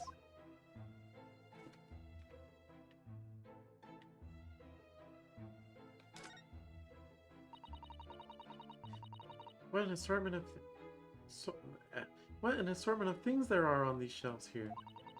Crockery, footwear, clocks and watches. Almost anything you care to imagine. Those are forfeited items offered for sale by the pawnbroker. What does that really mean, though? When you pawn or colloquially pop an item, the broker loans you money against its worth. He stores the item for an agreed period of time, after which the loan must be repaid. If not, he is free to display it in a shop for sale at a price of his choosing. Oh yes, now you've explained it, I'm noticing little price tags on everything. Of course, simply by paying the agreed interest on the loan, one can extend the period of safekeeping. So you may pawn that black garb of yours without fear, my dear fellow. My treasured university form? Never! It embodies my student spirit.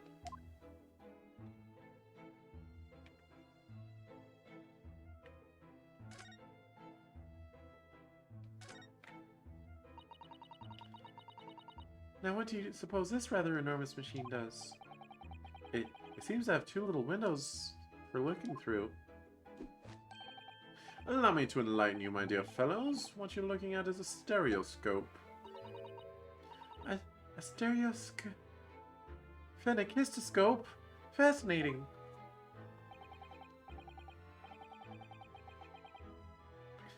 It is aptly named, I assure you. Look through the eyepieces and see for yourself. Oh, I should be delighted to. Excuse me a moment while I just have a look. I have just a look. Well, I have look just a have. Do. Just before you do, there is something I should point out. My dear fellows, in order to see the image properly, stereoscopically as it were, you will need to be cross-eyed. However, if that is beyond you, which is of little consequence today. Alright then, I'm going to try it.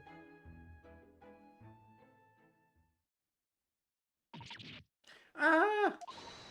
Mr. Naruhodo, you must see! At once! Oh, alright then. So I need to be cross-eyed? Like I'm trying to look at my own nose?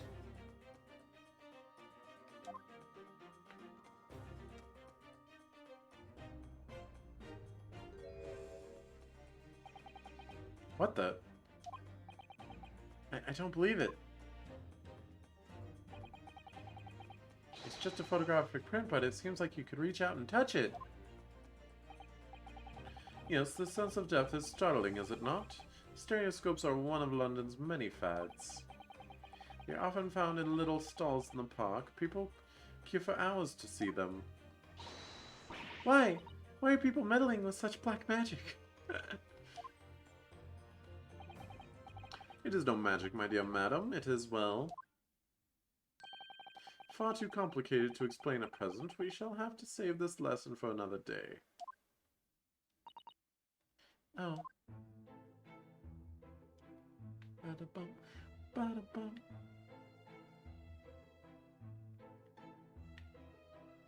A calendar? Oh, well, that's important, apparently.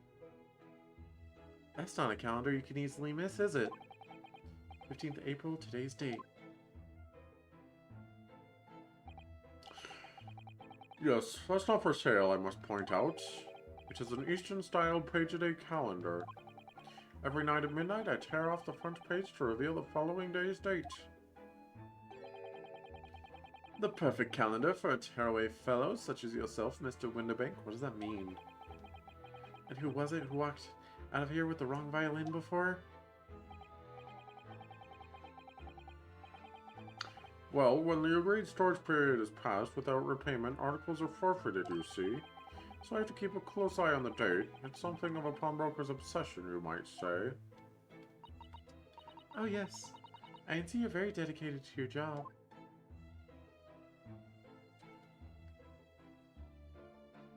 Man, I have a hard time, like, remembering in my own life how I kept track of days before, like, I had a phone or my own personal computer.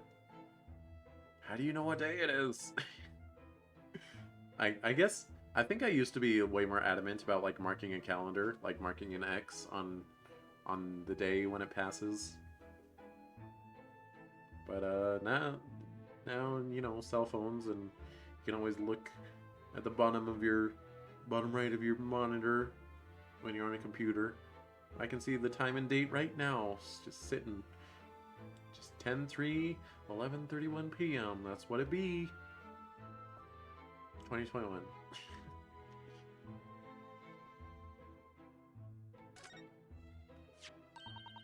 Look at this. Whatever could it be used for? I have no idea. Ah.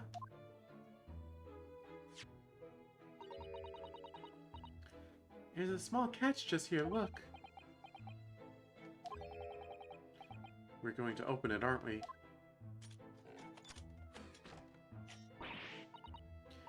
Oh my, that's amazing! It has some sort of spring-loaded mechanism. Which means we'll never manage to put it back the way it was before. What are you two doing? What? Us? Nothing? No, nothing at all. Whatever this device is, it seems to have a pair of little windows to look through. Feels though I've seen something rather similar to this elsewhere. What? Only up 10s for it? That ain't fair, and you know it. The article is barely worth a penny, miss. I cannot offer more. Sounds like there's an argument brewing over by the counter. Come on, that can't. Come on, that can't be right. Have you even had a proper butcher at it? A proper butcher's at it? Oh, I think I might know who that is. I've seen all I need to see, young girl.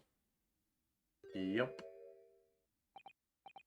Wait, don't we know? I'm sure I recognize her.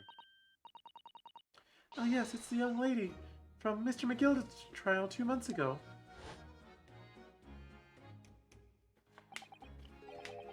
Her name is Gina Lestrade, my lord. She's a chancer. Earns a crust among large crowds of relieving people of their purses. What's commonly called a pickpocket.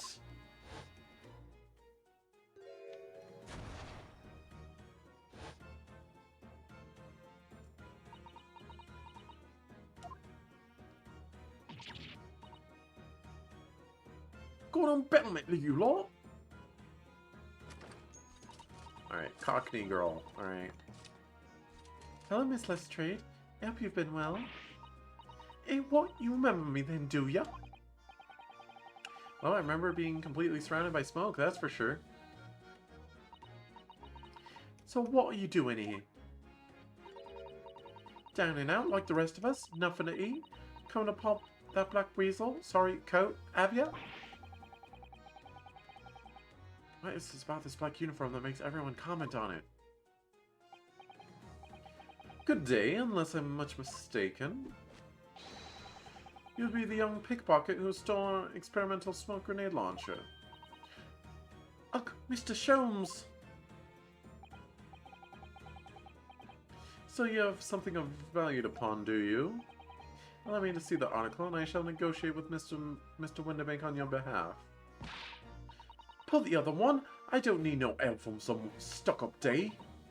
Get out of my business, go on, or I'll make trouble for you. As you wish, Miss Lestrade. I will happily remove myself from your presence.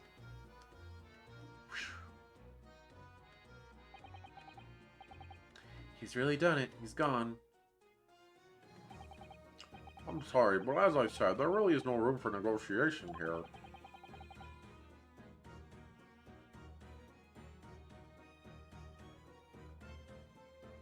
What was that thing he had in his hand? Some kind of metal disc? And you, go on, leave me alone. Oh, Miss Lestrade, just pretend we aren't here. We shan't be offended in the slightest.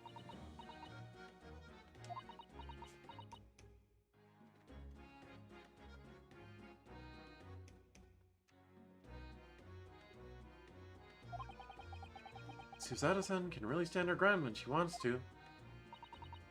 Whatever.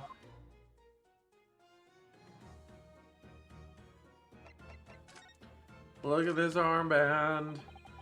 Would you have a look at, that's strange. Where's my armband gone? What's the problem? Something wrong? Don't suppose you're looking for this? Yes, but how? And when? And how again? I got a talent for it, haven't I? Diving. It's bordering on black magic. It makes what I was about to say about my armband seem a little dull. So, what do you want to tell me about it then? Nothing.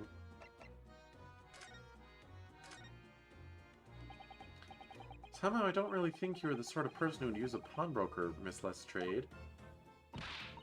Yeah, well I am, alright. I'm a Londoner, just like everyone else. That's not a problem, is it? No, not at all. It's just that, well... Oh, I get it. I know what you're thinking. That thing probably don't even belong to her. Probably got in the dive, didn't she? Well, yeah. Yeah, I can see it written all over your chevy face. Well, I might have been thinking something along those lines. You're not going to deny it, Mr. Naruhodo? She's openly a thief. Alright then, I'm just going to come out and ask you straight. Do you pawn things that you steal from other people? Well, I don't know how best to answer that, really. Suppose, sometimes. You're not going to deny it either, Miss Lestrade? But not this time, alright? I swear, that thing belongs to me. The disc that Mr. Windbag is holding. Perhaps we should see what he has to say about all this.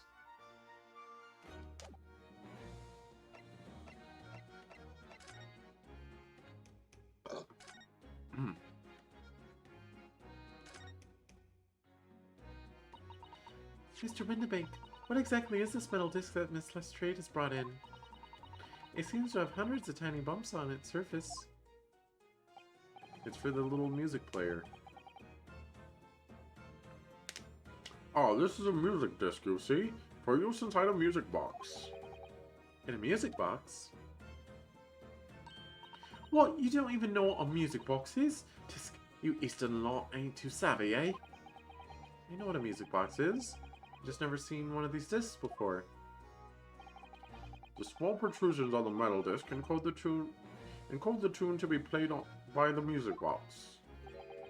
You simply insert the disc and set the machine going, and beautiful music plays. It's so incredible. Tell us, what tune is on the disc? Well, I'm afraid I couldn't tell you that. There are so many different types of music boxes, you see? British-made, German, Swiss. I have no way of knowing which particular machine this disc was made for. I see. And that's it in a nutshell. I wouldn't have any customers for an item like this, even if the young lady forfeited it. Really, I'm already offering more than I should at a penny. That's a packet of lies. He told me he did. He said it was, well... He? Who? Never you mind, it just ain't right, that's all. That is worth good money, I know it is. Well then, you'll have to try your luck at another pawnbroker's, won't you? Ag.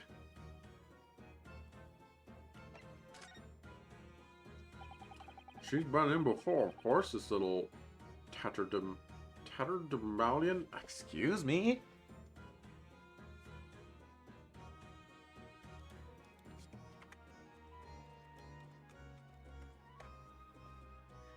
Definition of tatterdemalion: ragged or disreputable in appearance, being in a decayed state or condition. Okay. I see. And brought some dubious article or other with her every single time, I might add. Dubious? What are you trying to say? I'm an honest customer, mate. So is there something dubious about the disc that she brought along in today? Is it gonna make a Porygon 2 evolve? Well, if only it were that simple. Sorry? What do you mean? What she actually brought in was a storage ticket. Ah, storage ticket, so... Miss Lestrade actually has come to redeem an article for me today, is that right? Yeah, that's right. A girl like me has a lot of stuff what needs storing. Alright, yes, that's definitely dubious. The article in question would have been forfeited at midnight tonight, but she gave me the ticket for it, where you paid both the loan and the interest. I was obliged to return the article to her. But what was the article? Do tell us, Mr. Windibank. The little scamp was wearing it, ma'am. What, her hat? Oh, it's the overcoat that she redeemed. Oh. Well, what's wrong with that? It fits, don't it? I mean, it's mine, so of course it does. So, what about the disc then? How does that come into all this? The disc is something else. A new article to pawn if the girl and I can agree to a price.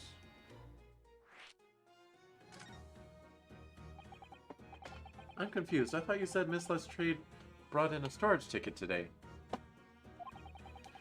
It's really quite simple. Yes, the child brought me a storage ticket and the money owed on it, as you say. For this heavy black coat, which you returned to her care, as I understood it. That's right, yes. And rather surprisingly, as soon as the little ragamuffin put the thing on, she went rifling through the pockets. Oh, you mean... What? Don't you know it's rude to stare at a lady? Ah, I see. So it came from the pocket of the overcoat, did it? If you mean this disc, then yes, exactly, ma'am. And she immediately tried to pawn it. For quite a high price as well. This is all rather suspicious, I think. Give it up! I'm just trying to pawn something like anyone else would.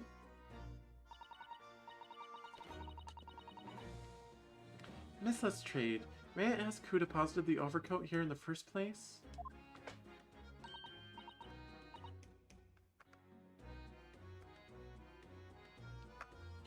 Oh, well, May. It doesn't really appear to be your size. Me, old man? It's me old man's, ain't it? Is it, Miss Lestrade? Yes, this is definitely all rather suspicious.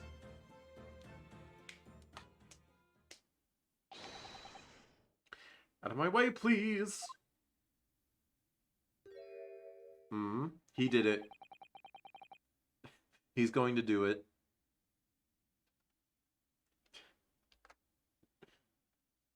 Who's this picture postcard English gentleman?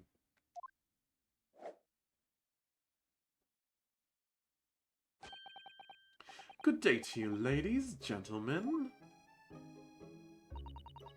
What's your problem, eh?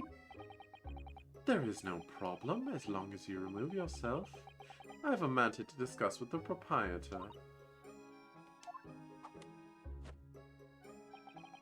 And if you intend to make a problem of it, I shall see you outside, little girl, for the hiding you deserve. Look, ain't it obvious? I ain't done talking with him yet. You think you're such a gent?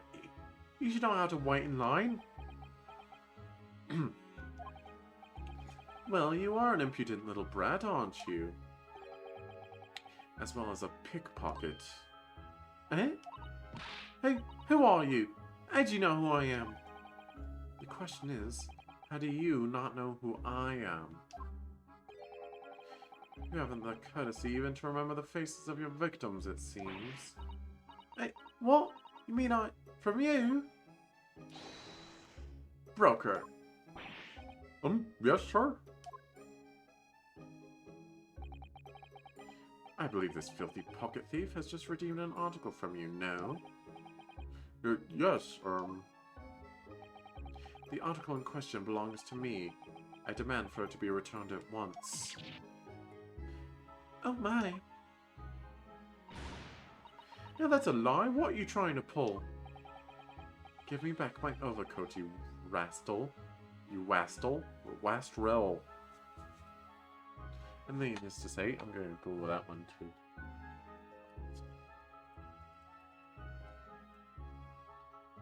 Wastrel. Wastrel. A wasteful or good-for-nothing person. A waif. A neglected child. Ah.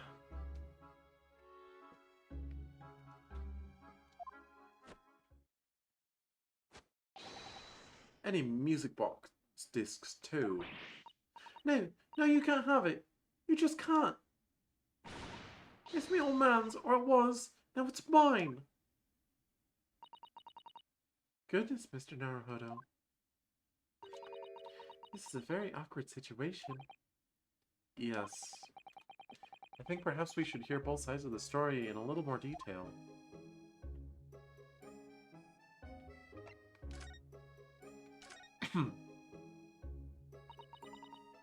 Miss Lestrade, Is what the gentleman is saying? What do you think? It's all lies, ain't it? Obviously. I swear on my life, I ain't ever laid eyes on that dandy before. Well, sure now, you little ragamuffin. You stole it, didn't you? That ticket you brought in here just now? No, I swear it. I swear to God. It was barely an hour ago. I was walking along the street minding my own business when this little gutterling ran into me. I knew at once what had happened. I've been robbed yet again, I thought to myself. Those wretched pickpockets. Yet again? Oh yes, as you can see, I'm a man of impeccable style. This isn't my first time that I've been targeted by these backslum scoundrels. Now then, relinquish my overcoat. Grr. Come along now, Miss Lestrade. Give the good gentleman his coat back. If you're going to cause trouble, I shall have no choice but to call the police. Go on, hold on, why does everyone think it's me? Just look at this dandy cove, you think I'm the dodgy one? I'm sorry, but no one is going to believe you.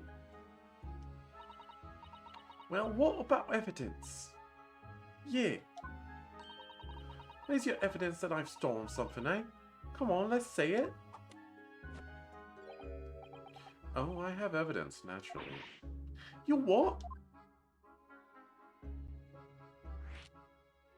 Evidence. Evidence that the article Miss Lestrade redeemed actually belongs to this gentleman? Of course.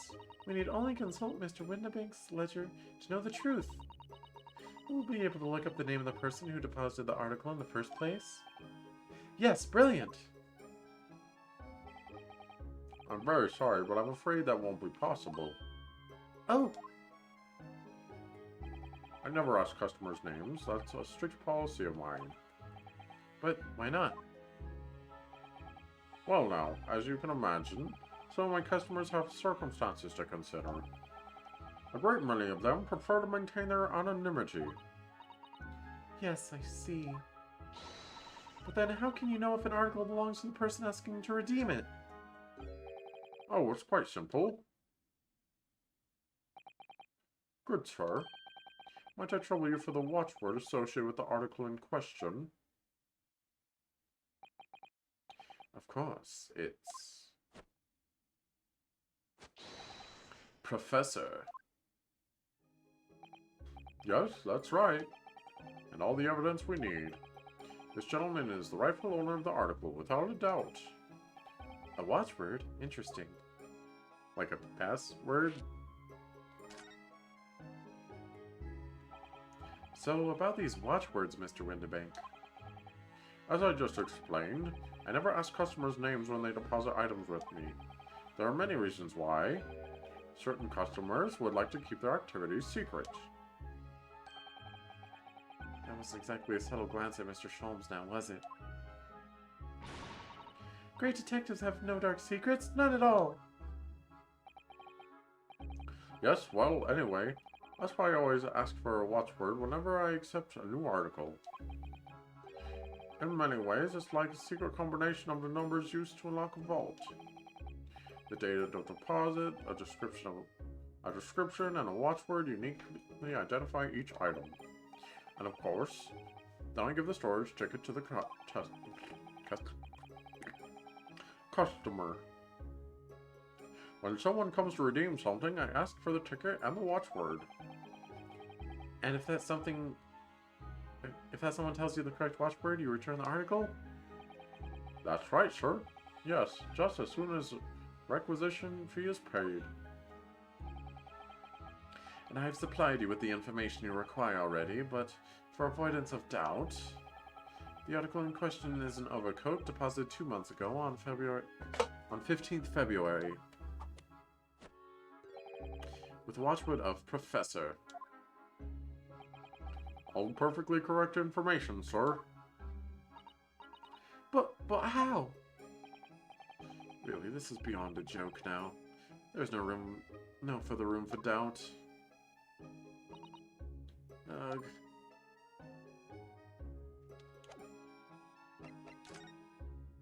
Now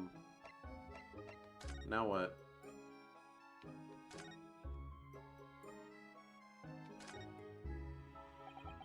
Excuse me, but who are you? One would expect the inquirer to introduce himself first. Though clearly you are not British, so perhaps our ways are foreign to you. Oh, sorry, yes. We're from the Empire of Japan. We're studying here. Oh yes, Japan. I've heard talk of the place. Its inhabitants live on in some fiery brown-colored soup, dressed up with exotic spices. Live on some fiery brown-colored soup, dressed up with exotic spices. Also, he keeps doing JoJo poses. Also, he kind of looks like a Zappelli. His clothes do, at least. That's a JoJo character. You might be thinking of somewhere else. What was all that theatrical gesticulation about? Maybe he was referring to curry. Japanese people like curry. Perhaps. Anyway, if you are a gentleman, sir, you offer your own name first before inquiring after the name of another. Of course, yes. I'm Ryunosuke Naruhodo. I'm a lawyer. Well, a student of law, really. My name is Suzato Mikotoba. I am Mr. Naruhodo's assistant. I see. My name is Benedict. Yes. Egert Benedict.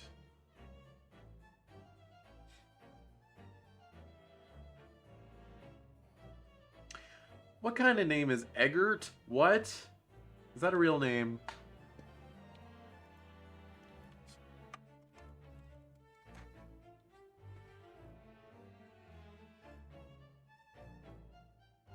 It is a Germanic given name and surname deriving from the root Egi, meaning edge.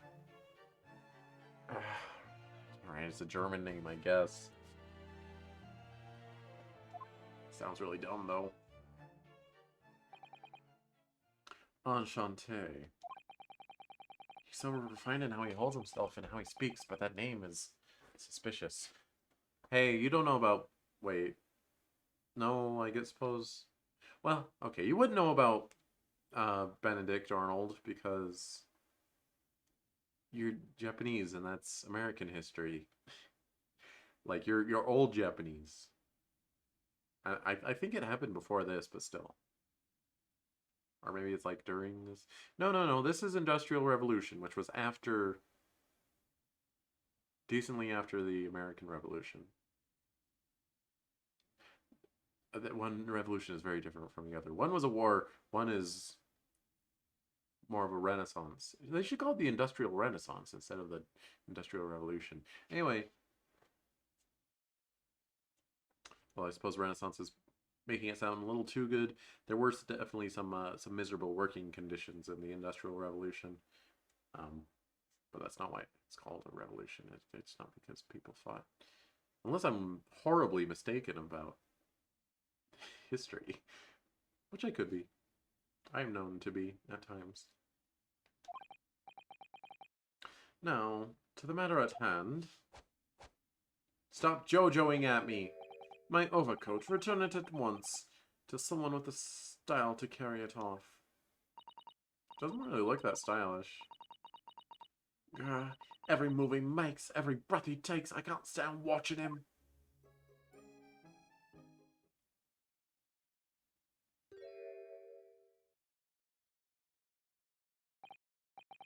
So, that be an end to the matter. And thank you for your custom. Mr. Edward Benedict, sir. He looks better without the overcoat. With such reasonable rates of interest, I may even decide to come back. Psst. This is why I hate grown-ups. Just because I'm a diver, everyone thinks it makes me a liar. And the contents of the coat pockets, if you please, broker. Well, of course, sir. Here's the disc for you. is this one? Pardon, sir? I was expecting another. That is, I deposited another. Another disc? Oh dear. I regret to inform you, sir, that was deposited with me was merely in the overcoat. The disc happened to be in one of the pockets, but I was completely unaware of it until now. So, Gutterling, you're hiding more of what's rightfully mine, are you? Says who, eh? I don't know nothing about it. Very well. Then I shall bid you farewell. Say goodbye to style. Wait a minute, that disc is mine! Ugh, what do you think you're doing, you little tramp? You've drawn blood, you filthy animal. Oh my, yes, there's blood on the disc. It's because of all those sharp little bumps. The man must have scratched his finger on them. I found it first, right? I mean, it belonged to me, old man. So you're not having it. Oh, you take it. Me? If I hang on to it, they'll have it off me again, so you keep hold of it. Guess let's trade. Why is this disc so important to her? Because it belonged to her father. Weren't you listening? Metal disc used to play music in mechanical music box. Piece of music which remains unidentified is stored on the disc by means of small protrusions. You there in the black library. Bleh.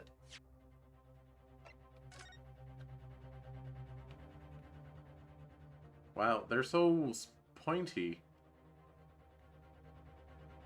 Like, why are they that pointy? Or gilded. Uh-huh.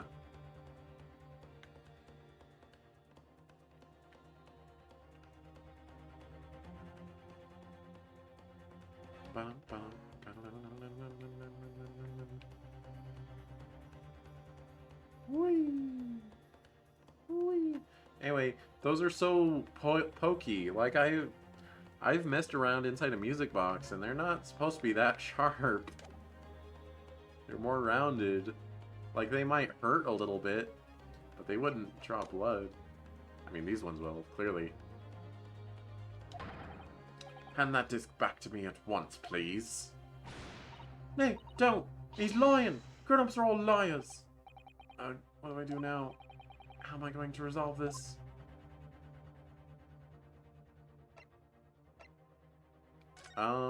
Let's try the music box. It's the only solution.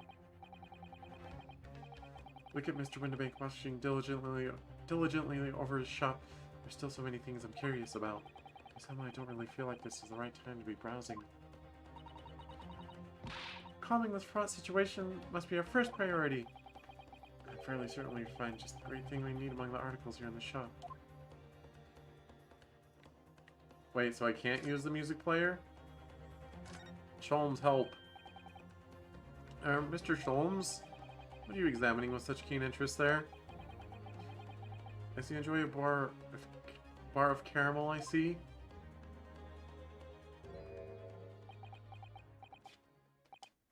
So, you found me at last, Mr. Naruhodo. We came here with you. You never left. Sorry? After that young pickpocket sent me on my way, I was forced to lurk in the shadows. Cruelly ostracized as the rest of you partook in the jovial atmosphere of fellowship. I had nothing to occupy my mind, but was too ashamed to let society see what my downfall had done to me. So, feigning mock interest, I pretended to examine the tedious trinkets of this desolate place. Whilst, as you surely observed, gnawing on the only friend I have left, the 7% solution of caramel. Did percent used to be per space cent, or is it like still per space cent in Britonia?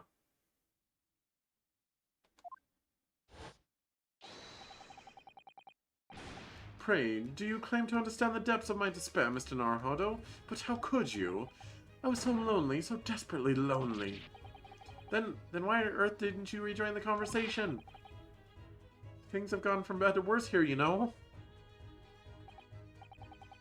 Yes, I overheard much of your conversation.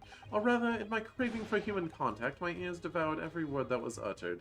Sholmes, are you okay? You really were sad, weren't you? Poor Mr. Sholmes. I feel simply awful for you. Don't, he's just having a pity party. It would seem that my inferences are correct. Oh, surely you're not about to tell us that you solved the entire case once again? My dear madam, sometimes I wonder, were my genius for deduction to be commoditized? How much could I pawn it for? It seems Mr. Sholmes has had another of his flashes of inspiration. But who knows if it will help to resolve the situation between Miss Lestrade and the mysterious gentleman. What's the right thing to do here? Yeah, listen. The only reason to leave it is if you want to talk to more people first. Alright, it is time for trail mix.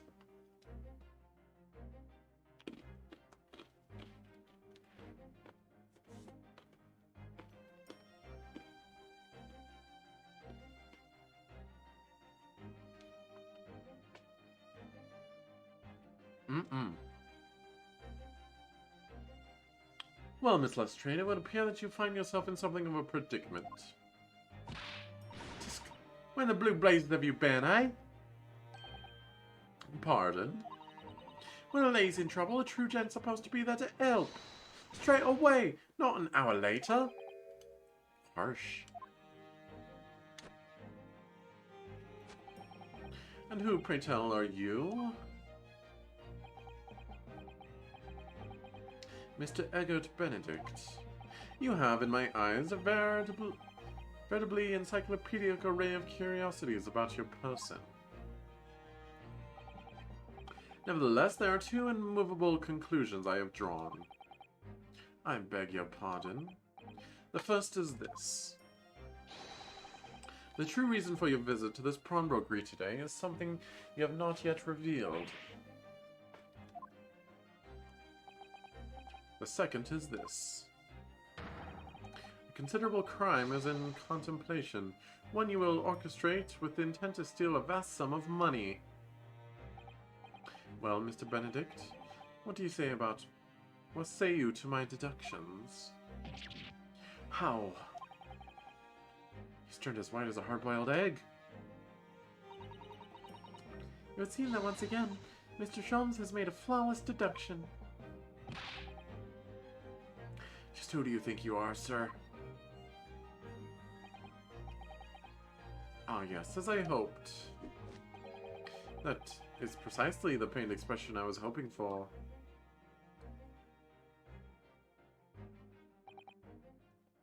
So, shall we begin? The time has come for yet another of Sherlock Sholmes' logic and reasoning spectacular. The Great Deduction. The game is afoot. These are fun. I think they take a little bit too long, though. Mystery Man's aim. First of all, we must ask ourselves on what business you have ventured to this pawnbrokery today. You claim to have followed this pickpocket here, having had the redemption ticket stolen from you on the street. But that is most certainly a lie. The real truth is something quite different. As revealed by that which you hold in your hand. Yes, what brought you into the shop in the first place is the staff recruitment flyer. Maybe there's something written on the other side of that. A piece of paper in your hand is a staff wanted advertisement for this very shop. Yet even the most unobservant would soon realize that a man of your appearance has no need for such employ. In other words, there is some ulterior motive for your actions. The cane, which you unwittingly clutched to your person, exhibits an incontrovertible contradiction. What utter rot. I've had this cane for years. The contradiction of which I speak is, of course, the missing ferrule. What's a ferrule? The end of any walking cane should be terminated with a metal ferrule to protect the wooden tip. Oh. And yet, detailed analysis shows the wooden tip of this stick is utterly bare. Therefore, there is only one conclusion. The rod that you hold in your hand, which appears to be a walking cane, is in fact no cane at all. Something just ripped.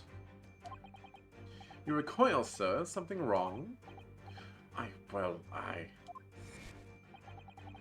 In your recoiling, you inadvertently facilitate the answer to the next conundrum to present itself. Namely, what is the truth behind the rod you bear? Yes, your reaction betrays the truth. The handle, which you evidently would like to conceal, is the key to understanding this riddle, you see. From the moment I saw it, my suspicions were aroused. What walking cane demands such a stout handle, mused I. But of course, as I said, this is no walking cane. No, that rod.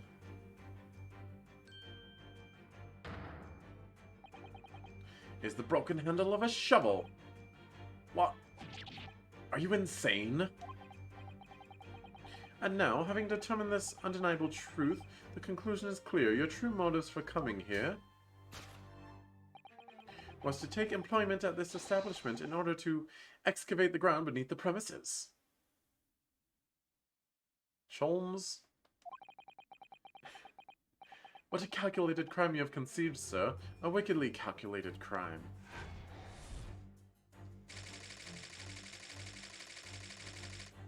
I'm gonna have to take a drink after that one.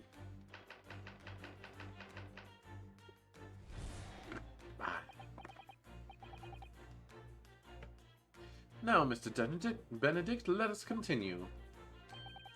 For we must expose the details of this elaborate crime you have in the planning. This is utterly absurd. You suggesting that I, a gentleman, intend to excavate the ground beneath this pawnbrokery with a broken shovel? What on earth do you propose I could expect to find there?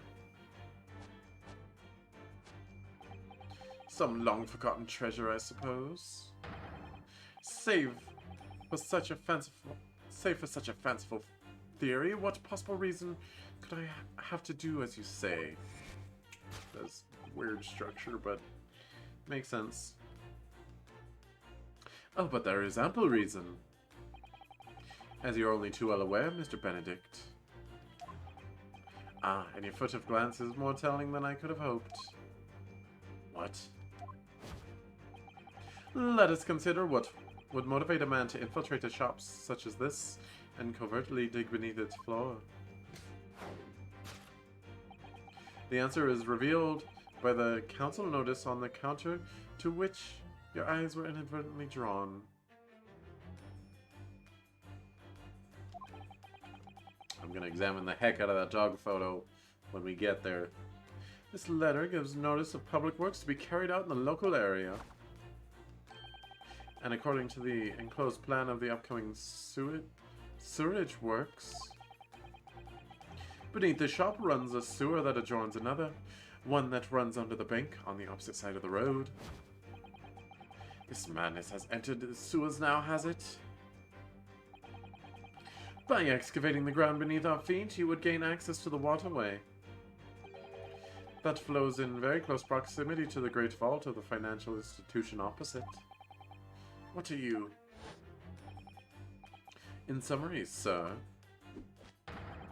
you devised a master plan to pull off an elaborate bank robbery by dint of the underground tunnels. Master plan? Which brings us to the last of the final... At last to the final chapter of this lurid scheme. With what plunder did the thief hope to make off from the underground vault of the bank? Are you quite serious? Having consulted with Scotland Yard some days ago, I happen to know the answer. But naturally, the answer is no secret to you, is it, Mr. Benedict? I have no idea what you're talking about. Allow me to present a rather interesting piece of evidence. You see, this picture postcard tells us all what we need to know. A postcard of the Great Exhibition? I'm afraid you've quite lost me. Currently in the final stages of preparation, the Great Exhibition will soon be underway. And the government has provided extra funds to complete its centerpiece, the Crystal Tower. Funds that currently sit in the vault of the bank, on the other side of this road. Pardon? Pardon? Yes, the considerable crime you have been contemplating is the theft of that which sits in the vault of that bank, the special reserve funds for the Great Exhibition. Of course, it is top secret police information, so keep it under your hat, please.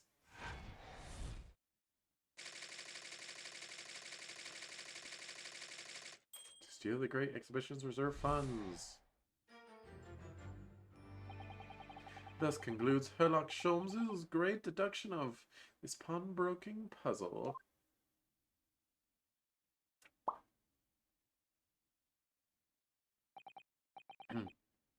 Mr. Sholmes?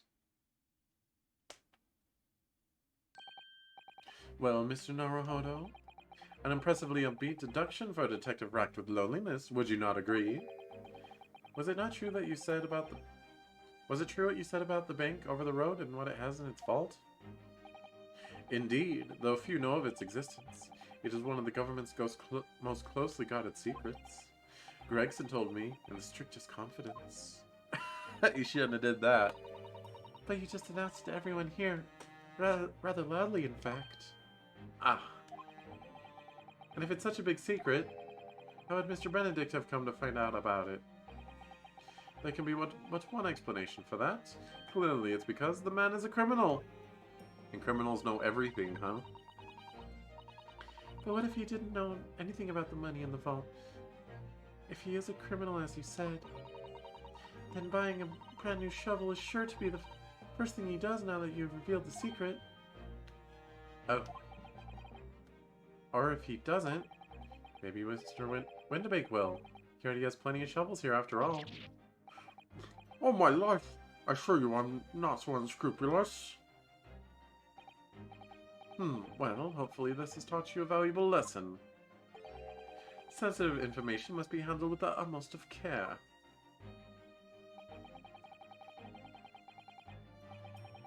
One can never be sure that someone privy to secrets won't disclose them, and once what is out, it's out.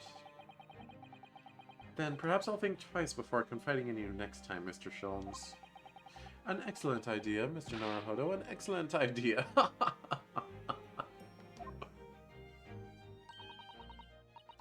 Well then, Mr. Naruhodo, you know what to do, I'm sure. Yes, let's listen to the great deduction again, and see if we can massage it into shape. Alright, I think I may end stream after this great deduction. We'll see. We'll see how things go. Very well then, let us start once more from the beginning. Of Sherlock Holmes's magnificent logic and reasoning spectacular. Course correction. Hold it, Mr. Sholmes. Mystery man's aim. Tunnel beneath the waterway. First of all, we must ask ourselves what business you ventured to this pawnbrokery today. Claim to have followed the pickpocket here, having had the redemption ticket stolen from you on the street. But that is most certainly a lie. The real truth is something quite different. As revealed by that which you hold in your hand. Yes, that, what brought you to the shop in the first place, is a staff recruitment flyer. So, by Mr. Sholmes' reasoning, Mr. Benedict came here in order to apply for a job so he could dig down through the floor. Yes, in an attempt to tunnel into the sewers to gain access to the money in the vault of the bank across the road. But he wouldn't get very far with a broken shovel, would he? No, I think it's fair to say his motives lie elsewhere. question is where? What did bring Mr. Benedict here at this particular point in time?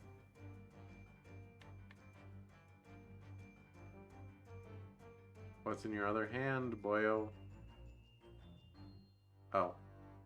Well, what's on the back? Oh. Look at all the scribbled notes on the back of the flyer here. I don't believe it. What is it? Listen to what it says. Name, Gina Lestrade. Height, 5'2".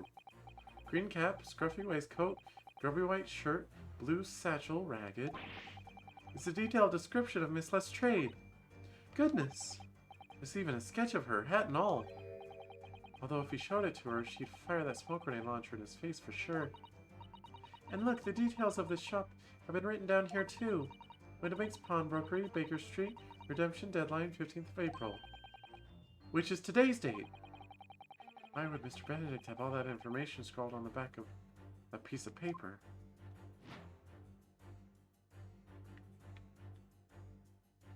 Take that!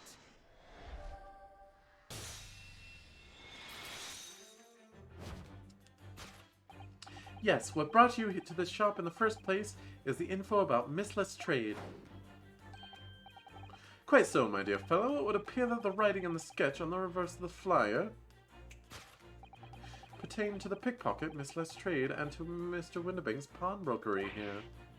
Ah. You originally told us that you had merely given chase after Miss Lestrade stole the redemption ticket from you. But that, sir, is a thinly veiled lie. It is the... Oh, hold on.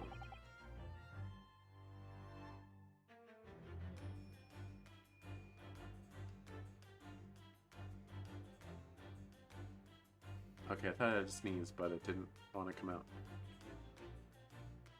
Is the information on the back of the flyer that led you here today, by which I mean here to Winnebank's Brokery, and today the redemption deadline of the overcoat.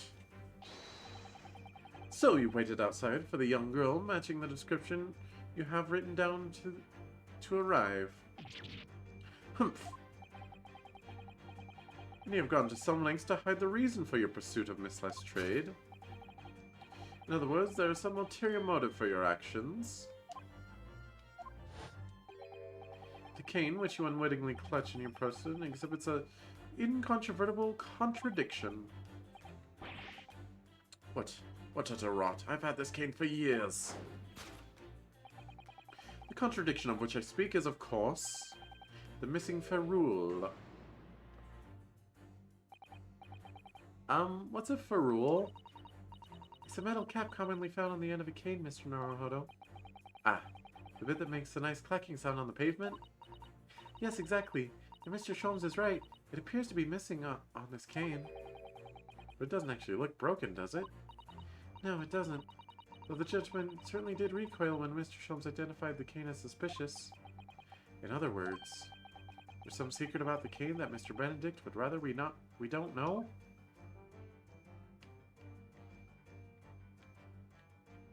It says AG. Is that familiar? Look here, Miss Usato. There's some letters on the handle. Ah yes, those must be initials, I think. In the West, it's customary for people to engrave their belongings with their first letters of their names. So Herlock Sholmes would be HS, you mean? That's right. And the initials on this cane, obviously. Oh. AG. Why does it feel as though that's not quite right? Well, because his name is Benedict Eggy.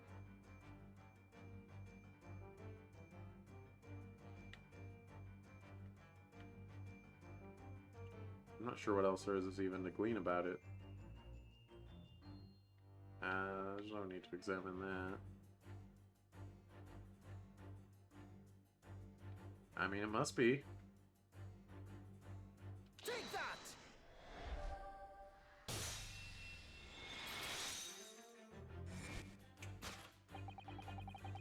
The contradiction of which I speak is, of course, the initialing. A most astute observation, wouldn't you say, Mr. Eggert Benedict? We are led to believe, sir, that your initials are EB. Yet, in a most possessive manner, you have in your grip a cane bearing the initials AG. Stands for gold. Actually, it stands for silver. AG is silver, AU is gold. An incontrovertible contradiction indeed, would you not agree? No, you're wrong. This cane isn't... You said before that you had that cane for years? Grr. Don't try to tell us that you just borrowed it from a friend and found it in the park.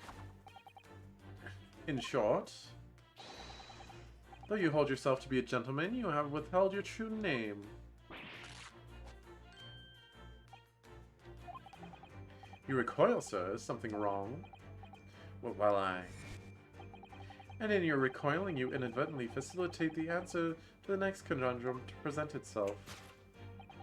Namely, what is the truth behind the rod you bear? Yes, your reaction betrays the truth.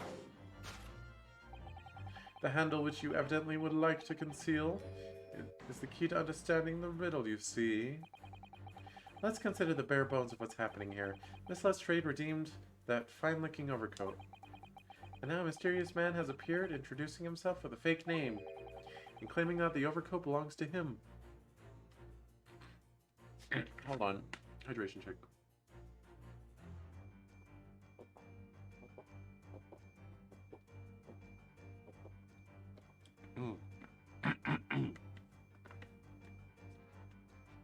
Sorry, my throat felt really, really scratchy all of a sudden.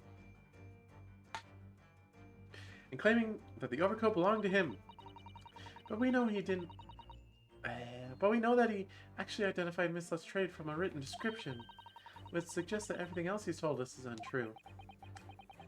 So what we need to do here is somehow prove that the overcoat cannot possibly belong to him.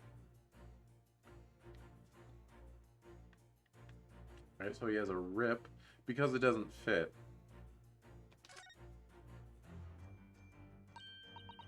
Oh, the seam on the shoulder there's coming apart, look. So it is. Do you know, a moment ago when Mr. Benedict was surprised by something that was said, I thought I heard him make a rather strange noise. It sounded a bit like a tiny growl. Sounds like a rip to me. But now I think it was probably the sound of the seam ripping open. If you look closely, it does seem to be a very tight fit. The sleeves are stretched to bursting. He wouldn't have a hope of fastening it around at the front. If we were to run around in it, I'm sure the whole thing would fall apart. I'd like to see. Sorry? So how can we make Mr. Benedict run around? She's really giving us some thought. Take that!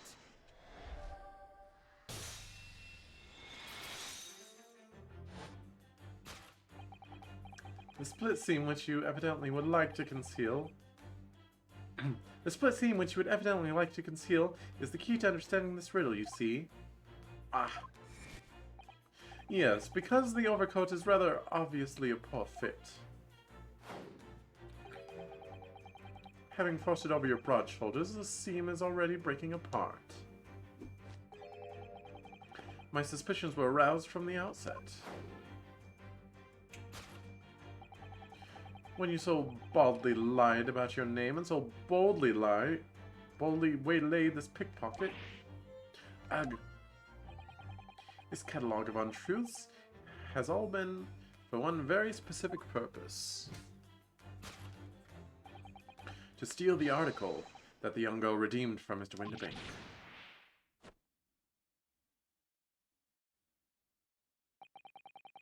But what really irks me is this. The considerable crime I initially imagined has been considerably curtailed. To abscond with a redeemed item.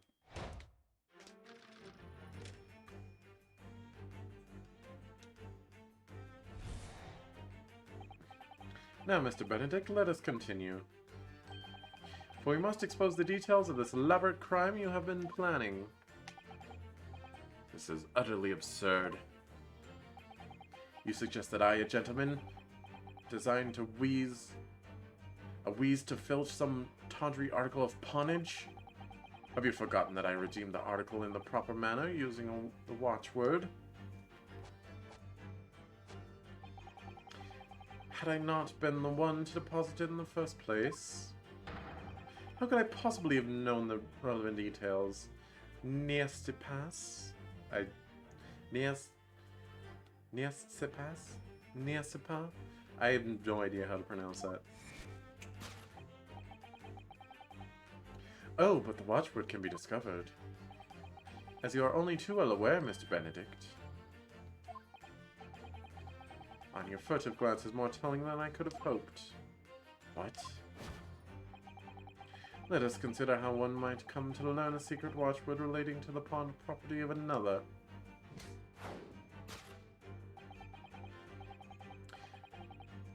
The method is revealed by the council note on the counter, which blah blah blah. It's obviously the word escapes me, but it's the other. It's the book. It's the book. The direction must change rather dramatically now, I think. Yes, no more talk of tunneling into the sewers, which is a pity because it all sounded rather exciting. Anyway, you can't deny that this mysterious gentleman did know the watchword. Yes, Professor. If you didn't know that word, Mr. Windibank would never allow you to redeem the article. Or looking at it another way, if you did know that word, Mr. Windibank would allow you to redeem the article whether it was yours or not. So the question is, could this gentleman have found the watchword out somehow? I want to examine the dog. No! It won't let me examine the dog.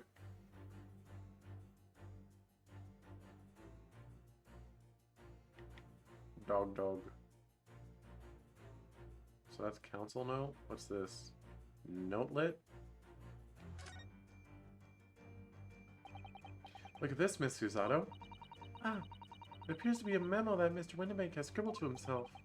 Let's see. What does it say? Oh, Professor.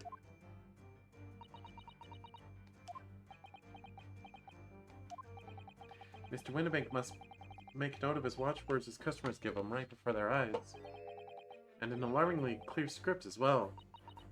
Oh dear, I don't know where to look.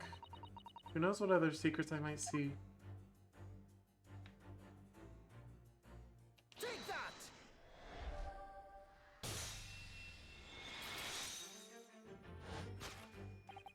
The method is revealed by the notelet on the counter to which your eyes were inadvertently drawn.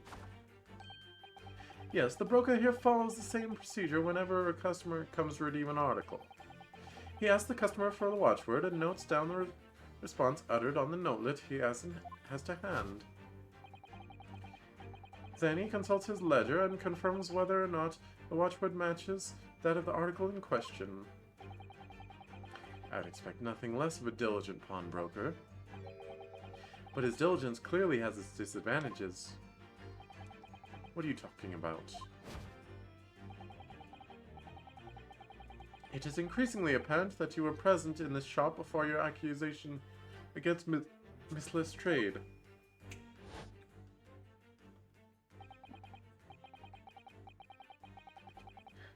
In all likelihood, you followed her inside and then observed her talking to Mr. Windibank. When the diligent broker made the note of the watchword as is his commonplace practice, you observed him writing the word Professor on the notelet beside the ledger. And that, sir, was the master plan you devised to steal the pawned article from the young Miss Lestrade. My master plan! Which brings us to the final chapter of this lurid scheme. Why would you go to such lengths to redeem that particular article from this pawnbroker? Are you quite serious? For an ill-fitting overcoat hardly seems to justify the effort, much less a worthless music box disc. But naturally, you had very good reason to make them yours, didn't you, Mr. Benedict? I have no idea what you're talking about. allow me to present a rather interesting piece of evidence. You see, this picture postcard tells us what we need to know. Oh, I can present my evidence. The articles we're talking about are the overcoat and the music box disc that was in one of the pockets, which, according to Mr. Windibank, isn't even worth a penny. And yet this man went to such lengths to steal them. Why? I wonder if perhaps we already have the evidence we need to explain it, Mr. Naruhodo. Could we, really? I better have a thorough look through all the evidence we've collected so far. We only have one. I've already looked at it. Wait, did I actually examine the name on the back? No, I only flipped it around a bunch.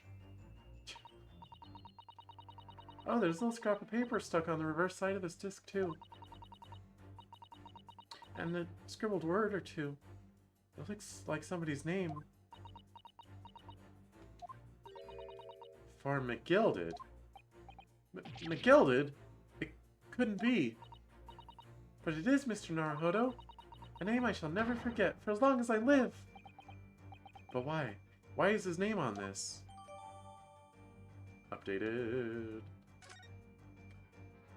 Alright, let's look at the other side. Look at all the little bumps on the disc. They're so tiny.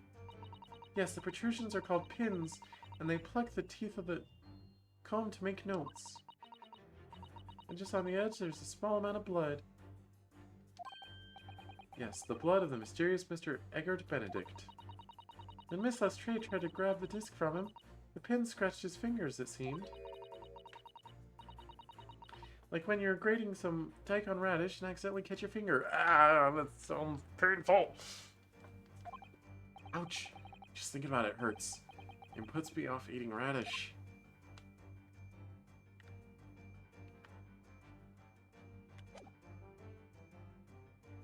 Take that!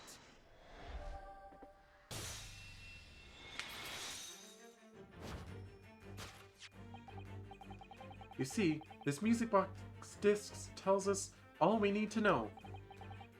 What's that on the back? It reads from a gilded. Ah. Ah, Mr. Magnus McGilded, the unfortunate philanthropist who perished in curious circumstances at the Old Bailey 2 months ago. A prominent man in London, though his lone-mongering demonstrated a distinct lack of scruples.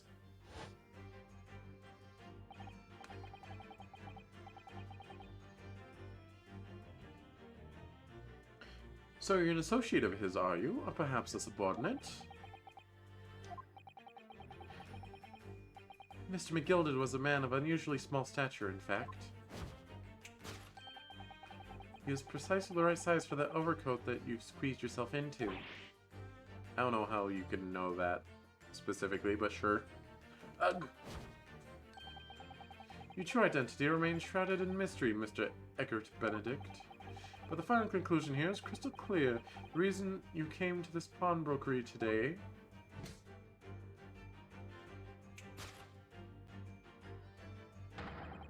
was to retrieve the article left behind by the late Magnus McGilded. Ah, to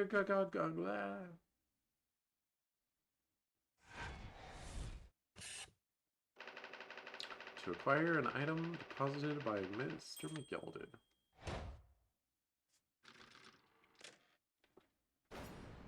Deduction complete. Elementary.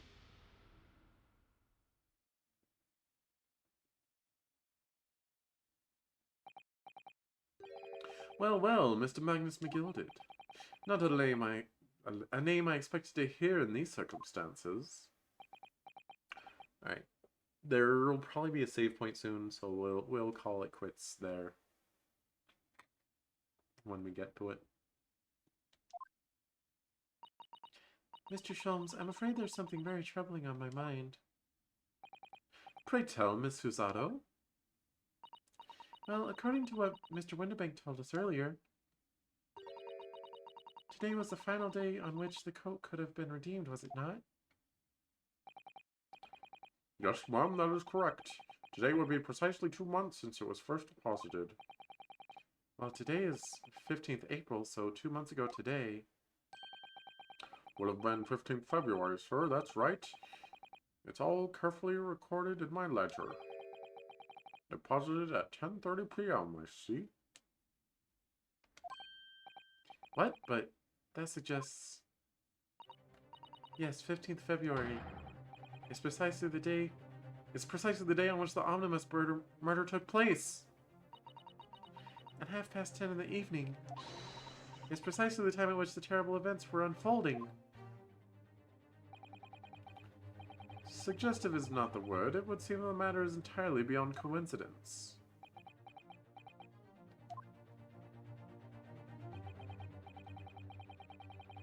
You are of course at liberty to make whatever outlandish deductions you choose, however. Ah! I must insist you hand over the music box disc now. It would be a terrible shame for you to return to your native land in a box. What do I do? Here you go. He could shoot me at any moment. I hate to give in. What other choice do I really have here? Mr. Windibank! This is my shop. I can't allow any harm to come to my customers. If that were to happen, I should have to take my own life. Mr. Windibank, no! Alright, that's enough. Ah. Inspector Gregson. Inspector? That's right, Sunshine. The alarm was raised on one of our dedicated emergency lines. So we got here as fast as we could. Now, what's all this about, eh? I totally forget Gregson's voice. Oh, praise be! You're here at last. I was moments away from forfeiting my own life in my very own establishment.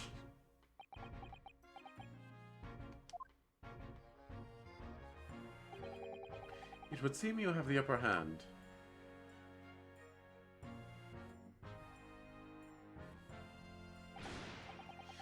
Right. You've got some explaining to do. I don't appreciate being bothered with some petty argy-bargy. Petty? Mr. Windibank very nearly met with his end. Yeah, by his own gun as far as I can tell. Oh dear. And the whole of Britain could meet with its end if I don't get to the bottom of the case I'm supposed to be working on. What? What on earth is this case, Inspector? Spare no detail, Gregson. I might have said a little too much. No matter, it's nothing to do with you lot. Anyway, sir, you're gonna have to come with me down to the station. But of course, Inspector. Ah! He's getting away! Get after him, lads. Whistle the beat officer, too. Sir! But you're not going after him? There's been a spate of thefts at pawn shops around here recently. So we fitted emergency buttons underneath the counters for brokers to let us know when there's trouble. Oh, Inspector, I was very worried there for a while. Very worried indeed. Now then, Mr. Permanently in Mourning. Oh, yes? I'll be taking that whatever it is a McGillis down to the yard, thank you very much. So hand it over. Oh, yes, of course. No, don't give it to him. It's mine. It's mine. I'm sorry, miss. But anything belonging to McGilded has to be taken in as evidence now. As evidence? If the police demand something as evidence, my dear fellow, we have no choice but to capitulate. Guessing that just means oblige. It's all yours, Inspector. Grr.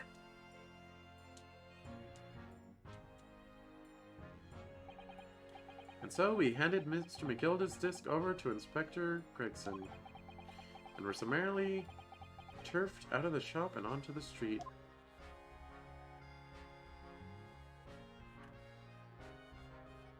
To be continued. Okay. No, that was all of Case 5. That was weird. Weird that they would end the game on a case that short. But you know, yes, we'll save.